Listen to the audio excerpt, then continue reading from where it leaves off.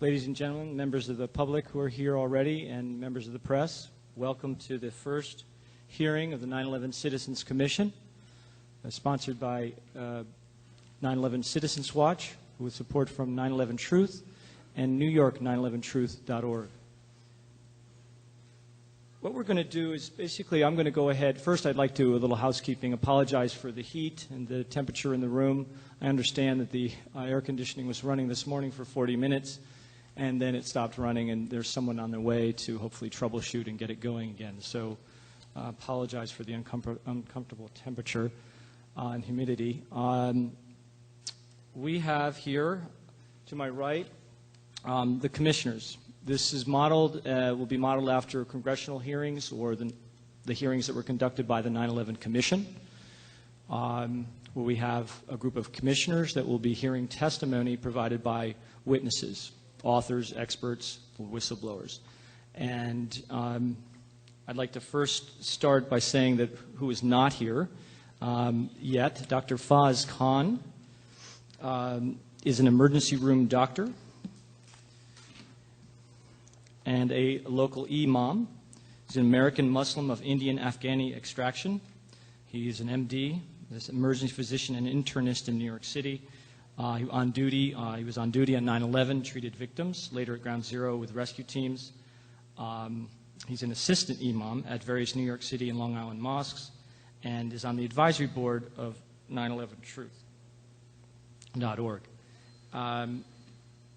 We have three commissioners. He's the first. Secondly, we have on the far end of the table here Bob Mcllvaine. And Bob is a 9/11 victim family member. He lost his son Bobby on the 106th floor of the North Tower. And then we have Cynthia McKinney. Cynthia is a former congresswoman, 4 terms. Is that correct, Cynthia? 5 terms. 5 terms, excuse me. She's just won her primary, and she's running to regain her seat in Congress. And she will be chairing the hearings today. Originally, we had planned to have Cynthia co-chair with Catherine Austin Fitts, a lifelong Republican and former Assistant Secretary of Housing in the first Bush administration.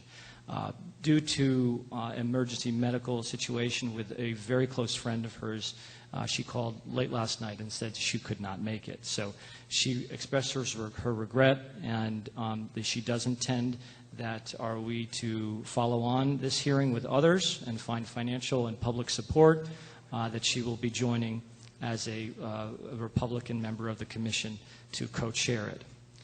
She brings great expertise and insight to this process. So we miss her, and we also miss Dr. Bob Bowman. Dr. Bob Bowman is a retired lieutenant colonel in the Air Force. He's a PhD, and I believe he is a bishop in the United Catholic Church. His house was damaged in the recent hurricane, so he's not here. However, we're going to proceed anyway, so I'm going to turn it over briefly, very briefly, to brief comments, if they'd like to, from Cynthia and Bob, and then I'm going to introduce Michael Caine, who represents New York 9/11truth.org, and then we'll turn it over to the witnesses very briefly just to say who they are and their affiliation and what they'll be testifying to today, and then we'll turn it over to members of the press who have questions for either our witnesses or the commissioners. So let me turn it over to Cynthia McKinney, the chair of today's 9/11 Citizens Commission. Cynthia. Thank you, Kyle. And as soon as we can get our cord unentangled, we will allow Mr. Mcllvaine to make his opening statement. Hi, I'm Bob Mcllvaine. I apologize for this short biography there. I'm at the end stage of work, and I was a teacher. I worked at a psychiatric unit, acute care facility. I was a teacher on the unit, and I got laid off in 2003. And it's amazing since then, the journey I've been on to find the truth. That's the only thing I want out of life. I'm a parent.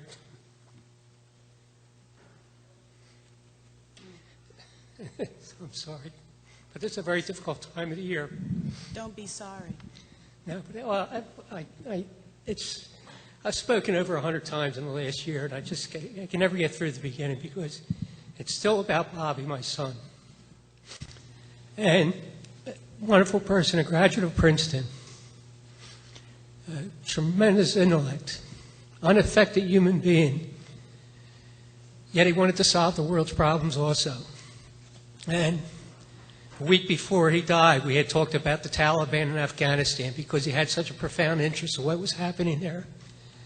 So he died on September 11th, and I knew that the answers were so simple that this was definitely wrong. And we categorized it as a good against evil. But I continued working. I never did find out how my son died. He was supposed to be on the 106th floor, but I wasn't able. We were able to find his body the following day, and for a year I spent trying to find out the exact circumstances behind his death.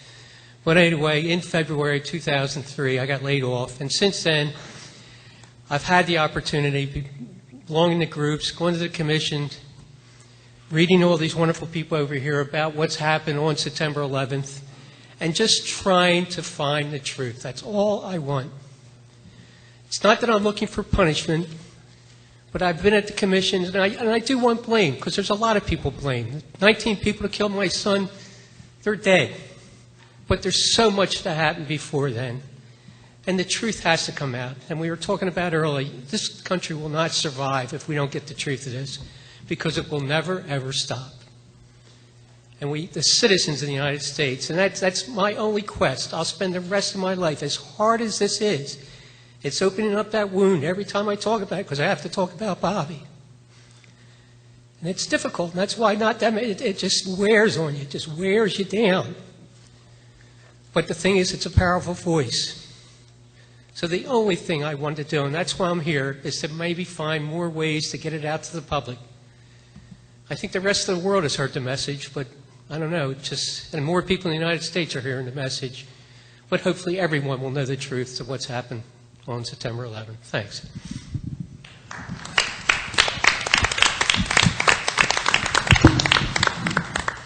A very powerful opening statement from Mr. Mcllvaine, Commissioner Mcllvaine, who sets the context for us as to why exactly we are here, and the importance of the work that these good presenters, these panelists, do every day that they wake up.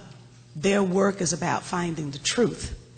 And the reason we are here is about the truth. So now I would just like to say that I'm finally happy to be on a commission where it's okay to ask a lot of questions. Here we intend today to ask a lot of questions. Questions will be posed from the audience, and questions will be posed from the commissioners, Mr. Mcllvaine and myself. Let me also mention the fact that Catherine Austin Fitz, my co-chair in this hearing, which we hope to expand to include more hearings, is not here, as has been explained by Kyle. But we also want to know that the work that she does and the important issues that she covers will not remain uncovered. That will just give us more opportunity and more need to do a follow-up hearing. Now, let me also just say that Hurricane Francis stormed into Florida and, to a lesser extent, into my home state of Georgia. And after she left, we all have to clean up. We're part of the cleanup crew. Well, the Republicans stormed into New York City just a few days ago. And you could consider the work that we're about to do the cleanup work, the most necessary cleanup work. But in this space, our minds are open, our facts are welcome. We have no political agenda other than the truth. The city of Atlanta, where I come from, our symbol is Resurgence the Phoenix, because, as you all know, the city of Atlanta was burned by General Sherman as he went through the South. And Atlanta rose again, even sending President Jimmy Carter to the White House. We don't take credit for zeal, however. When Reconstruction took place in this country, and George White was the last African-American member of Congress, he stood on the floor of the House as he was about to leave because of Jim Crow laws, and he said, "This, Mr. Chairman, is perhaps the Negro's temporary farewell to the American Congress. But let me say, Phoenix-like, he will rise again and come again someday." When I came to New York on one of my previous visits, this was a poster that was given to me. "Truth crushed to the ground shall rise again." And so now we are here to say that no organization, no administration, no forces, no powers that be are going to crush the truth of what happened on September 11th to the ground. Because these panelists who are here, these researchers, and those of you in the audience who spend all of your time trying to understand what happened so that we can put to rest some of the pain of my fellow commissioner, Mr. Mcllvaine, we will make sure that the truth will rise again. That's why we're here today. So thank you very much. Do you want to? Michael Caine from New York 911truth.org, very briefly. Very briefly. Thank you, Kyle. I'm with New York 9/11 Truth. It's a group that we had our founding on September 11, 2003, when we had an event at the Riverside Church where some of these distinguished panelists were there, including Cynthia McKinney, Mike Ruppert, John Judge. It was a great event. And off of that, we decided this movement that was a research-based movement that was widely on the internet needed to get into the streets, needed to get to the people, because widely the media was not doing the job that we thought it needed to do in order to get to what both commissioners so eloquently said we're here for, the truth. So ever since January 3rd of 2004 of this year, we've been at the footprint of Ground Zero, handing out literature, holding up signs that say support victims' families, stop the 9/11 cover-up, other signs as well, and starting basically a dialogue with the people of New York as well as internationally, because Ground Zero is affording people coming from all over the world to see it. That's what we've been doing. I have to say the response has been overwhelmingly supportive. Some people disagree and debate, but that's great. That's what it's about. It's about freedom of assembly, freedom of speech, and about citizens taking responsibility for what happens into this investigation of 9/11, because the 9/11 Commission has not done a sufficient job. So on behalf of New York 9/11 Truth, I thank everybody for coming here, especially our panelists and the commissioners here. I just want to say there is one other commissioner that isn't here right now, Dr. Faiz Khan. He was also at our September 11, 2003 event. He's a great man, and I'm very honored he'll be here as well as a commissioner to hear this. So once again, I'd like to thank everybody for coming on behalf of New York 9/11 Truth. Right. Thank you, Michael. Now we'd like to move very quickly through the witnesses who are here. Obviously, we'll be hearing more from each of them later. We want to get to your questions, and we have the public waiting outside. So I'm going to turn it over first to Paul Thompson. Then we have Barry Zwicker, Michael Springmann, Michael Ruppert, John Judge, Jenna Orkin, and Nicholas Levis. Paul Thompson, please. Hi, my name's Paul. I've had something on the internet called the 9/11 Timeline for the past couple of years, and I'm really glad to say that 2 days ago it was released as a book published by HarperCollins.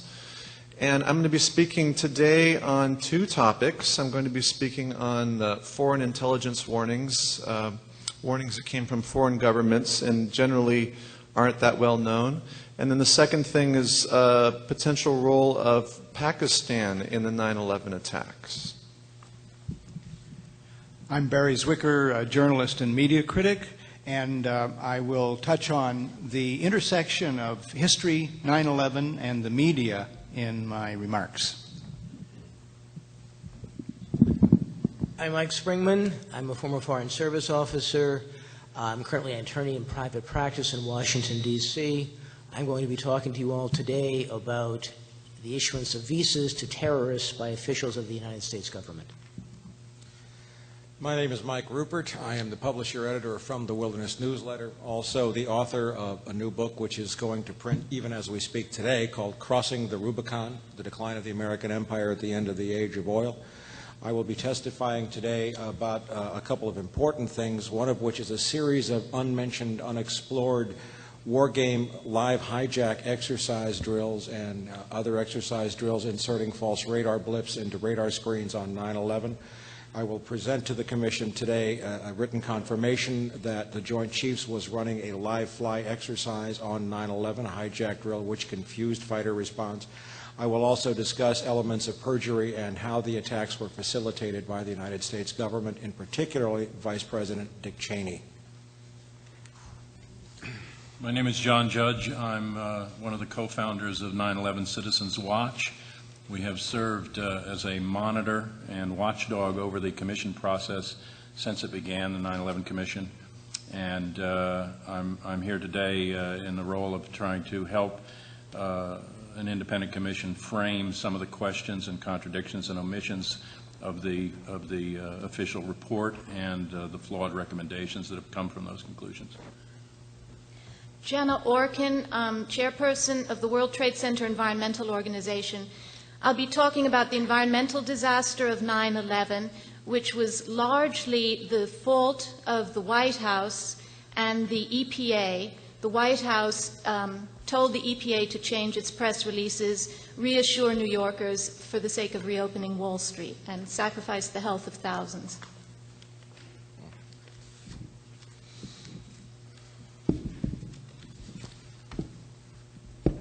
My name is Mcllvaine. I'm with 911truth.org. I am an author and a researcher. It's perhaps appropriate that there's not enough table for me because I'm going to be dealing with an overview of the many, many bodies of evidence that have been gathered by 9/11 researchers and shared within the network over the last 3 years. I'll be presenting a kind of summary of the different bodies of evidence and an evaluation of the possibilities for a future investigation. Yeah, just to clarify, Nick Levis, John Judge, and Carolyn Betts are giving essentially what would amount to a staff statement. If some of you followed the 9/11 Commission hearings, there were staff statements presented to the Commission and to the public at those hearings, so they'll serve that purpose. Carolyn Betts is a lawyer, and she will introduce her later on. Unfortunately, Sibel Edmonds could not be here. We had planned to have video testimony of her, but due to scheduling problems, that did not happen. So without anything further ado, let's turn it over to questions from members of the press, and if we can we'll try to do this within the next 10, 15 minutes so that we can get the public in here. They've been waiting outside. So members of the press, here please. Could you please stand up? If you don't mind, we'd like to, because we are recording this for the wider audience that are not here, there are microphones. If you would be willing to come up and get on the microphone over on the opposite side of the room here where I'm pointing, there's a standing mic. You see that? Thank you so much. And you can address your question to either commissioners or anyone here on the panel. Hi, my name is Mercedes Calego. I work for the newspaper El Correo from Spain. It seems to me that most of you here already have achieved a conclusion about what was the motivation of this cover-up of September 11. I'd like to, I know it's going to be discussed all day, but I'd like to get like a briefing by somebody who will tell me what were the motivation and how high up in the government is the responsibility of ignoring the signs of September 11. I've seen somebody in the witness panel have mentioned Dick Cheney. Mike? Okay, I'll speak for myself on this. There is some degree of consensus beginning to appear on the world scene. Not everybody necessarily agrees with it, but for me, I think the overriding imperative with regard to a motive for the attacks of 9/11 was the fact that very clearly the world is beginning to encounter diminishing supplies of hydrocarbon energy in a situation called peak oil. A fact where the planet, I believe, is plus or minus 1 year away from the all-time historical peak of production, even as demand is still soaring. And we are at a point now where global oil production will diminish irrevocably and unalterably into history, which will be probably one of the most epical changes in human history. There is an abundant record, which I present in my book, Crossing the Rubicon, showing that Vice President Cheney, through his Energy Task Force, and even before his entrance into the White House, was well aware of the situation called peak oil, that energy supplies were foremost on the Bush administration's agenda, and that a pretext in the form of a terror attack, historically consistent with Operation Northwoods, which we'll talk about today, I'm sure, with the attacks on Pearl Harbor, we needed a pretext to secure by force the world's hydrocarbon energy supplies and to pursue them around the world wherever they could be found. And I'll be talking about that at some length in my testimony today. I hope I'll be asked about it. Others may disagree about that, but clearly with the evidence we've seen with the world economy today and what has been happening to oil supplies since 9/11, as we have predicted in my newsletter, that the world is clearly behaving as if that was the case. Okay. Bob? Yeah, I do a lot of speaking. I'd like to go to high schools and, if I can, go to colleges also. And again, I'm not an authority on anything. But it's very important to me that especially high school kids understand that this isn't a one-shot deal. We look at Bush and say that the horrors of the world revolve around Bush. And I really try to trace the foreign policy of the United States, for the last 50, 60 years after World War, or 50 years after World War I, and in connection with oil. And the idea that, we're out there for the good of democracy and human rights and equality and things of this sort, but it's more about natural resources. But just try to connect the dots and to explain to people my son's murder isn't just a one-day affair and then it becomes good and evil, but it's part of the big tapestry of history that we're such an immense part of. Eric, we move on to another question. Member of the press. Hi, Anthony LePay from GNN.TV. How you guys doing today? It's a question for former Congressman McKinney. You may be back in office soon. Are you worried that participating in a panel like this is another dangerous move? And are you going to be continuing to do some of this work if and when you get back into Congress? Anthony, I'm not surprised that you would ask me that question. Is participating on a panel whose purpose is to discover the truth about an American tragedy, is such participation dangerous? It shouldn't be. This is still America. And will I continue to do the work that I was doing before I left Congress?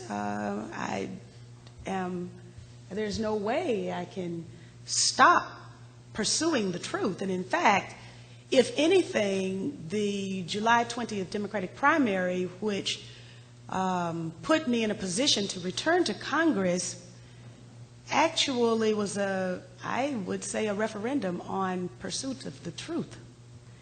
And so it would be a betrayal to my constituents and to all of the supporters who have supported me during these 2 years that I've not been in Congress for me to all of a sudden become a different person. So I'm not going to become a different person. What you see basically is what you get. And I think the voters understood that. All of the powers that be understand that. And most importantly, the activists can rest assured that we will pursue inside the halls of Congress these questions now as they once were being pursued. Thank you. Okay, we're going to need to call this to an end for now because we're behind schedule. And if you can try to catch up with the various witnesses because they don't all go on at once. So if you're a member of the press and have further questions, please try to catch them when you can. And we'll be posting their statements on the 9/11citizenswatch.org site. We'll also be making a transcript available of the entire proceedings today, all 6 hours. And those of you who are going to leave, I believe WBAI will be covering the portion of the hearings that run from 3 to 5, so whoever's on the schedule from 3 to 5. So thank you very much for your attention. So we'll take a break for about 10 minutes, and then we will start the program. Thank you.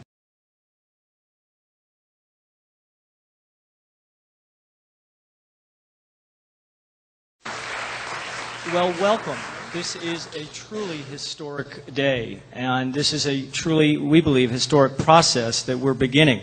I would like to apologize. I see some of you waving yourselves with paper or magazines. Apologize for the temperature and the uncomfortable humidity in the room. I was told that this morning the AC was working fine. I think I'm starting to feel some air moving. And so as a result of the air conditioning stopping working, it's a little hot. So please bear with us. Hopefully the technicians or the folks who are, the repairmen are here and at work. So I'm going to basically, again, my name is Kyle Hentz. I'm a co-founder of 9/11 Citizens Watch. We're a watchdog group based in D.C. and New York. And I'm going to read a brief introductory statement. And the format is very much like a congressional hearing. We have commissioners here that I'll be introducing. We have witnesses providing testimony, whistleblowers, experts, authors, and so on. They will come forward. They'll give a 15-minute presentation, 10 to 15 minutes, sometimes with PowerPoint or video. And then the commissioners will pose questions to the witness. They will be sworn in. Some of you who maybe attended the early 9/11 Commission's hearings noticed that they weren't swearing in the witnesses, and they only started because we made some noise about it, and the press raised some questions of Chairman Caine. So let me begin my formal remarks. Ladies and gentlemen, New Yorkers, fellow Americans, and concerned citizens from around the world, welcome to the first hearings of the 9/11 Citizens Commission, who some have dubbed the omission hearings. Thank you for coming to join our commission in hearing, our commissioners in hearing the testimony of witnesses we have assembled today.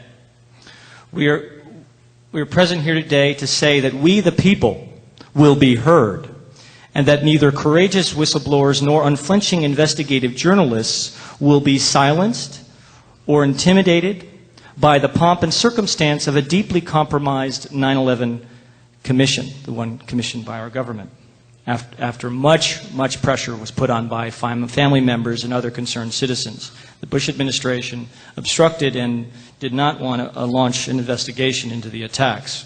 And when they did, the Congress only allotted $3 million until, again, public pressure, family member pressure, raised the budget, and eventually they were granted $15 million. It was still a pittance compared to what they invested in the Challenger shuttle disaster. I think they spent $50 million. Moving on. We are here to exercise our God in the broadest, most inclusive sense, given right of assembly, of free speech, and ultimately to demand redress of grievances relative to the events of September 11th and the actions taken by the U.S. government in our names in the wake of the September 11th attacks. 3 years ago, the world was transfixed when in the course of an hour and 20 minutes, 4 aircraft were employed as weapons to murder nearly 3,000 people from scores of countries around the world.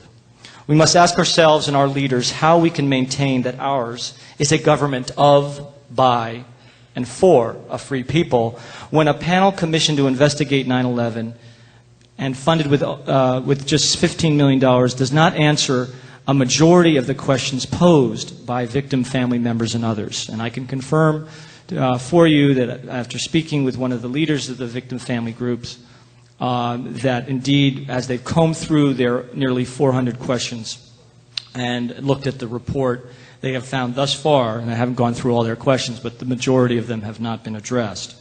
How can we champion the great principles of our founders when nearly 400 questions were posed by the families over the course of 2 years and nowhere were they directly answered by a government-appointed panel, distinguished panel? This after fighting the administration who did not want to investigate and lobbying hard on Capitol Hill. This is an outrage, and all the enacted recommendations, or hoped to be enacted, those who hope to enact the recommendations put forward by the Commission in the world won't change the reality that the government failed to provide a full accounting of all the facts and circumstances. The Commission was charged with a dual mandate, to provide recommendations to make us safer on one hand, but to also provide us a full accounting of the facts and circumstances. We're here to raise questions and doubt about their accounting of the events and the facts and circumstances surrounding the attacks. These are facts and circumstances that Bob Mcllvaine, one of our commissioners, wants to have answers to, wants to be further scrutinized.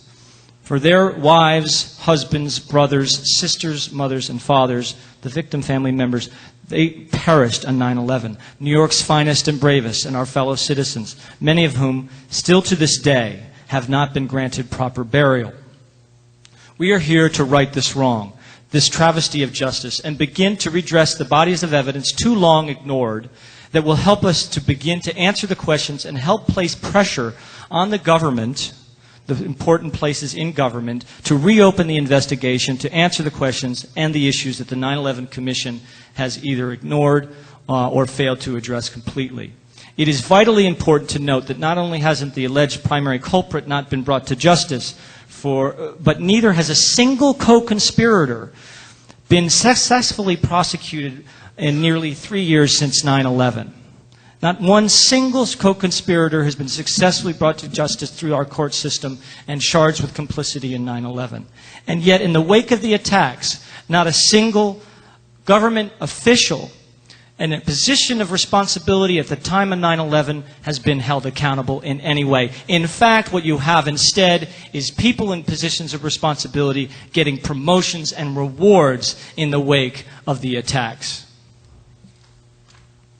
We have an intense and full program of hearings planned today. In 6 hours, we cannot possibly begin to address everything that has been brought forward by different researchers, investigative journalists, and family members.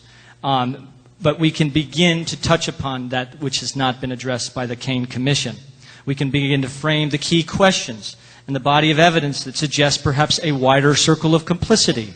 The Zogby poll, commissioned by 9/11 Citizenswatch and 9/11truth.org, found that nearly 50%, nearly half of New Yorkers polled, believe that the administration or some leaders with this particular wording had specific knowledge of an attack imminent on or around September 11th and consciously failed, these were the words in the question, to take action.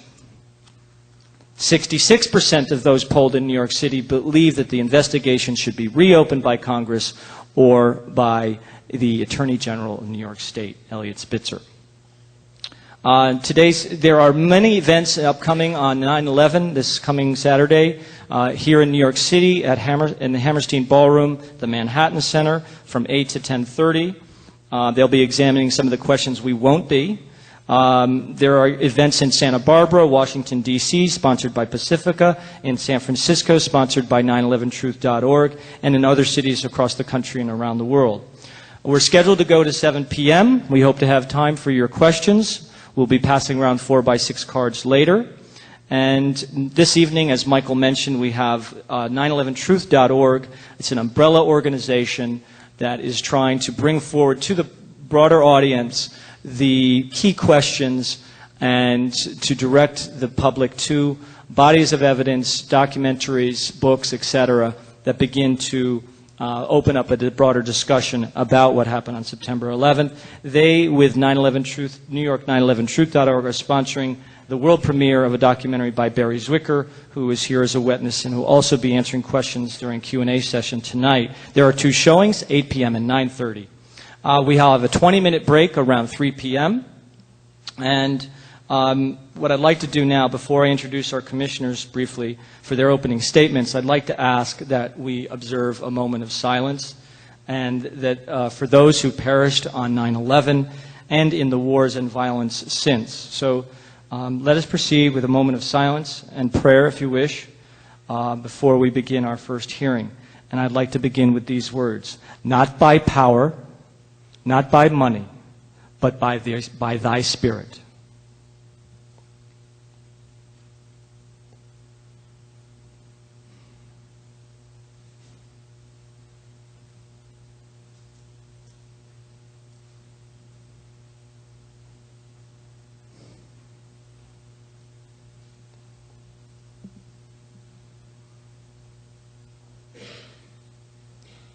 Thank you.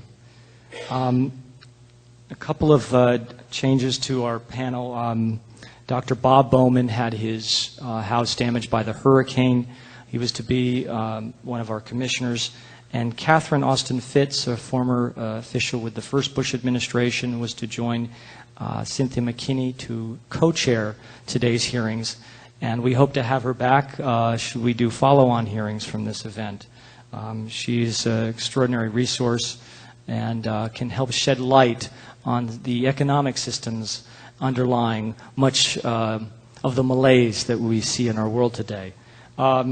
So let me move on and introduce the commissioners that we do have here.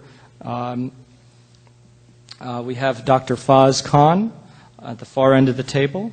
He's an American Muslim of Indian and Afghani descent or extraction. He is a doctor, an MD, emergency physician, and internist here in New York City. On 9/11, he was on duty and treated victims at a triage center and worked with rescue teams. He's active in the peace movement. He's a lecturer and writer on various issues related to Islam.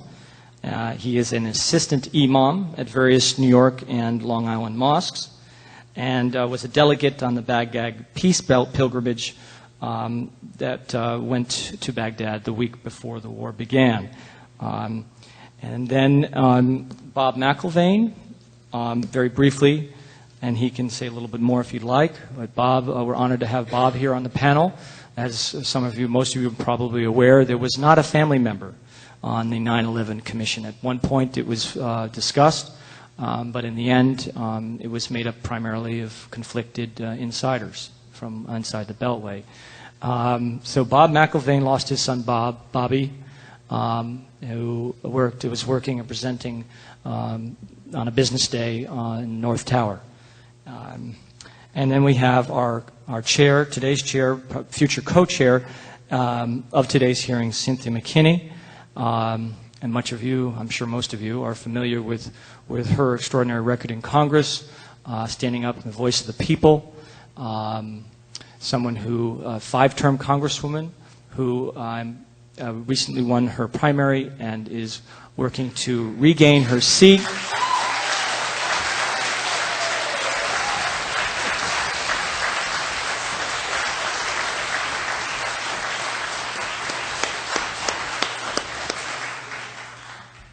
Yes, to regain her seat in Congress. So let me turn it over to Cynthia and the commissioners.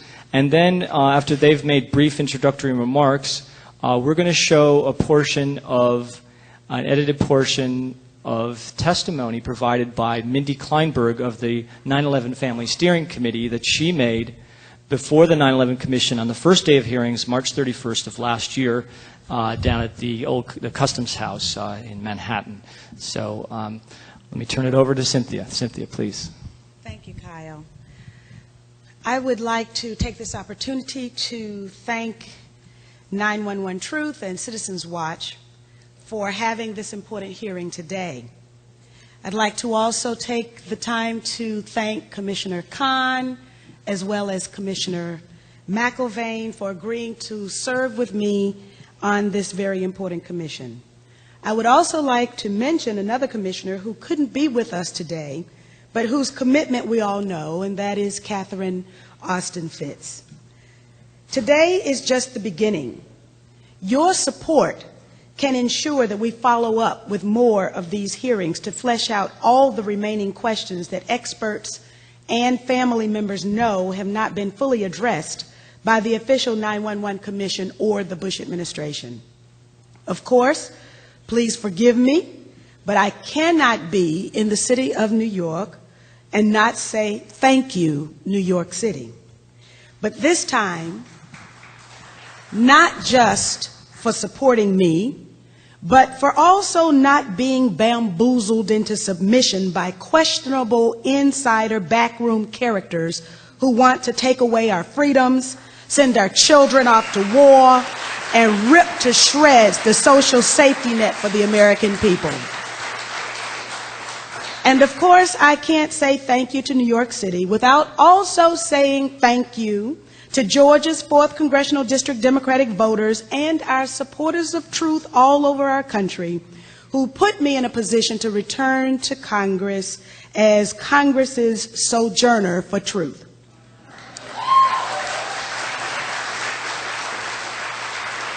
A special thanks to the small coterie of friends who kept my questions relevant by their own deep understanding of the fundamental danger posed by today's forces, known and unknown, operating in our name at this time. Those thanks especially include the dedicated leaders of the 9/11 Truth Movement, whose work has spawned similar gatherings this week all over our country. For me personally, it means the thousands of people I've had the opportunity to meet who are not just against everything, but who are in the deepest sense pro-America. Activists like our host today, Kyle Hintz, John Judge, Nicholas Levis, Michael Caine, the panelists, Ms. Singh, Mr. Ruppert, Mr. Springmann, Mr. Thompson, as well as my fellow commissioners. And finally, a word of thanks to the $20 million man whose movie came out literally just days before my election. In the face of stinging criticism about the impact that his film might have had on my election, Michael Moore responded, and I quote, "I'm glad Cynthia McKinney is coming back to Congress, and I'm glad if my movie helped make that happen."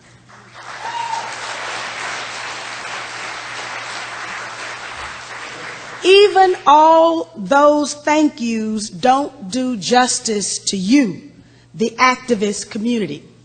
But enough with that, because now we've got work to do.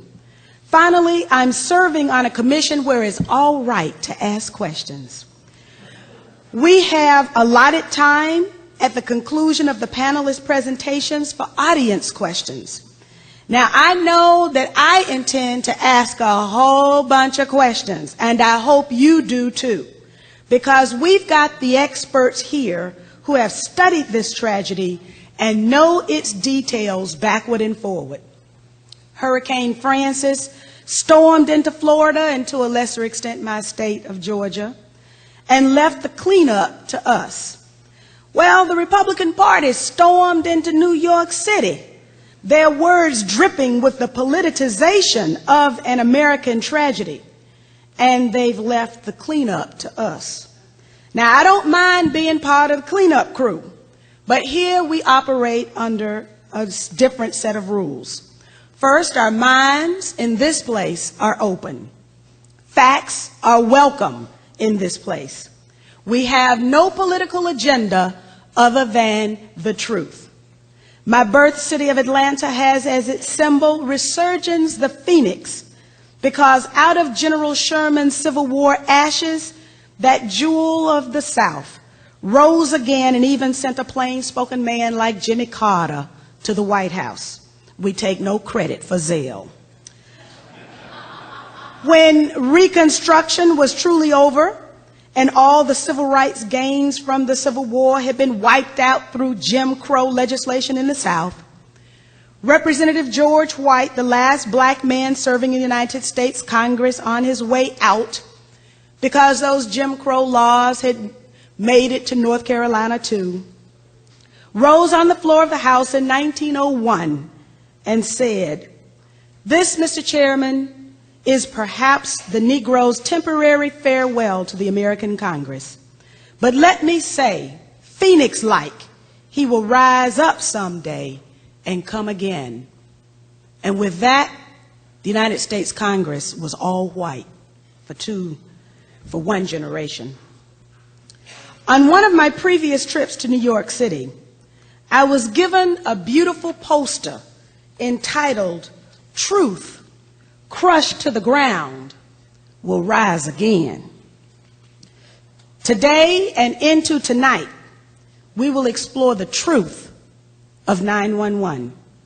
The truth about America's tragedy belongs to all of us and can only be crushed to the ground for so long.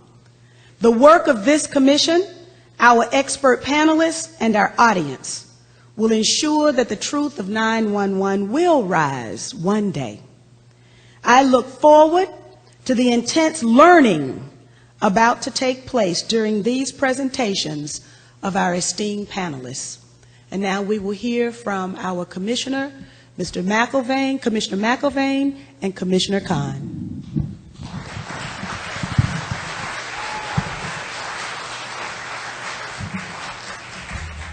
My name's Bob Mcllvaine. I'm from Orland, Pennsylvania. I lost my son. When I did this to the press, I wasn't able to get through it, but maybe the second time around. I lost my son at Merrill Lynch. Can't do it.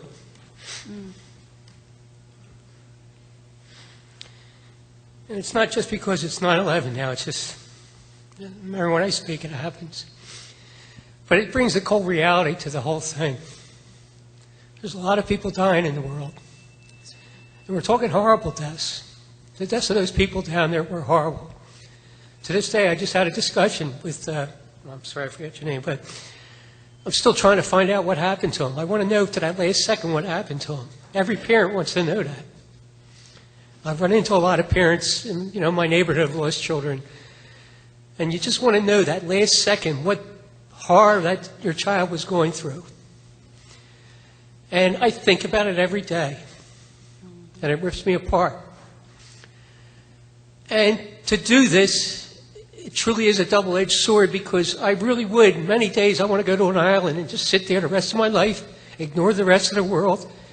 And as my son said yesterday, he said, "Why don't you be happy? Try to be happy." Well, it's impossible to be happy. I have happy moments. The suffering isn't as bad, but the pain is still very immense. It's always there. And when you do something like that, it brings you right back to day one. Day one I have every day of my life. I've made that choice. It's been a wonderful journey. And I do it for my son because he really believed that knowledge is power. And if anything you get out of this, it's knowledge. And you have to take it out to the people, out to the American public. That's the only way we can do this. The people of this country must realize what the truth is. And history is replete with so many lies, and they continue day in, day out. And it's just not this Bush administration, it's every administration.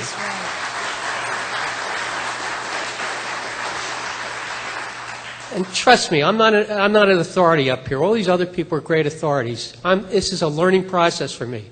I've made every commission meeting.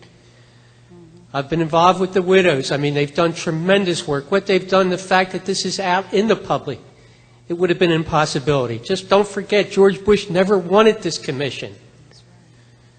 We would have had Kissinger as the head of the commission if it wasn't for the widows. They went to him and said to him, "Didn't you have some dealings with the bin Ladens in your past?" And with that, he quit the commission. Yet we would have had him. So it's just so important that you take a lot out of this and take it out there onto the streets. Because I just deal with the people, dealing with my relatives, dealing with my people in my neighborhood. they still look at it and say, well, I still want to be safe. No one wants to lose their life. And they look at the president and say, well, he's our protector. Our military is our protector. Well, but the thing is, this is the way it is.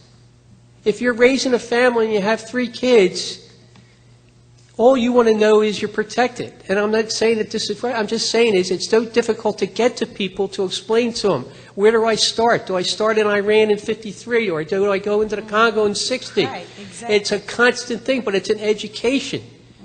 And I don't know, I think there's a lot of people, it's a lost cause in this country. That's why we have to get out to the students of the world, and they have to understand where this all comes from. It's connecting the dots. My son didn't die just because George Bush wasn't inattentive. It has a lot to do with Clinton, has a lot to do with Bush. It goes all the way back to Eisenhower. Yes. Okay, so I just...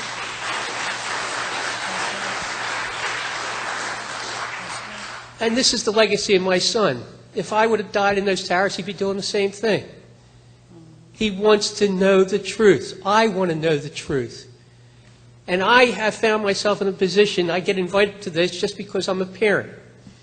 It brings a lot of power to it. And I've had the opportunity to speak around the world. Although I won't fly, I do a lot of TV and radio, but I haven't flown yet.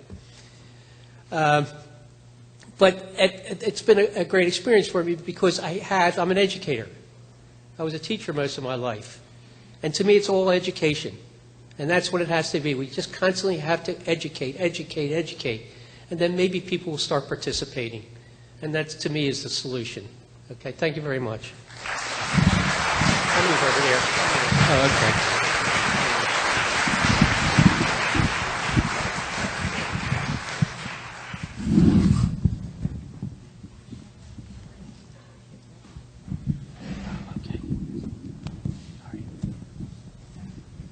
Good afternoon.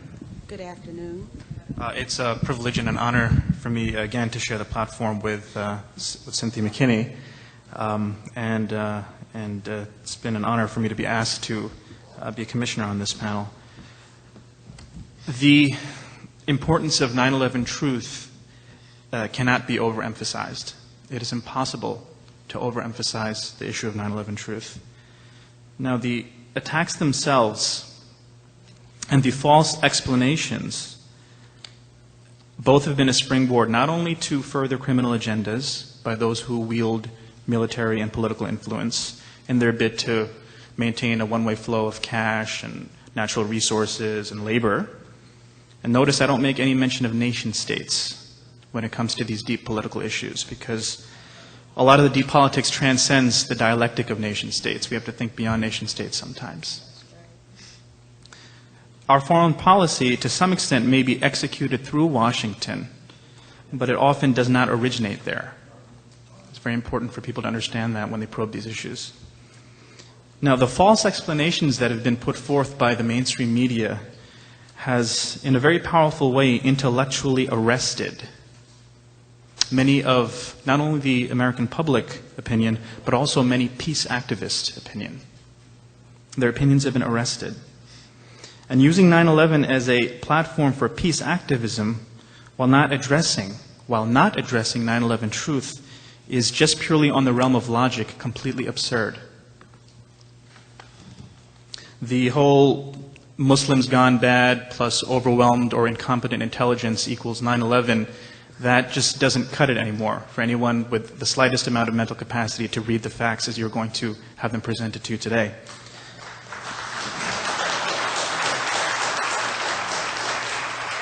But it's not just presenting the facts. It's not even digesting the facts. As the evidence grows, we need to be psychologically strong enough to face the implications like Bob just mentioned about how deep this can go.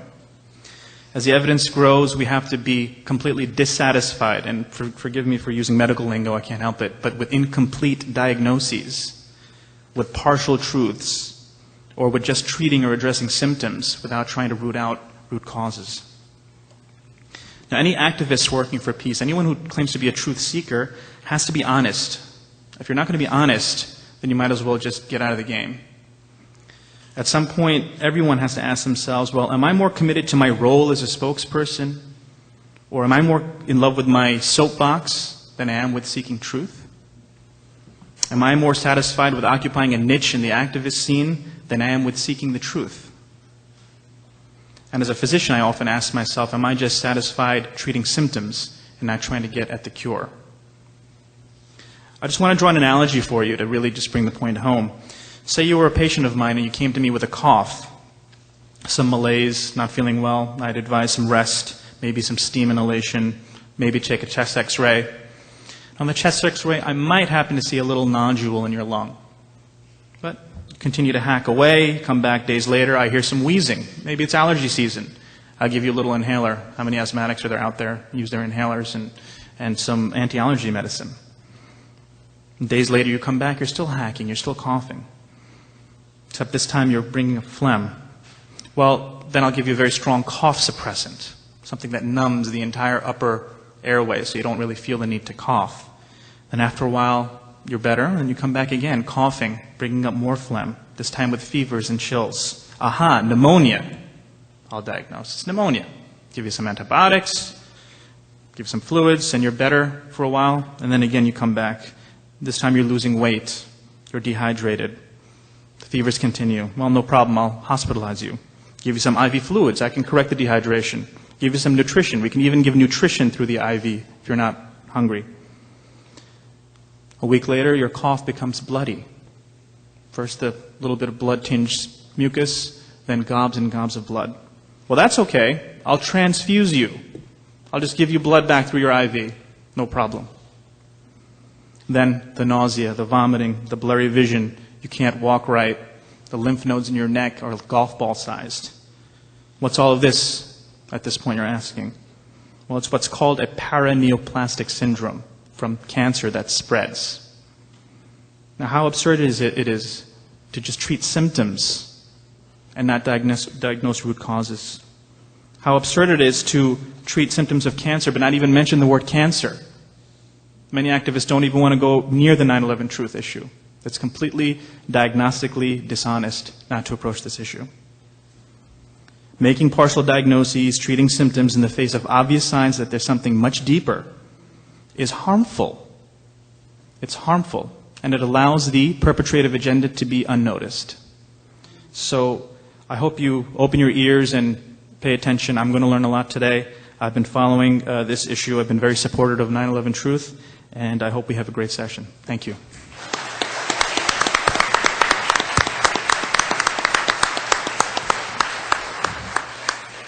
Thank you, Commissioners, for your opening statements.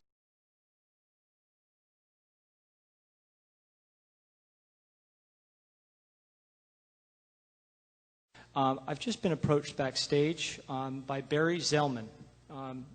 Barry's been on my email list of Citizenswatch and unansweredquestions.org for many months, and I've run into him on a couple of occasions during hearings and so on. And he's asked to make a brief statement. He hasn't prepared anything. He lost his brother Kenneth in the North Tower. And so I'd just like to bring Barry Zellman out for a brief statement to address you. Barry?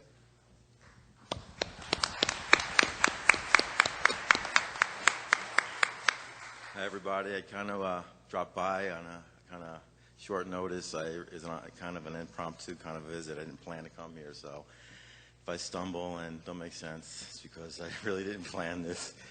I really was never into politics ever in my life, and it was a rude awakening on my brother's murder 3 years ago. He was my best friend, my only brother. And, you know, these kind of things help me a lot because people understand me. You're a group of captive audience, and it's good. It helps me get through my grief process. There's never a resolution, but it helps. Because most of the time when I talk about dynamics of politics by 9/11, people look at me like I have three heads. Like, what? Bush knew about it? Bush, what are you, crazy? You know. So much for Republicans. And I never wanted to label myself anything, and I don't label myself anything. I'm just out there dealing with my brother's murder. And I just wrote this email. You know, people who do know me from the internet. I just write. So I've become a pretty decent writer. But I just responded to Bush families for 9/11, and I'll just read this aloud. It kind of sums up a lot of things. When a political party chooses to run its performance of handling its response to 9/11, it had better hope that it can back it up. So many of the surviving 9/11 families know the transparencies in this message. But the Bush administration has always played to its biggest audience, those not directly affected by the mass murder of 2,749 people. Still, to sell this audience on the issue of 9/11, you're walking into dangerous territory. The record speaks of an administration who was not interested in following any of the so many leads in the months preceding 9/11. The August 6th PDB briefing that was publicized was a snapshot of our intelligence. It depicted an al-Qaeda terrorist group active with cells ready to strike. In fact, your own CIA agency named it bin Laden determined to strike within the U.S. That was the time to do something. The window of opportunity to intervene and maybe save those lives is gone. Now is not the time to exploit those lives for your own self-serving interests. This was in response to the RNC coming to New York. That's really what it was pertaining to.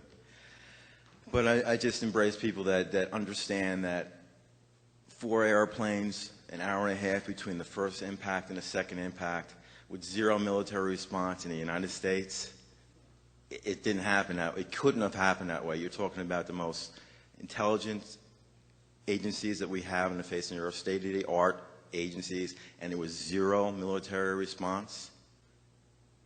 Why wasn't President Bush on the horn as soon as the second tower was impacted, saying, deploying military to New York? Why? And, you know, I'm a fair person. I listened to all sides of the argument, and I did research upon research, and no one could give me the answer. But it's very transparent because our own president did not want to investigate this tragedy. And I'm standing before you today for one reason. The only thing that I could give my brother is the truth. That's it. I didn't get paid a cent. You know, the money was out there to shut people up. It's a strange dynamic, money, because there's two sides to 9/11 families. There are ones that were paid and the ones that weren't. And I hate to bring money up, but money is part of the equation. If they were married, the spouses got lots of money. The birth families got nothing. My father, who was 82 years old, my mother's still alive. My brother was married. The money doesn't, went to my brother's wife, and she doesn't even speak to us anymore. That's on a personal level, but the money was there for one reason: it's to keep people, pay them off, and keep them quiet. And I thank people like you that are listening. Thank you very much.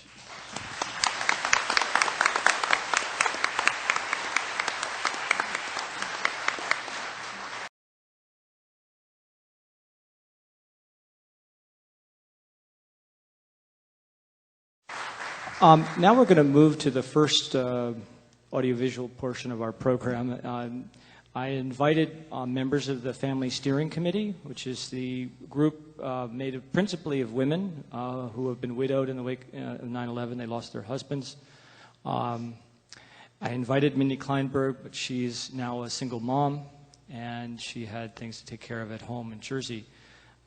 But we do have an edited version, I think it's about 8.5 minutes of her testimony, extraordinary testimony, before the 9/11 Commission on March 31st of last year, 2003. Commissioner Gorelick, Jamie Gorelick, one of the 10 commissioners, a Democrat, said after the testimony by the family members that the family members had provided them a roadmap. Why didn't they follow it? So, for now we'll put on Mindy Kleinberg's testimony last year.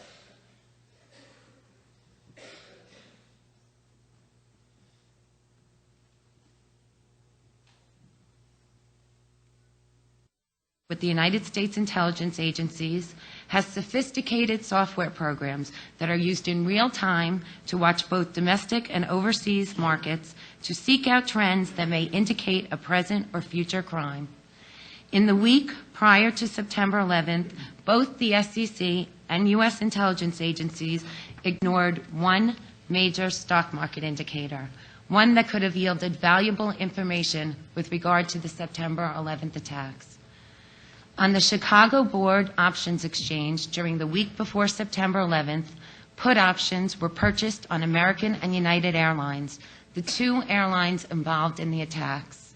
The investors who placed these orders were gambling that in the short term, the stock prices of both airlines would plummet. Never before on the Chicago Exchange were such large amounts of United and American airline options traded. These investors netted a profit of several $million after the September 11th attacks. Interestingly, the names of the investors remain undisclosed and the millions remain unclaimed in the Chicago Exchange account. Why were these aberrant trades not discovered prior to 9/11? Who were the individuals who placed these trades? Have they been investigated? Who was responsible for monitoring these activities? Have those individuals been held responsible for their inaction? I am holding in the hand some of the applications of the terrorists who killed my husband. All of these forms are incomplete and incorrect. Some of the terrorists listed their means of support as simply student, failing to then list the name and address of any school or institution. Others, when asked about their means of support for their stay in the United States, wrote myself and provided no further documentation. Some of the terrorists listed their destination as simply hotel or California or New York. One even listed his destination as no. Had the INS or the State Department followed the law, at least 15 of the hijackers would have been denied visas and would not have been in the United States on September 11, 2001. Prior to 9/11, FAA and Department of Defense manuals gave clear, comprehensive instructions on how to handle everything from minor emergencies to full-blown hijackings. These protocols dictate that in the event of an emergency, the FAA is to notify NORAD. Once that notification takes place, it is then the responsibility of NORAD to scramble fighter jets to intercept the errant plane. It is a matter of routine procedure for fighter jets to intercept commercial airliners in order to regain contact with the pilot. In fact, between June 2000 and September 2001, fighter jets were scrambled 67 times. If that weren't enough protection, on September 11th, NEADS, or the Northeast Air Defense System of NORAD, was several days into a semi-annual exercise known as Vigilant Guardian. This meant that our Northeast Air Defense System was fully staffed. In short, key officers were manning the Operation Battle Center, fighter jets were cocked, loaded, and carrying extra gas on board. Lucky for the terrorists, none of that mattered on September 11th. American Airline Flight 11 departed Boston Logan Airport at 7:45 a.m. The last routine communication between ground control and the plane occurred at 8:13 a.m. Between 8:13 and 8:20, Flight 11 became unresponsive to ground control. Additionally, radar indicated that the plane had deviated from its assigned path of flight. Soon thereafter, transponder contact was lost. Two Flight 11 airline attendants had separately called American Airlines reporting a hijacking, the presence of weapons, and the inflictions of injuries on passengers and crew. At this point, it would seem abundantly clear that Flight 11 was an emergency. And yet, according to NORAD's official timeline, NORAD was not contacted until 20 minutes later at 8:40 a.m. Tragically, the fighter jets were not deployed until 8:52 a.m., a full 32 minutes after loss of contact with Flight 11. Why was there a delay in the FAA notifying NORAD? Why was there a delay in NORAD scrambling fighter jets? How is this possible when NEEDS was fully staffed with planes at the ready monitoring our airspace? Flight 175, 77, and 93 all had the same repeat pattern of delays in notification and delays in scrambling fighter jets. Delays that are unimaginable considering a plane had, by this time, already hit the World Trade Center. Even more baffling for us is the fact that fighter jets were not scrambled from the closest Air Force bases. For example, for the flight that hit the Pentagon, the jets were scrambled from Langley Air Force in Hampton, Virginia, rather than Andrews Air Force Base right outside D.C. As a result, Washington skies remain wholly unprotected on the morning of September 11th. At 9:41 a.m., 1 hour and 21 minutes after the first plane was hijacked confirmed by NORAD, Flight 77 crashed into the Pentagon. The fighter jets were still miles away. Why? On September 11th, both the FAA and NORAD deviated from standard emergency operating procedures. Who were the people that delayed the notification? Have they been questioned? In addition, the interceptor planes, or fighter jets, did not fly at their maximum speed. Had the belatedly scrambled fighter jets flown at their maximum speed of engagement, they would have reached New York City and the Pentagon within moments of their deployment, intercept the hijacked airliners before they could have hit their targets, and undoubtedly saved lives. The acting Joint Chief of Staff on September 11th was General Richard B. Myers. On the morning of September 11th, he was having a routine meeting. The acting Joint Chief of Staff stated that he saw a TV report about a plane hitting the World Trade Center, but thought it was a small plane or something like that. So he went ahead with his meeting. Meanwhile, the second World Trade Center was hit by another jet. Nobody informed us of that, Myers said. By the time he came out of his meeting, the Pentagon had been hit. Whose responsibility was it to relay this emergency to the Joint Chief of Staff? Have they been held accountable for this error? Is it luck that aberrant stock trades were not monitored? Is it luck when 15 visas are awarded based on incomplete forms? Is it luck when emergency FAA and NORAD protocols are not followed? Is it luck when a national emergency is not reported to top government officials on a timely basis? To me, luck is something that happens once. When you have this repeated pattern of broken protocols, broken laws, broken communication, one cannot still call it luck.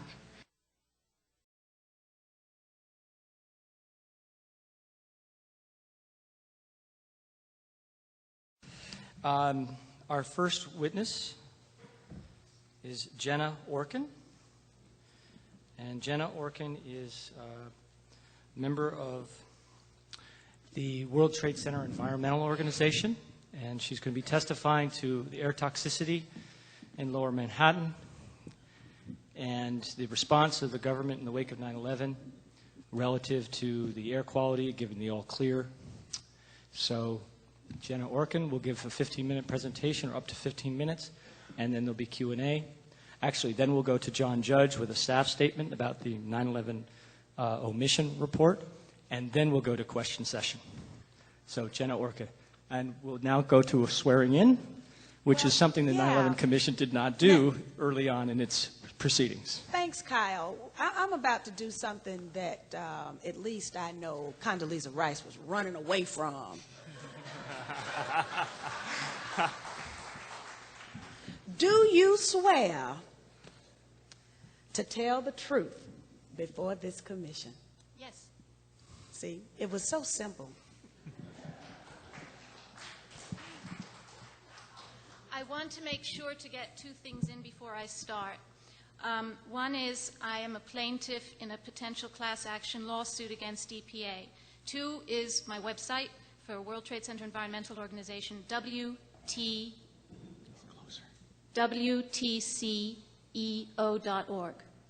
September 11th was a tragedy that has changed the course of history and the way we live. It was also an environmental disaster of historic proportions. The way the federal government has handled this aspect of 9/11 has been passive at best. At worst, it rises to a level of reckless endangerment that entails lies stemming from the White House itself. From the beginning, independent scientists and other experts have uncovered data and testified on the dangers of the air downtown. The response of the EPA and via the domino effect of city and state agencies has been contradictory. On the one hand, they protest, this was unprecedented. What did you expect us to do? On the other hand, they claim there's no problem. The fact remains that to this day there has been no adequate testing or cleanup, and there are no plans in place for the comprehensive health care that will be necessary to cover the broad spectrum of illnesses, not only respiratory, but also neurological, endocrinological, etc., which will manifest themselves in decades to come. In short, in the environmental aftermath of 9/11, Osama bin Laden could not have found a more felicitous collaborator than George W. Bush. The World Trade Center was a city with its own zip code. It contained approximately 50,000 computers, each made with between 4 and 12 pounds of lead. The first 40 stories of at least one of the towers was coated with hundreds of tons of asbestos, which was pulverized to particles of unusually small size and dispersed around lower Manhattan, as well as possibly to Brooklyn and beyond. Tens of thousands of fluorescent light bulbs, each contained enough mercury to contaminate a quarter of a city block. The smoke detectors contained radioactive americium-241. The U.S. EPA found levels of polychlorinated biphenyls at 75,000 times the previous record. That's my calculation. We can talk later about it. Dioxin also reached record levels. The alkalinity of the air was equivalent to that of drain cleaner.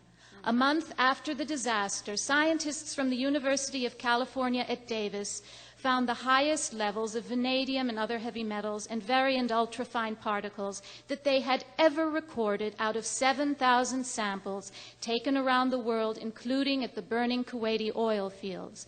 The EPA did not measure particles of this size. In addition, there were all the other contaminants one might expect to find when a modern city burns. Dr. Marjorie Clark of Hunter College has testified that the World Trade Center disaster was equivalent to dozens of asbestos factories, incinerators, and crematoria, as well as a volcano. Nevertheless, starting on September 13th, the EPA issued reassuring statements about the air quality downtown. At hearings conducted in February and March of 2002, EPA Ombudsman Robert Martin and his chief investigator Hugh Kaufman accused EPA Administrator Christy Todd Whitman of lying in part to protect her husband's holdings in Citigroup, the owner of major insurers of Lower Manhattan. The accusation that the EPA had actively lied was recently corroborated by a memo uncovered by EPA scientist Dr. Kate Jenkins, which revealed that at the time of Whitman's statements, EPA already had test results showing asbestos that exceeded the agency's regulation levels. A report by the EPA Inspector General in August of 2003 had said that Whitman's reassurances were premature, but had stopped short of accusing her of lying. However, it revealed that EPA's initial press releases, which cautioned the public about the levels of asbestos in the air and dust, had been revised by the White House Council on Environmental Quality. Cautionary statements about asbestos were deleted and replaced by reassurances. Why did the Council on Environmental Quality interfere in this way? The report stated, the desire to reopen Wall Street played a role in EPA's air quality statements.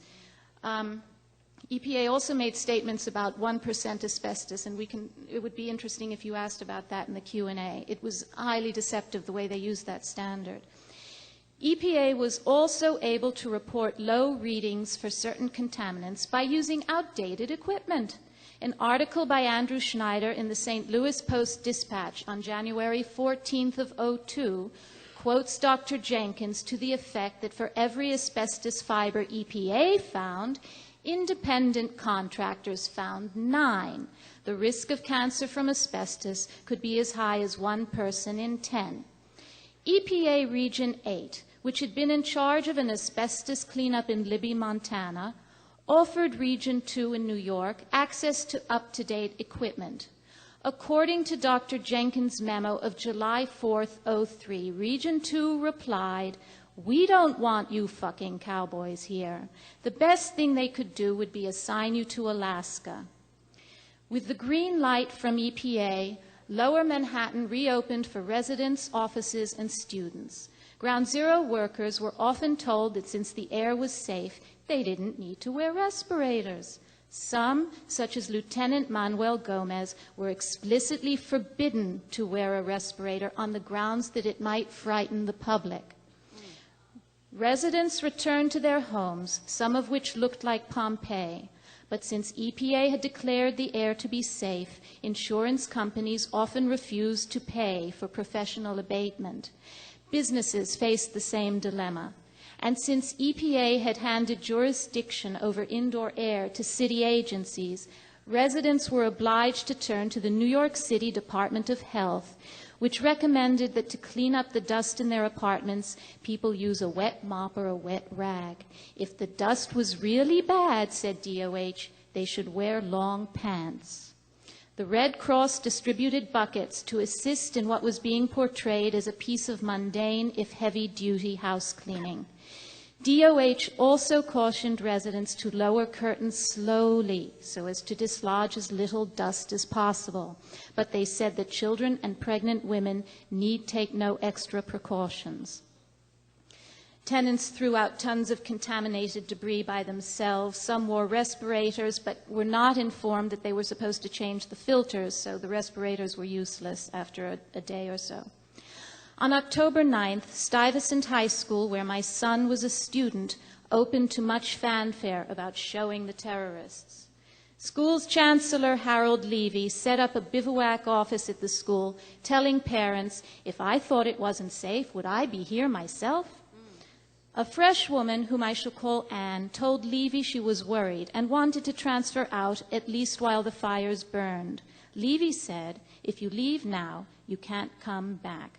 4 days later, Levy himself left, later telling a TV interviewer, parents should focus instead on whether their children are having safe sex or wearing seatbelts.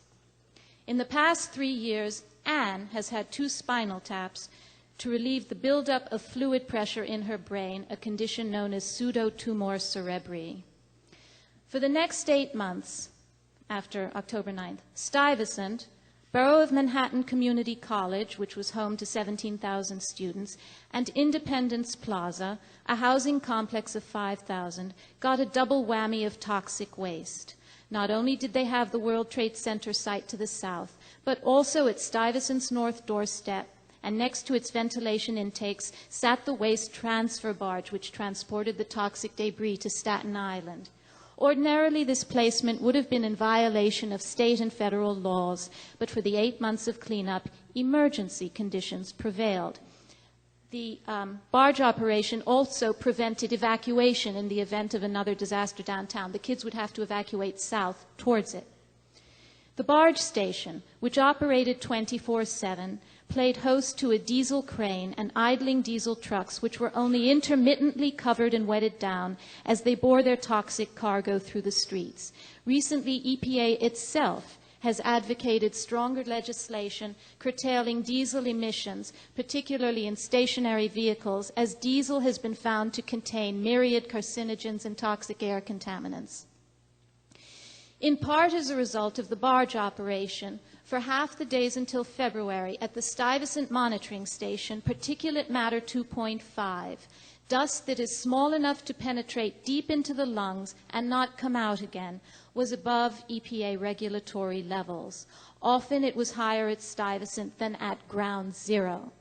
Because it has a relatively large surface area to volume ratio, and that's because it's so small, PM 2.5 also adsorbed onto its surface whatever toxic chemicals were in the debris. On occasion, isocyanates and tetrachloroethane and asbestos also exceeded EPA limits, and high levels of lead were found in the gym where the lead could be inhaled deeply and in the cafeteria where it could settle on students' food.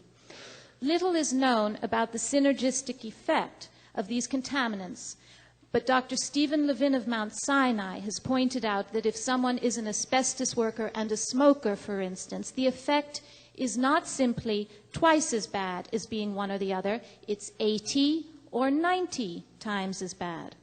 A major shield against these pollutants, Stuyvesant's filtration system was approximately 10% effective until the end of January, when at the insistence of the Parents Association, it was upgraded to 40% effectiveness. In addition, after the school reopened, parents and staff learned that in the course of the school's supposed asbestos abatement, the ventilation system had not been cleaned. At this point, the chronology is going to become very simplified. Even after FEMA, the Federal Emergency Management Agency, allocated $20 million to clean the Ground Zero schools, the Board of Education refused to clean Stuyvesant's ventilation system or do wipe tests on the grounds that there was no problem. Finally, parents, using the pro bono services of Stye alumnus and attorney Richard Benveniste of Watergate and now 9/11 Commission fame, threatened to sue. The Board of Ed performed the wipe tests, which showed 30 times the level of lead one might expect to find on the floor. There are no standards for lead in ventilation systems. After initially claiming that the lead would stay in the walls, the Board of Ed finally agreed to clean the ventilation system over the summer. During that cleanup, a group known as Concerned Stuyvesant Community had 2 segments of the auditorium carpet tested for asbestos using an unusually sensitive test called ultrasonication. The auditorium was the focus of particular concern, as it had been used as a triage center during the weeks that followed 9/11. One of the samples came back with a reading of 2.4 million structures per square centimeter, a level which, according to the independent experts whom Concerned Stuyvesant consulted, indisputably called for remediation. The carpet was replaced, the Board of Ed citing aesthetic reasons. There have been many illnesses. I go into detail. How many minutes? 3. Okay. There have been many illnesses already as a consequence of this exposure.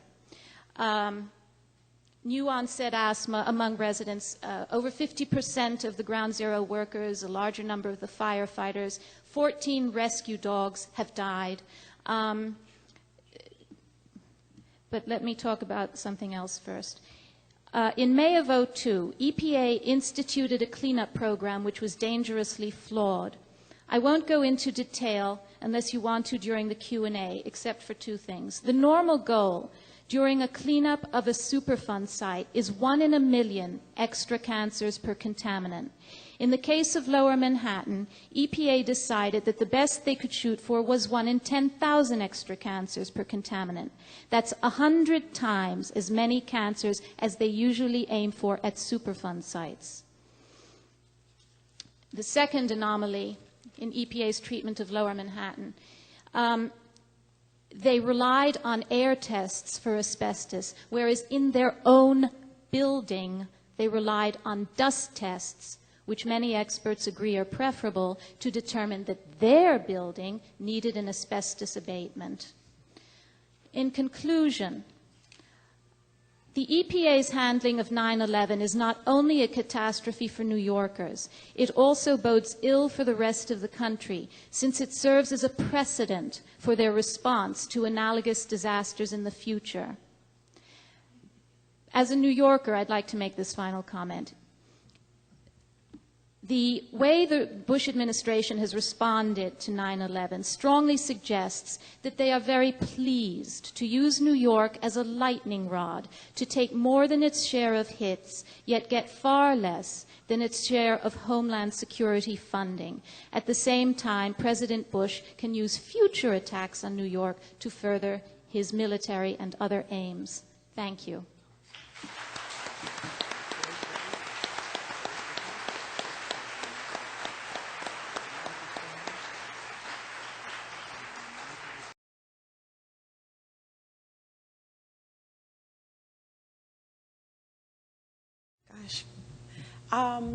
I have the distinct honor and pleasure to introduce the next panelist, John Judge, who can come on out.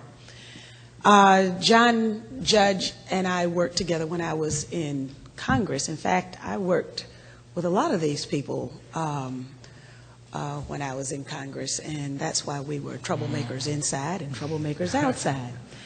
But in pursuit of the truth and in pursuit of information that the powers that be would rather us not have, John Judge's particular expertise is the murder of John F. Kennedy. And as a result of that and my interest in the counterintelligence program, we came together and he gave me information, critical information in fact, about the murder of Martin Luther King Jr., which is one of my rather intense interests. So with that introduction, John Judge is a stickler for details, and he finds himself now with the unanswered questions of September 11th. So welcome, John. Thank you.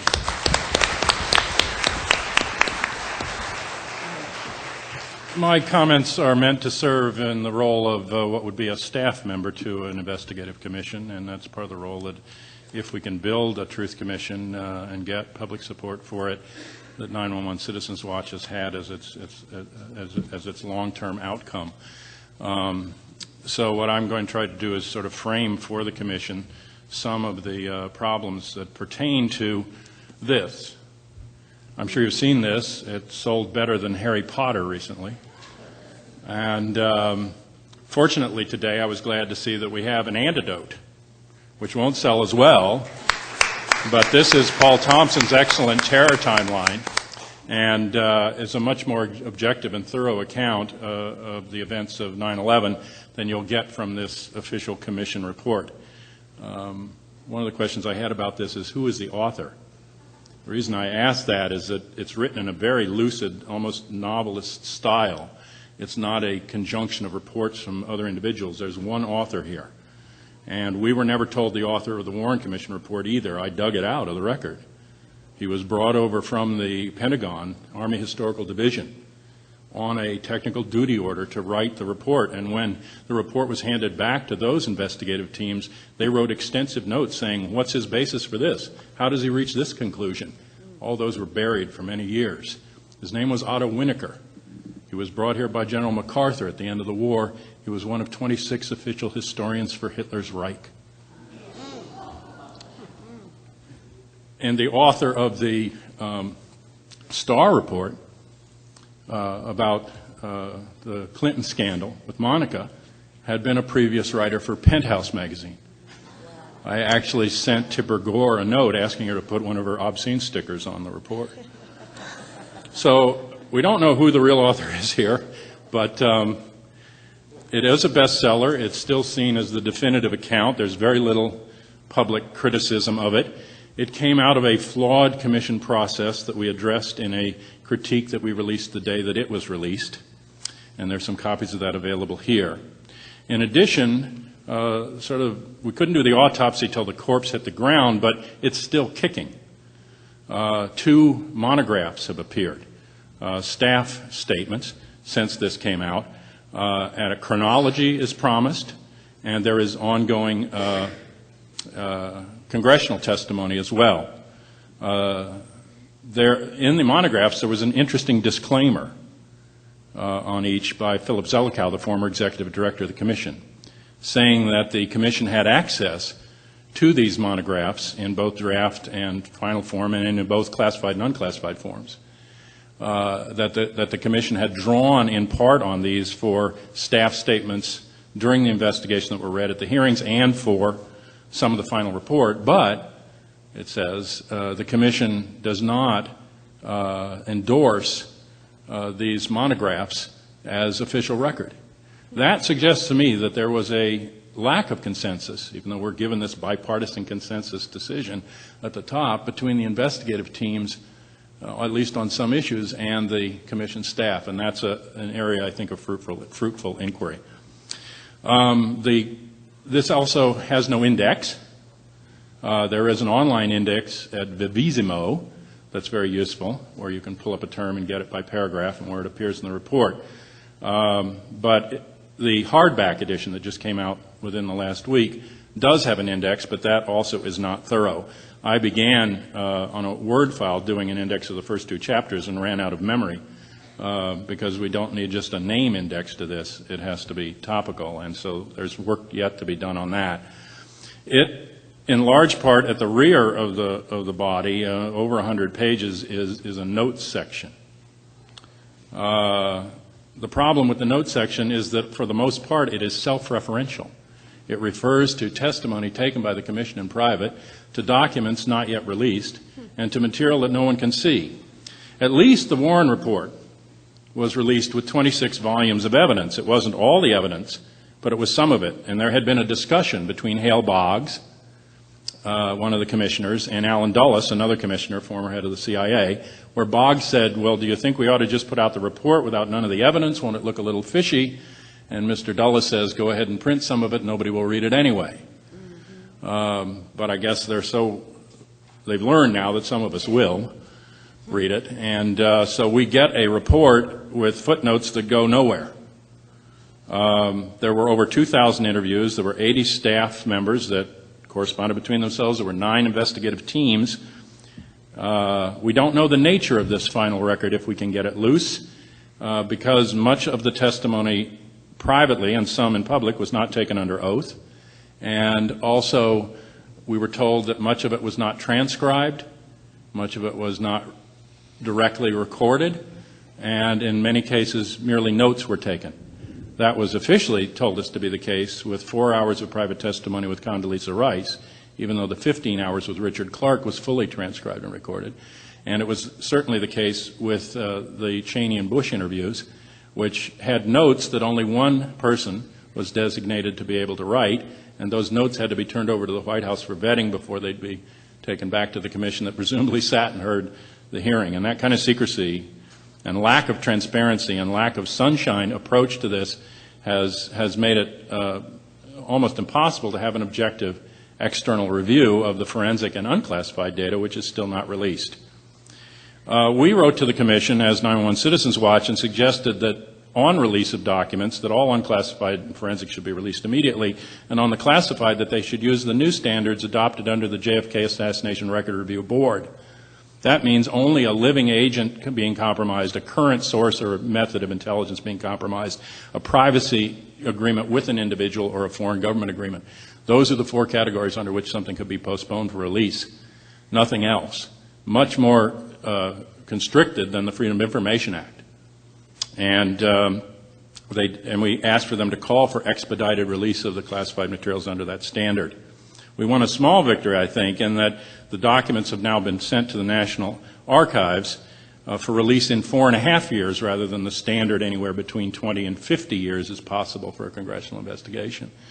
So it's a shorter period. Interestingly enough, it's dated January 2nd, 2009, when the current administration can't remain in power. So I found that interesting. But as it functioned, the Commission was exempt from the Freedom of Information Act, and because these records are generated by a legislative branch, they're currently exempt. Interestingly enough, there's a legal possibility to effect a mandatory review of a classified document put into the 4.5-year delay, but there's no way to review an unclassified document for release. Of course, you'd have to know the classified document existed to get the review and what agency it came from, but maybe you'd find it in the notes. And the other option is to get a congressional reversal and release of this material.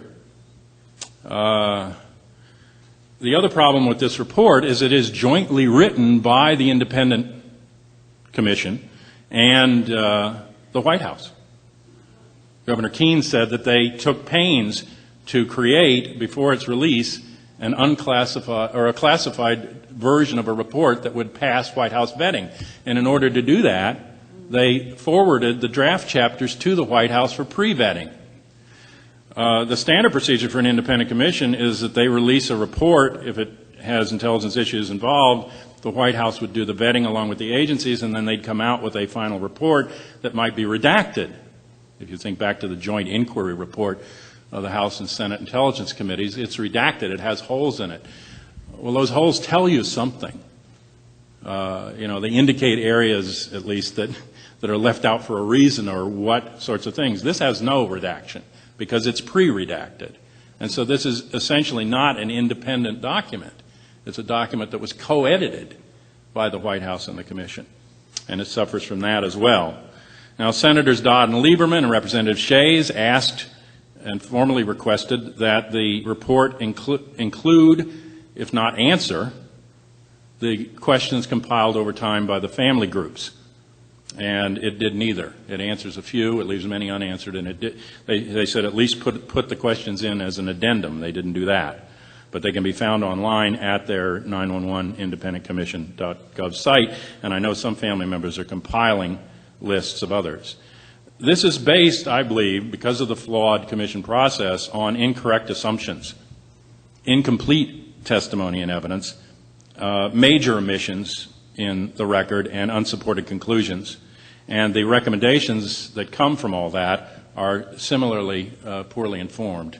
Only the recommendations so far getting any challenge. Interestingly enough, I mentioned Thompson's timeline as an antidote to this report. Another antidote is the commission record itself, a combination of testimony and staff statements. And when you begin to go through those, you will find contradictions in their own record with what they've decided in the report.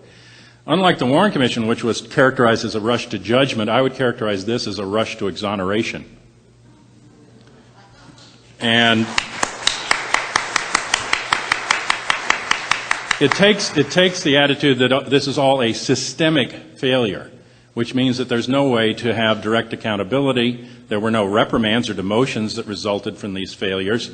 No courts of inquiry or court-martial in the military where you can be court-martialed for wrecking a Jeep. And with their own building attack, no line of duty inquiry. In fact, people were more often promoted than demoted in relation to the events of 9/11. A lack of appropriate preparation or response to the warnings and opportunities and the events of 9/11 is unchallenged. And naming these names is not, in my view, a witch hunt, but a probative approach that begins to put people on the carpet in terms of their own accountability and then shows you which part is systemic and which part is individual so that you can trace it down in a normal investigation. But their attitude led them at the beginning to take much of the testimony not even under oath. And when challenged on that by the families and 911 Commission, they told us, Governor Caine and Hamilton told us, that they felt people would be more forthcoming if they weren't under oath. And we said that's a little counterintuitive to the way most investigations operate. So we did eventually sort of shame them into having people raise their hand. And we did an ad campaign saying that Bush, Cheney, Condoleezza Rice, Clinton, and Gore should all be called into public and testify under oath, and to do anything less was to dishonor the dead. And so they didn't get everybody in there, but it did cause them to at least start acting like they were investigating something. That's right. And the failures at the command structure level have also not been addressed by the Commission, even though they're pointed at. The law required that the Commission be available for 60 days for congressional oversight hearings. And there were special sessions this summer, and one's going on even today, I think, focusing on their recommendations, but not their process or their conclusions. And they have now sort of transformed themselves into a new thing called the 9/11 Public Disclosure, which is a nonprofit organization that will take pairs of commissioners and send them around the country to have public discussions. This may be a way to at least begin to have the public ask questions directly about some of these contradictions. I've had trouble getting any schedule of appearances out of them, but I'm working on it. But there will be additional access for public input. And an objective assessment is going to be difficult given the lack of the record, the concealment or destruction of the forensic evidence. Pretty much what we have is standing court suits, our own investigations, and the ongoing investigation on the building collapses by the National Standards Group. So, but there are some ongoing investigations, and could be others initiated on specific aspects. This is called a consensus, a bipartisan consensus, but the consensus of history is not just bipartisan at the upper levels of power. It has to be agreed to on a nonpartisan basis of the lowest levels of power in a society. And the facts of 9/11 belong to the American people as a whole, because until we really know the truth, we can't act on the truth. Martin Schatz, in one of the Kennedy assassination books, makes a very telling statement. He says that the political paralysis in America stems from the fact that we are allowed to believe anything, but to know nothing. And when we cannot know, we cannot act. Rumors and theories then replace the knowledge to act responsibly, and that's the exact opposite of a democratic process. Thomas Jefferson said he knew of no safe repository for the powers of a society beyond the people themselves. And he said that if you feel that they are unable to exercise their discretion in a wholesome fashion, that's 17th century for you think them too stupid, the solution is not to take the power from them, but to inform their discretion. So that's why Jefferson realized that given a choice between a government without a newspaper or a newspaper without a government, he would always take the latter. Because the flow of information and access to information is more critical to the democratic process than the government that's put in power to enact it. We don't have that here, unfortunately. We have less and less of us. The task ahead is to investigate the work on the report and these monographs as they continue, to monitor the process of these legislative branch hearings, to establish the groundwork for and rationale for a People's Truth Commission, because if this commission has done its work, why should we have an additional one? Many of us here, I'm sure, know why we want one, but the general public would have to be convinced that this is flawed, to challenge the assumptions of the Commission and Congress in the hearings and decisions they're making, and then to begin, and I hope the Commission does this, not only address the facts of 9/11, but as the Commission, the 9/11 Commission did, address the recommendations and get into the real questions that lie behind American foreign policy in the last 50 years. What constitutes real security in this country? What is the balance between civil liberties and security? What is the role of militarism and intelligence in this society? What does it mean that we're going to go into an ongoing war for 60 years of the rest of our lives? Is that the proper response? And also a basic question I'd ask is, what is the role of covert operations in the past and now in the future that I believe led into the situation we now live in and are not a solution to it? And instead, we're getting silent assent on many of these questions and no structural critique from this 9/11 Commission. So it's left to investigative journalists and researchers, the international press sources and whistleblowers. They have to both educate the public to these contradictions and the credibility of this report to justify further inquiry, and also push for release of the full record so that we can do ongoing research. The Commission itself was limited in time and budget. They spent way more money on the 9 deaths in the Challenger crash than they did on the 3,000 deaths. No family members were appointed. It was obstructed actively from its beginning by the executive branch. It had limited access to the record and to documents. Even the joint inquiry hearings, which 2 of the Commission members sat in on, the record of those hearings was denied to them at first. It was exempt from the Federal Advisory Act, so no families or citizens could serve in a formal advisory position, and it was rife with conflicts of interest. We detail those in our preliminary report, but one of the major ones was the executive director, Philip Zelikow, a person who was challenged by the librarian for the JFK Library on a book that he wrote based on tapes made available from the library of the Cuban Missile Crisis. And this librarian said that Zelikow's work couldn't be trusted by any scholar or student, that his transcription of these tapes was so faulty that you couldn't rely on it. And what they did was undermine the truth of the tapes, which he had listened to, which showed that Kennedy, almost alone in many cases, stood against the Joint Chiefs and the rest of his cabinet in not wanting to go to nuclear war. But this person, Zelikow, is part of the Miller Center, which pushes respect for the president and has created the new version of White House press conferences where people are pre-selected. He was also very tight with Condoleezza Rice and co-authored books with her. He was appointed, and the families didn't know this till much later, as part of the transitional team for the Bush administration, the National Security Advisory Group. He sat in on the meetings with Sandy Berger and Richard Clark where the imminent warnings were given. And when the families found this out, they said he should step down. The response of Caine and the commissioners was, well, he has had to recuse himself at certain points in this investigation. In fact, both he and Jamie Gorelick, one of the commissioners, were called as witnesses to their own commission. And the conflicts were so rife that Caine, in exonerating him, said, we will all have to recuse ourselves at some point in this investigation. John? That's the chair talking Can about. you take 30 seconds to wrap up, and then okay. we've got to get to Q&A. There's more to it, but it was a flawed process that led to flawed conclusions. And I did present a report today to you covering some of these, along with an exhaustive comparative timeline on the 4 flights and a bibliography. There's more work to do, but I think the key areas that will bear fruit in terms of a commission investigation are to challenge this idea that this was an intelligence failure and put it into its proper historical framework of a state-level sophisticated covert operation. And the history of those covert operations through the last 5 administrations, starting with Carter and Brzezinski in the operations of the Mujahideen and also the Contragate scandal.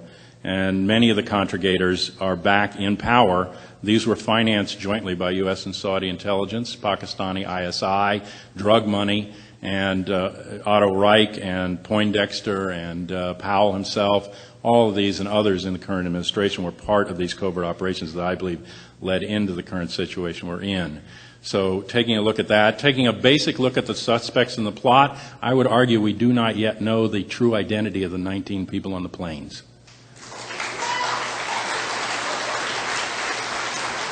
I don't believe that they didn't get on the plane, but I believe that when you don't know their true identity, to have a report like this track them back through time encourages in what's called in intelligence parlance a legend. It's like the false Oswalds. They go someplace, they use a particular identity, they establish a trail that you are meant to follow, but it's a trail that gives you false sponsorship for the event.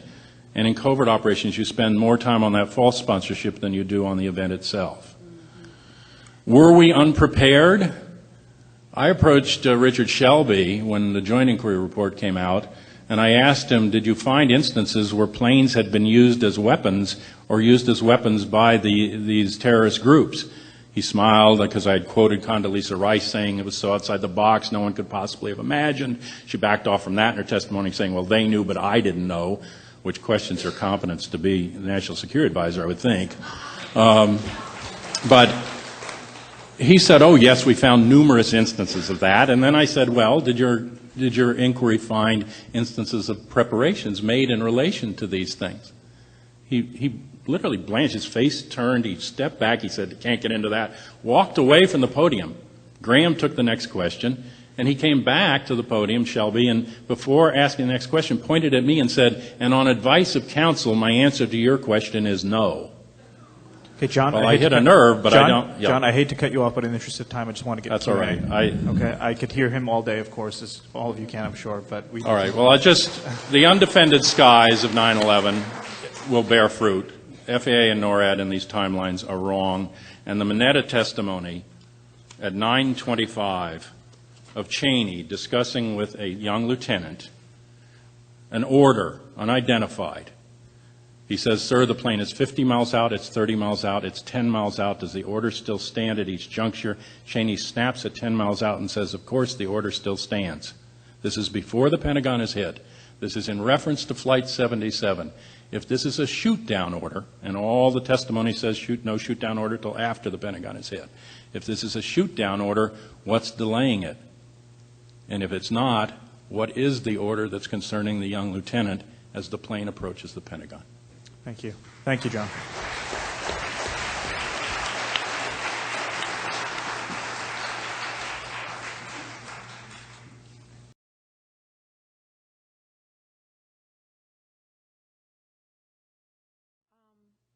Of course, as you can see, Mr. Judge is a stickler for details, and the wealth of details is what this Citizens Commission is all about. We will go to a question and answer period now for the commissioners, and perhaps I know Dr. Caine is very interested in posing some of these medical questions to Ms. Orkin. But first I want to go to Commissioner McIlvaine. All right, well, first question to Jenna. Who do you think put the pressure about getting everything open? Was it Wall Street on the government or the government on Wall Street? Yeah. I mean, can we put a blame somewhere? Did it come from, a group of people? Well, I'm not any more informed, probably less, than many other people about how Wall Street works with the government. But do you think there's a conflict between them? No. I think they were in agreement. Let's get Wall Street up and running, and that's, their primary objective, their first priority. Jenna, can you just also, you touched on the insurance companies. Yeah. What interest did they have in sort of downplaying the role of a dangerous atmosphere? That they wouldn't have to pay for the cleanups. That's a huge incentive. Mm. And one more question just for the audience. Where could they get information about the facts for their morbidity rates and the incidence of asthma and reactive airways diseases and other things? Are those being tabulated by a private medical agency, a city agency, you? Where can you get those? Well, there are a lot of studies being done. There's one done by Dr. Anthony Zima of Stony Brook and the Charles B. Wang Community Health Center in Manhattan, Department of Epidemiology at the University of Pittsburgh School of Health. It showed an increase in asthma rates and severity among pediatric patients living within a radius of 5 miles of ground zero after 9/11. There's a study at Mount Sinai being done. There was an article by Andrew Revkin in the New York Times called "Smoke and Dust at World Trade Center is Linked to Smaller Babies," so that the advice initially given that pregnant women need take no extra precautions turns out to have been false. A lot of people, Dr. Joan Reidman is studying it, and many others. Okay, thank you. Cynthia, do you have anything in particular? Yes, I do actually, but I wanted you to complete your questions before you. I just wanted to shift to John because we're on a strict time now. We have BAI coming in at 3 sharp, and okay. We have to get things started. Well, then let me go ahead and ask Ms. Orkin. When my mother used to be a nurse, retired nurse, and when these images of Ground Zero were broadcast to all of us, she picked up the phone to me and called me and said, "Cynthia, those workers are going to have health effects." Now, this is, my mom, who is like so far away, recognizing that there's going to be a problem here. Tell me, in your legal case, who are your defendants? I'm so hesitant to talk about the legal case. EPA, Christy Todd Whitman, Marianne Harinko, who was under Whitman. It's essentially focused on EPA in general and specific individuals within EPA. And so then what about the role of the City of New York in its responsibility for protecting its citizens? You're now talking about residents. You're not talking about Ground Zero workers. Essentially, everybody took their cues from EPA. And once EPA declared the air to be safe, that was the signal that you behave accordingly. And so business as usual was what happened.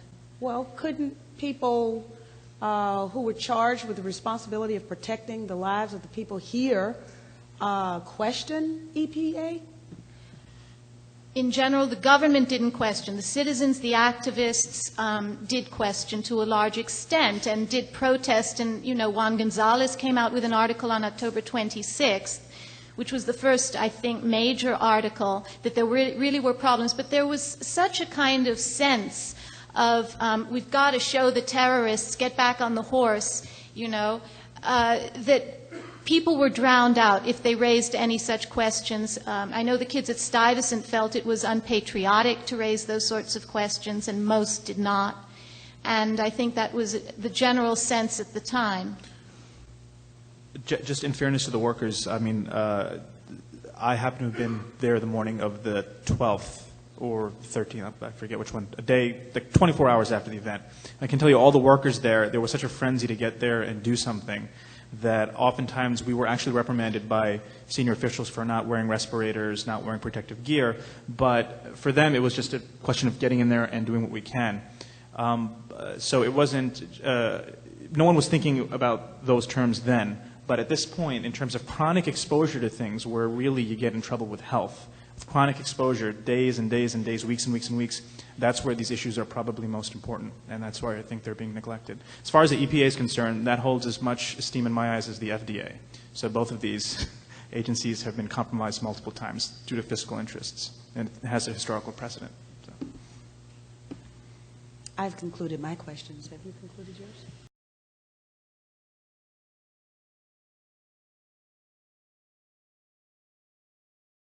Again, my name is Mcllvaine with 911truth.org, and this is co-sponsored by 911truth.org and 911citizenswatch.org.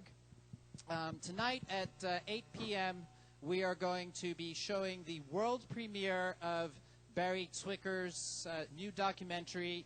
He is going to be the first testifier to the commission in a moment in the panel that is coming up. In the next 2 hours, while we're on WBAI, the testifiers will be Barry Zwicker, whose documentary is premiering tonight at 8 o'clock here at the Symphony Space on 95th and Broadway in New York City. Michael Springmann, who is a whistleblower, who was a former State Department employee. Paul Thompson, the author of the complete 9/11 timeline and the new book, The Terror Timeline. Hello, everybody. Welcome once again to the omissions hearings. Now we're really going to get started. We've had a great panel so far with John Judge and Jenna Orkin, and now we're going to get started with Barry Zwicker in just a moment. We're going to turn this over back to the commission of former and future Congresswoman Cynthia McKinney, Bob Mcllvaine, and Dr. Faiz Khan.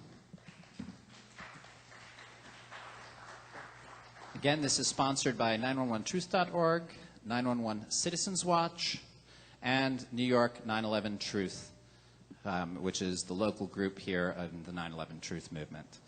And after Barry Zwicker, Michael Springmann, Paul Thompson, and Michael Ruppert, we will have a panel with all four speakers and I believe some chance for the audience as well to pose questions. Then we will take a break at 5 o'clock. At 5:20, Indira Singh will be testifying, but first she will be reading the open letter by FBI whistleblower and translator Sybil Edmonds before she testifies herself. Then we will have another break and a final panel with myself and attorney Carolyn Betts, who will present on the possibilities for a real investigation into the events of September 11th, 2001.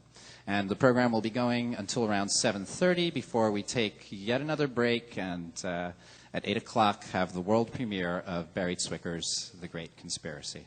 So I want to thank you all for coming, and this is going to be turned back over now to the 9/11 Citizens Commission as we continue with the omissions hearings.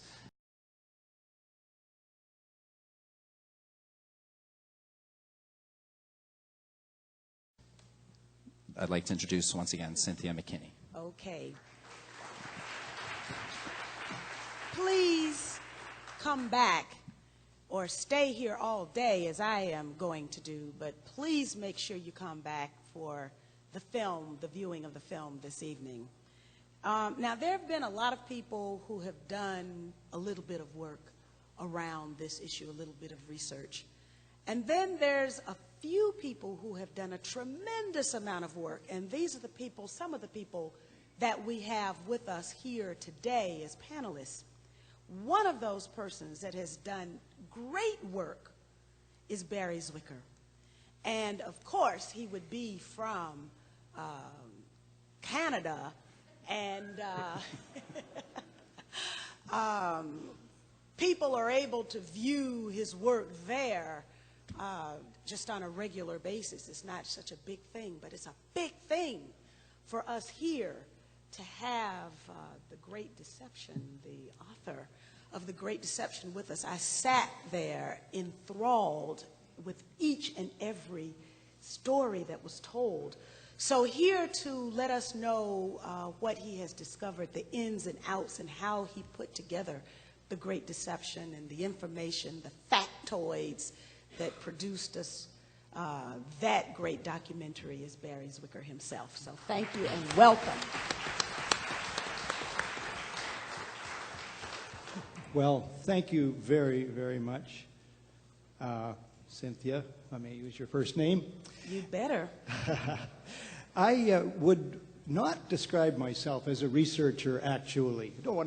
I don't want to correct your introduction when we're getting along so well, but truly I think that I see myself as a popularizer. I have done research. I was an investigative journalist for Canada's national newspaper for a time, and all journalism should be investigative. But it turns out I think I'm a popularizer. And the voice I will use in my prepared remarks today is different from the voice I would use in the DVD that will premiere tonight, The Great Conspiracy, the 9/11 news special you never saw. Somebody's trying to get my attention. Get sworn in. Oh, yes, that's right. Thank you very much. Do we swear in popularizers? Do you swear to tell the truth to us all here today? I do swear to tell the truth to the best of my ability here today and every day. Thank you very much. That was an interesting diversion. Thank you, audience person. Now, in the interests of not taking other people's time, I will stick pretty closely to my prepared remarks here, which begin this way: history is bunk, said Henry Ford. Interestingly, he was a supporter of Hitler, sending the Fuhrer a birthday gift each year. Another quote: those who ignore history are condemned to repeat it, wrote Santayana, whose reputation for thoughtfulness was a little better than Ford's.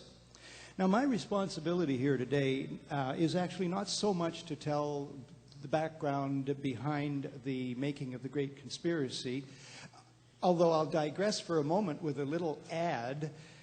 Moments from now, boxes are supposed to arrive at the back there that contain the first issues of, and I was talked into this, Barry Zwicker's 9/11 Resource Guide, 52 pages, and in it there's a story about how the Great Conspiracy was made, but mainly it's a transcript of the DVD. It's probably the best list of 9/11 websites assembled anywhere.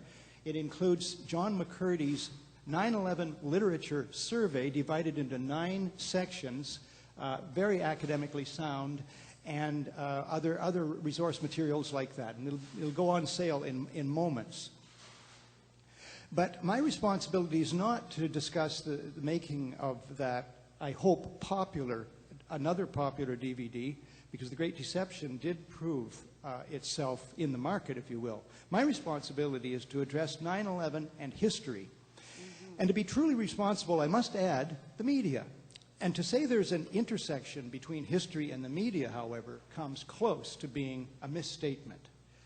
Unless we mean relatively insignificant and or officially approved history. Now, an example of officially unapproved and significant history would be Howard Zinn's book, A People's History of the United States. The media and significant history barely intersect. And I say that as a person who has earned his living as a media critic for 33 years. Just as the media and 9/11 barely intersect. especially in respect of the clanging anomalies in the official story, some of which have been so compellingly defined here today by Jenna and by John, and I'm sitting in his very seat. I hope some of his erudition might rub off on me one way or another. The official story is the history of 9/11, as presented by the media today. The New York Times ran a front-page story in which the Times endorsed the report of the 9/11 Commission as the final version of the history of 9/11.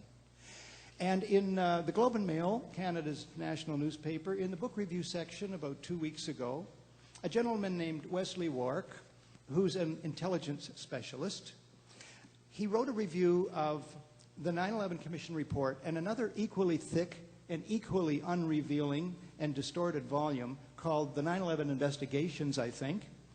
And he praised these to the skies, saying that this is history the way it's supposed to be written. And somehow, even though he mentioned there was no index, he seemed to overlook that.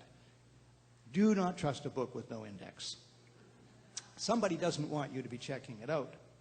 And indexes are extremely revealing. So, someone coined the phrase, supposedly admiring journalism, that it is history on the run. And I'd say journalism is more like history on the lam. The media, to be more academic, to use more academic language, the media are ahistorical. If you're depending on USA Today or ABC for your historical perspective, you are on a blind date with history. It's not an accident that some of those that some of us respect the most for their questioning of the provenance of 9/11 are historians. I mentioned Howard Zinn. There's also the marvelously well-informed and capable Webster G. Tarpley of Washington, D.C. Now, allow me a few observations about trends in the media, especially in regard to the media's relationship to power and to history. This is the time to do so and to become more specific in that regard, and to look at both the deadly pivot point in history and to critique the media's role in cradling that pivot point. Now, there are many examples of rulers, by what I mean by pivot point, many examples of rulers surreptitiously ordering self-inflicted attacks to mobilize public opinion behind their usually war agendas. You can go back as far as Sparta, but more recently, for instance, in 1605, there was the so-called gunpowder plot against the British Parliament buildings. Now, and I'll allow myself a digression here, because it shows just how conned we can be. It so happens that my birthday is November the 5th. So I grew up knowing about Guy Fawkes Day, which is November the 5th. And I always knew the little rhyme, remember the 5th of November, gunpowder, treason, and plot.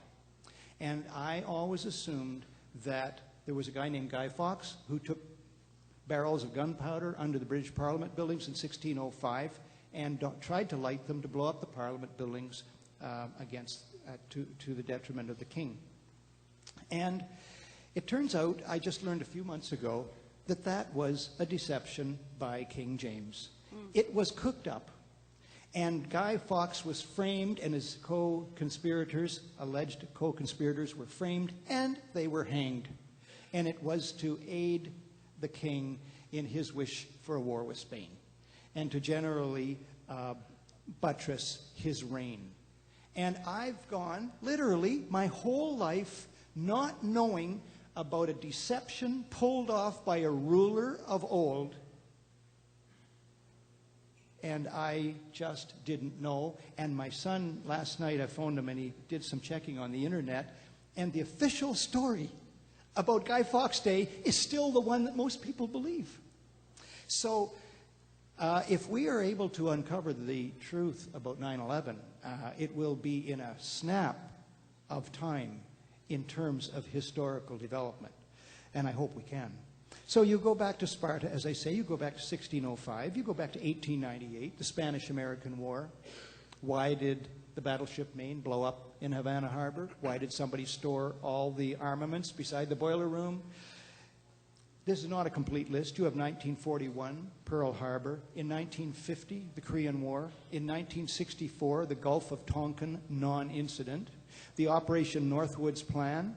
The non-existent incubator babies of 1991, who paved the way for Desert Storm. And, of course, the greatest hit of the deceivers of all, 9/11. Now, in my DVD to premiere tonight, I do include sections on the Reichstag fire of 1933, Operation Northwoods, the Gulf of Tonkin, and Desert Storm. And so, Ted, let's play a brief clip on the Gulf of Tonkin incident, and then I'll tell you why I chose this clip, this example, from such an embarrassment of tawdry riches.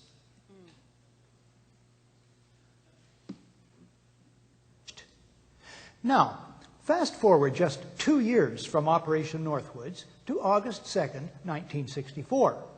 In the Gulf of Tonkin, North Vietnamese torpedo boats attacked the U.S. destroyer Maddox. The Associated Press story, for some reason, is Dateline Pearl Harbor. The lead: 3 PT boats, identified by Secretary of State Dean Rusk as North Vietnamese, attacked. Later, a second U.S. destroyer is attacked, according to news reports.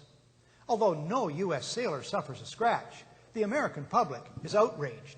President Lyndon Johnson goes on television to ask the country to support war action. 2 days later, the Tonkin Gulf Resolution is approved by the U.S. House of Representatives unanimously, then by the Senate 88-2. The resolution becomes the entire justification for the United States war against Vietnam. Before that's over, 58,000 American soldiers and 3 million Vietnamese die. One small problem: there never were any North Vietnamese PT boats. The events never happened. As Secretary of State Rusk, the President, and Defense Secretary Robert McNamara well know. They know because they planned the entire deception. One source for this is former Admiral James Stockdale in his book, In Love and War. On the night in question, Stockdale is at the controls of a fighter jet flying cover for the 2 destroyers. He sees nothing. Another source is Ben Bradley, much respected former managing editor of the Washington Post. Bradley, in a public lecture in England in April 1987, states, "The facts behind this critically important resolution were quite simply lies." Now, the reason I chose this particular example of state-sponsored war-triggering deception is partly because of one comment made to me personally 2 weeks ago today in Toronto by John Gibson of Fox News.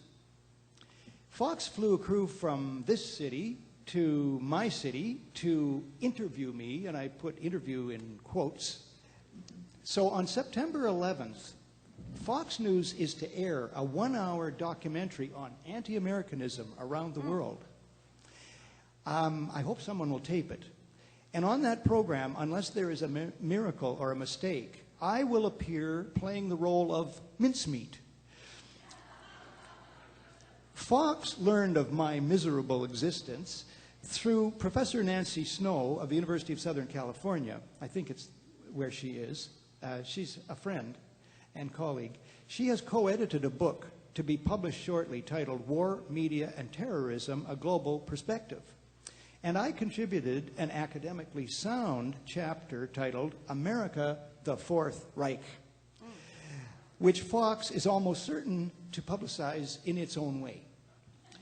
In any event, during my being, during my being grilled by John Gibson, he readily agreed, to my surprise, that the Gulf of Tonkin incident was a sham. Now, I can only presume that this was because LBJ, a Democrat, was in the White House at the time. And the only things Fox hates more than terrorist harboring Canadians is Democrats. At the time of the Tonkin Gulf deception, no media questioned the events. And I will digress just one other little time here, and I hope this is not going to sound self-serving. It really isn't intended to be. I remember seeing that headline in the Globe and Mail. You saw it once. Q&A, all right. I remember seeing the headline that was shown in the Globe and Mail, which I was working for at the time, and I remember myself thinking, this is fishy. Now, I don't say that to be self-aggrandizing. I say it because it's a huge mystery. What is it that makes us in this room skeptics? What is it that makes us question things? I haven't found the answer to that. I mean, it isn't sexual orientation, it isn't culture, it isn't race, it isn't religion. I don't know what it is. What is it? Well, anyway, we've got to go to Q&A. I would say that the media swallowed the Gulf of Tonkin trick, hook, line, and sinker. I have some generalizations about the media, which could be heard anytime, any day. And I'll move rapidly through to my conclusion. History remains hidden. It is stillborn. And it remains that only the people, we the people, it seems, can force history out into the open, bit by bit. And this is what we're engaged in here today. We, the ruled, must do everything we can that is nonviolent to reveal the tool of grand deceptions wielded by the rulers for the blight on humankind that it is. The day is long past that this murderous ploy should have been removed from the bag of dirty tricks that rulers use to keep populations in line and to line the pockets of the few. Thank you.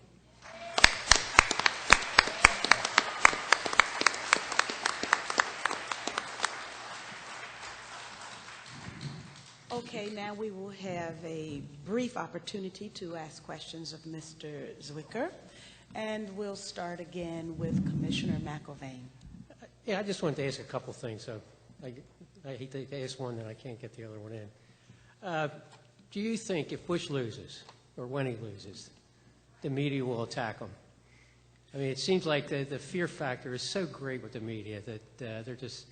But I'm hoping that once he loses, that the gloves come off and we really might get to the truth a lot quicker than like the Warren Commission or something of that sort. And of course, with the internet. Well, Bob, that is really, really a deep and excellent question, because it's true that the media, look at Martha Stewart, the media will attack like a bunch of piranhas when somebody's down and out. So normally they serve power. They reflect and promote, they reflect power and thereby promote it and serve it through servitude, rather than questioning power and thereby serving it through loyal opposition. So they haven't been questioning Bush, needless to say. And if he goes down, yes, they might attack him. There's such a thing as fad journalism, or pack journalism, and they may do that. But I don't know. You're looking at a dynasty there.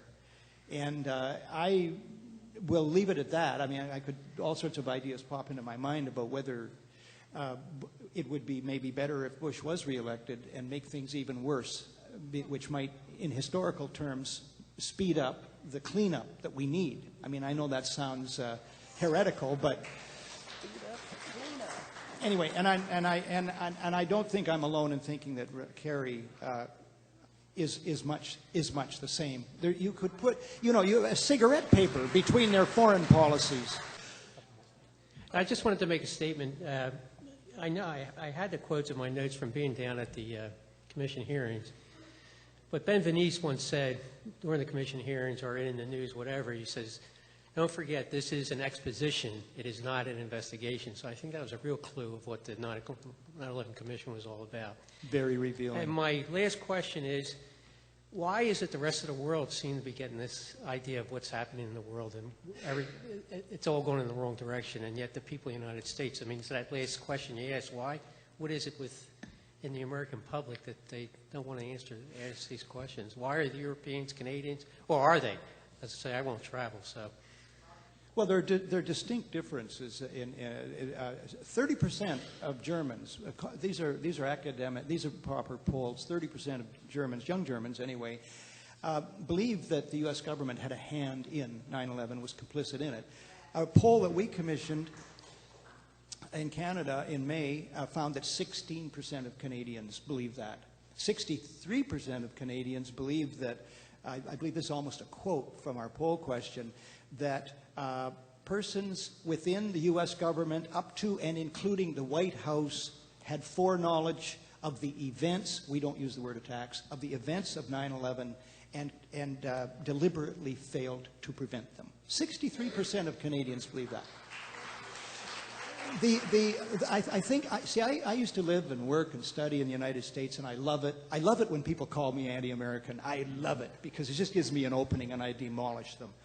But because I have so many wonderful friends here, and I have so much respect for all sorts of American traditions. But at the same time, you live in a cocoon here, and it's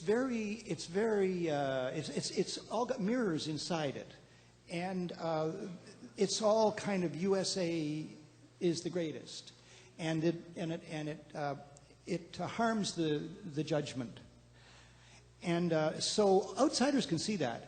Somebody once said that the 49th parallel, that's the border between USA and Canada, is the longest undefended one-way mirror in the world. And so we see every twitch of the American elephant, and then the American elephant rolls over and the Canadian mouse is squashed. So people have to pay attention to the United States because of the huge power that inheres here, economic, military, and informational power especially, although it's on a very shaky foundation. So I think that is one large generalized answer to why Canadians, Germans, Brits, Spaniards, and so on have a different view of this. We have different information sources in addition to CNN, and also they tend to be more diverse. And so in my DVD, which will premiere tonight at 8 o'clock, I quote a Canadian columnist, Lawrence Martin, who writes things that you don't see here very often. Paul Krugman of the New York Times is very good, Bob Herbert, and others. But there are more of that ilk of questioners in Canadian journalism than in U.S. journalism, by a small margin. We're far, far, far from perfect with the journalism in Canada. After all, we're the land that spawned Conrad Black. Yes. His blackness, I call him. Okay. Well, yeah. What about? At the end of the session of the 4 panelists, so that they can be broadcast over WBAI.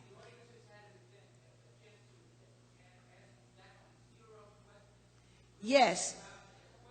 The audience will ask questions at the end of the presentations of the 4 panelists, which is coming up, and your questions will be broadcast on WBAI. Yeah, that's correct. And we're actually working on WBAI right now. Apparently they gave us their word or said they were going to air the program live, but it's not happening at the moment, so I put a call in. But the plan is originally to have questions at the very end of the program, but we're going to do it both at the end and at the end of this particular sequence of 4 presenters. So let's not waste any more time. Again, this is not a town hall forum. This is a commission hearing, but we are opening up to questions.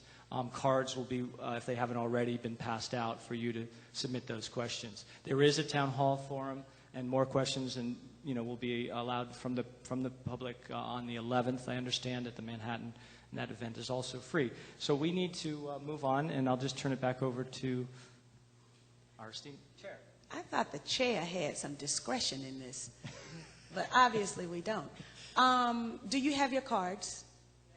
Okay, very good. As the presenters make their statements, it would be good for you to write them down, and I make a promise to you that at the end of the presentation of the 4 panelists, so now the commissioners will not ask questions until after each of the four panelists has made his presentation. Okay. With that, we will hear from, because I got a bunch of questions for you, but I will refrain from asking until we have heard from Mr. Springmann, who is next. Come on out.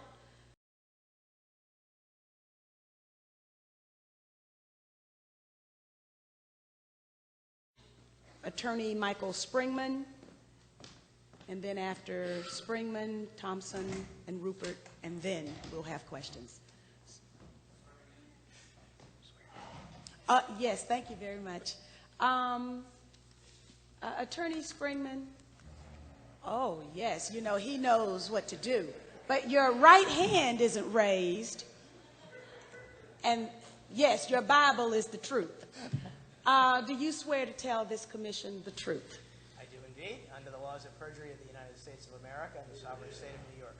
Oh my goodness gracious, thank you very much. Have a seat. Barry, don't you go anywhere. Oh, okay. We're building to the climax. Okay, Mr. Springmann. I'm Mike Springmann. In the past, I had been a Foreign Service officer, diplomat with the Department of State. I'm currently an attorney in private practice in Washington, D.C. And I'm quite happy to be here. I'm surprised to be here because last year the Justice Department seized my email accounts and put a client of mine on the no-fly list. So I wasn't quite sure what I would run into at Dulles Airport today, and alhamdulillah, I got on the airplane with no trouble at all. But I'm here to talk to you about visas. Visas issued to terrorists at the CIA's consulate at Jeddah, principal city of the Hijaz in the western part of Saudi Arabia. Recently, 3 years ago, we had 15 of the 19 hijackers get visas from the CIA's consulate at Jeddah. They didn't get them from London or Frankfurt or Cairo. They got them from Jeddah. They didn't get them from Dhahran in the eastern province. They didn't get them from Riyadh, the capital of the country. They got them from the American Consulate General in Jeddah. And I thought that was very peculiar. And I had thought that all of the hell that I had raised almost 15 years ago, and in the intervening period, might have done some good. I was wrong. When I went out to Jeddah in 1987, I started hearing about problems that they had there. They had issues with servants and issues with politically important people. Nobody could explain to me exactly what the problem was. I heard it from the ambassador. I heard it from a couple of people in the administrative offices for that section of the world in the State Department. But when I got there, I started getting pressure to issue visas to people who really had no ties either to Saudi Arabia or their own country. As an example, a Sudanese refugee. He couldn't go back to the Sudan. He was unemployed in Saudi Arabia, yet the political officer wanted him to get a visa to go to Washington, D.C. I objected. I objected strenuously. And the chief of the consular section issued him the visa. And when I asked him why, he said, well, for national security reasons. As time went on, it got worse. I was being pressured by the Consul General, J. Philip Freres, by a consular officer, I'm sorry, not a consular officer, a commercial officer, and various other people throughout the consulate. We need a visa for this guy. It wasn't a visa for my friend. It wasn't a visa for a prospective business contact. It was for somebody like the two Pakistanis who were going to a trade show in the United States. They couldn't name the trade show. They couldn't name the city in which it was being held. But a CIA case officer, concealed in the commercial section, demanded a visa for these people within the hour of my refusing them. And I said, no, they can't tell me where they're going. They can't tell me why they're going. The law is very clear. These are intending immigrants unless and until they can prove otherwise, and they haven't done it. Do you have some information that was not available to me when they applied? He said, no. I said, they're not going. He went to Justice Stevens, the chief of the consular section, and got a visa for these guys. This went on all the time I was there. It was the consul general, it was these other people, and it finally got to the point where Jay Freres would tell me, if you want a career in the Foreign Service, you'll issue this visa. My staff said, don't be stupid, Mike. Give him the visa and then write down on the application form who ordered that the visa be given. I kept a file on this. And when I left Saudi Arabia, the file was shredded. Nobody knows who did it. Nobody knows who gave the order. Nobody knows why. But I complained to Justice Stevens. I complained to Stephanie Smith, the counselor for consular affairs in Riyadh. And he said, well, you know, we have these problems, and you really ought to do this. And Stephanie suggested that when I went back to Washington, I should talk to the Bureau of Consular Affairs. Well, shortly before I left, the State Department has something called an inspection team come out. I'll try not to talk about jargon and inside government speak to you. It's basically a management practice to examine how a foreign service post is functioning. Does it do things according to the law? Does it do things according to regulation? Is there a more efficient way of doing this particular action? So I was told by a contact outside of the consulate, don't talk about this, don't talk about the visas. And if you do, you're going to lose your job. Well, I didn't think so, but I decided it would be smart not to talk too much about it. Well, when Joseph P. O'Neill came through, he pressured me for an hour to talk about this. And I said, no. He said, but I know this. And he simply ran through exactly everything I knew about the situation, plus a little bit more besides. And it went on and on and on, and finally wore me down. Oh, it's going to help the efficiency of the Foreign Service, et cetera. So I told him this. Then things went from bad to worse. The Consul General was livid, wrote a remarkably negative efficiency report and said I shouldn't be in the Foreign Service at all. And I had been told that this was a visa scam, and it certainly seemed that way to me. I was told, look, who needs the money? And the price supposedly for these visas was $2,500. And it was, you know, the king's barber's servant to get a visa. Freres was seen filling out visa applications for people in the consulate. It was just absolutely incomprehensible to me. And people I talked to who had been there really didn't want to say much more about it. And it wasn't until I was out of the Foreign Service, when my appointment had been terminated for unspecified reasons, that I learned from three good sources. Joe Trento, the journalist, a fellow attached to a university in Washington, D.C., and a guy with expert knowledge on the Middle East who had worked for a government agency. They said, it's very simple. The CIA and its asset Osama bin Laden were recruiting terrorists for the Afghan war. They were sending them to the United States for training, for rewards, for whatever purpose, and then sending them on to Afghanistan. And most likely, the problems they had with the liquor at the consulate, large amounts of it disappearing, it being sold at very high markups, and so forth, was being used to fund this. Well, that explained the whole thing. That explained why nobody wanted to talk to me about this. It explained why the file was shredded. And it explained why they were so mad at me, because I apparently had disrupted their way of pass and go and collecting $200 or more. Well,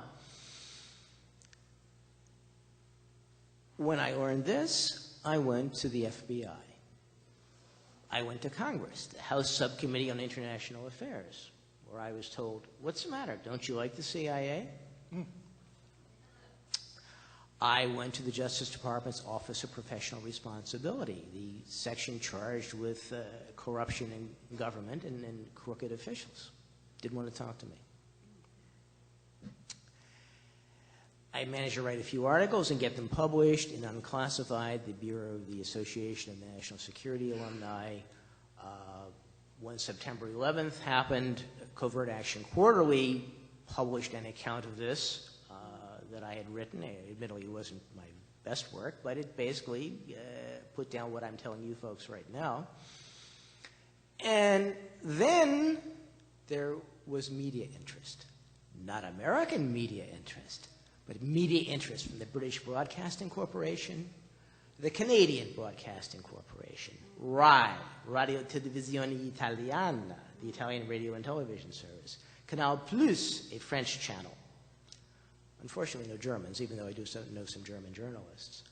But the Washington Post, which I approached, the New York Times, which I approached, the Los Angeles Times, which I approached, couldn't be bothered to learn anything at all about this. They didn't ask me any questions. I did get a lunch from the Los Angeles Times, and they looked at some of the material I had, but that was as far as it went. The Associated Press did a short article when people in the government began, I think, getting embarrassed about reading about themselves. But the wire service article disappeared. Nobody ever said they'd seen it anywhere in the country. I've been interviewed by a couple of smaller, non-mainstream radio stations. About a year or two ago, I was on Amy Goodman's show, Democracy Now! With Greg Palast. But it's beginning to come out in the open. Greg Palast devoted a few paragraphs in his book, The Best Democracy Money Can Buy. Craig Unger's book, House of Bush, House of Saud, has a couple of paragraphs devoted to me and the situation in Jeddah. And Joe Trento is publishing a book next month, inshallah, called Prelude to Terror, which goes into detail on the situation at the CIA's consulate in Jeddah and how terrorists got their visas. But I think also this business of Visa Express that Joel Malbury and others have played up is something of a red herring or a little bit of misdirection. Saudis, people with Saudi passports, didn't have to appear in front of a consular officer. Their personal appearances were waived. It's a good way to get people past the visa officer who asks awkward questions like I did, because you put them in a pile and you send them through a reputable travel agent to the consulate. They did this in Latin America, according to Selvino Castillo, a drug enforcement agency officer. He said this was one of the agency's favorite tricks of slipping people into the country. But the difficulty is nobody wants to hear about this. Mike, I'm going to just remind you 1 minute, okay? 1 minute? Just like Okay. that, yeah. All right. So basically, I think that the way to reform things and put an end to this is to stop the secrecy. My Freedom of Information Act request and its lawsuit was sealed as a threat to national security. It was resealed within the last 2 weeks by Royce Lamberth, the U.S. District Court for the District of Columbia. He's on the panel of the Foreign Intelligence Surveillance Act judges. So what we really got to do is abolish the CIA's Directorate of Operations, the people who overthrow governments and assassinate politicians the U.S. doesn't like, and we've got to cut their budget of all the intelligence services by 25% this year.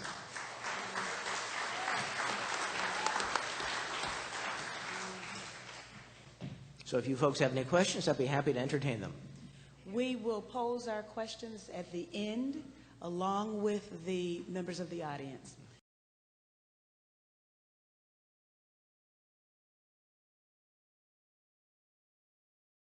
And now we will hear from Paul Thompson, the famous author of the 911 timeline, which we all have used as a reference. Paul. Yeah, Paul's not on time.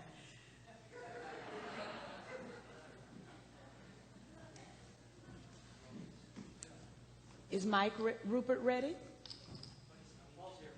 Okay, very good. Thank you, Paul.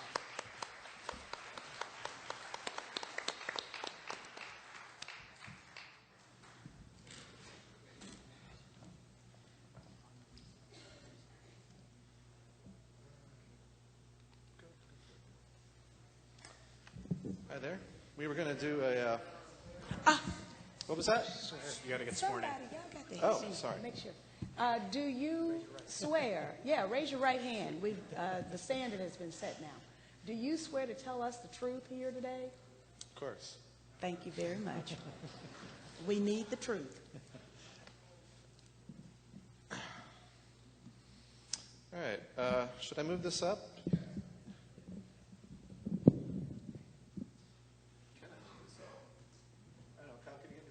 Oh, yeah, it's the one with the balls on it. Well, I'll get started anyway. So I want to talk about two things today. So I'll just go straight into it since I don't have a lot of time.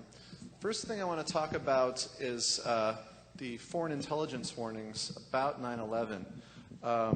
Some of you may have seen out in back, I have this book that has just come out a couple days ago called The Terror Timeline. And this is based on my website. And the material I'm going to talk about today is based on what I've done on the website and now is in the book. And everything in there is from mainstream source material, CBS News, Wall Street Journal, Washington Post, that kind of material. So I want to preface that everything I'm saying here, everything I'm going to be saying, is coming from those kinds of sources. And the first thing I want to start with is a quote from President Bush just a few months ago. He said, "Had I any inkling whatsoever that the people were going to fly airplanes in the buildings, we would have moved heaven and earth to save the country." So he didn't have any inkling whatsoever.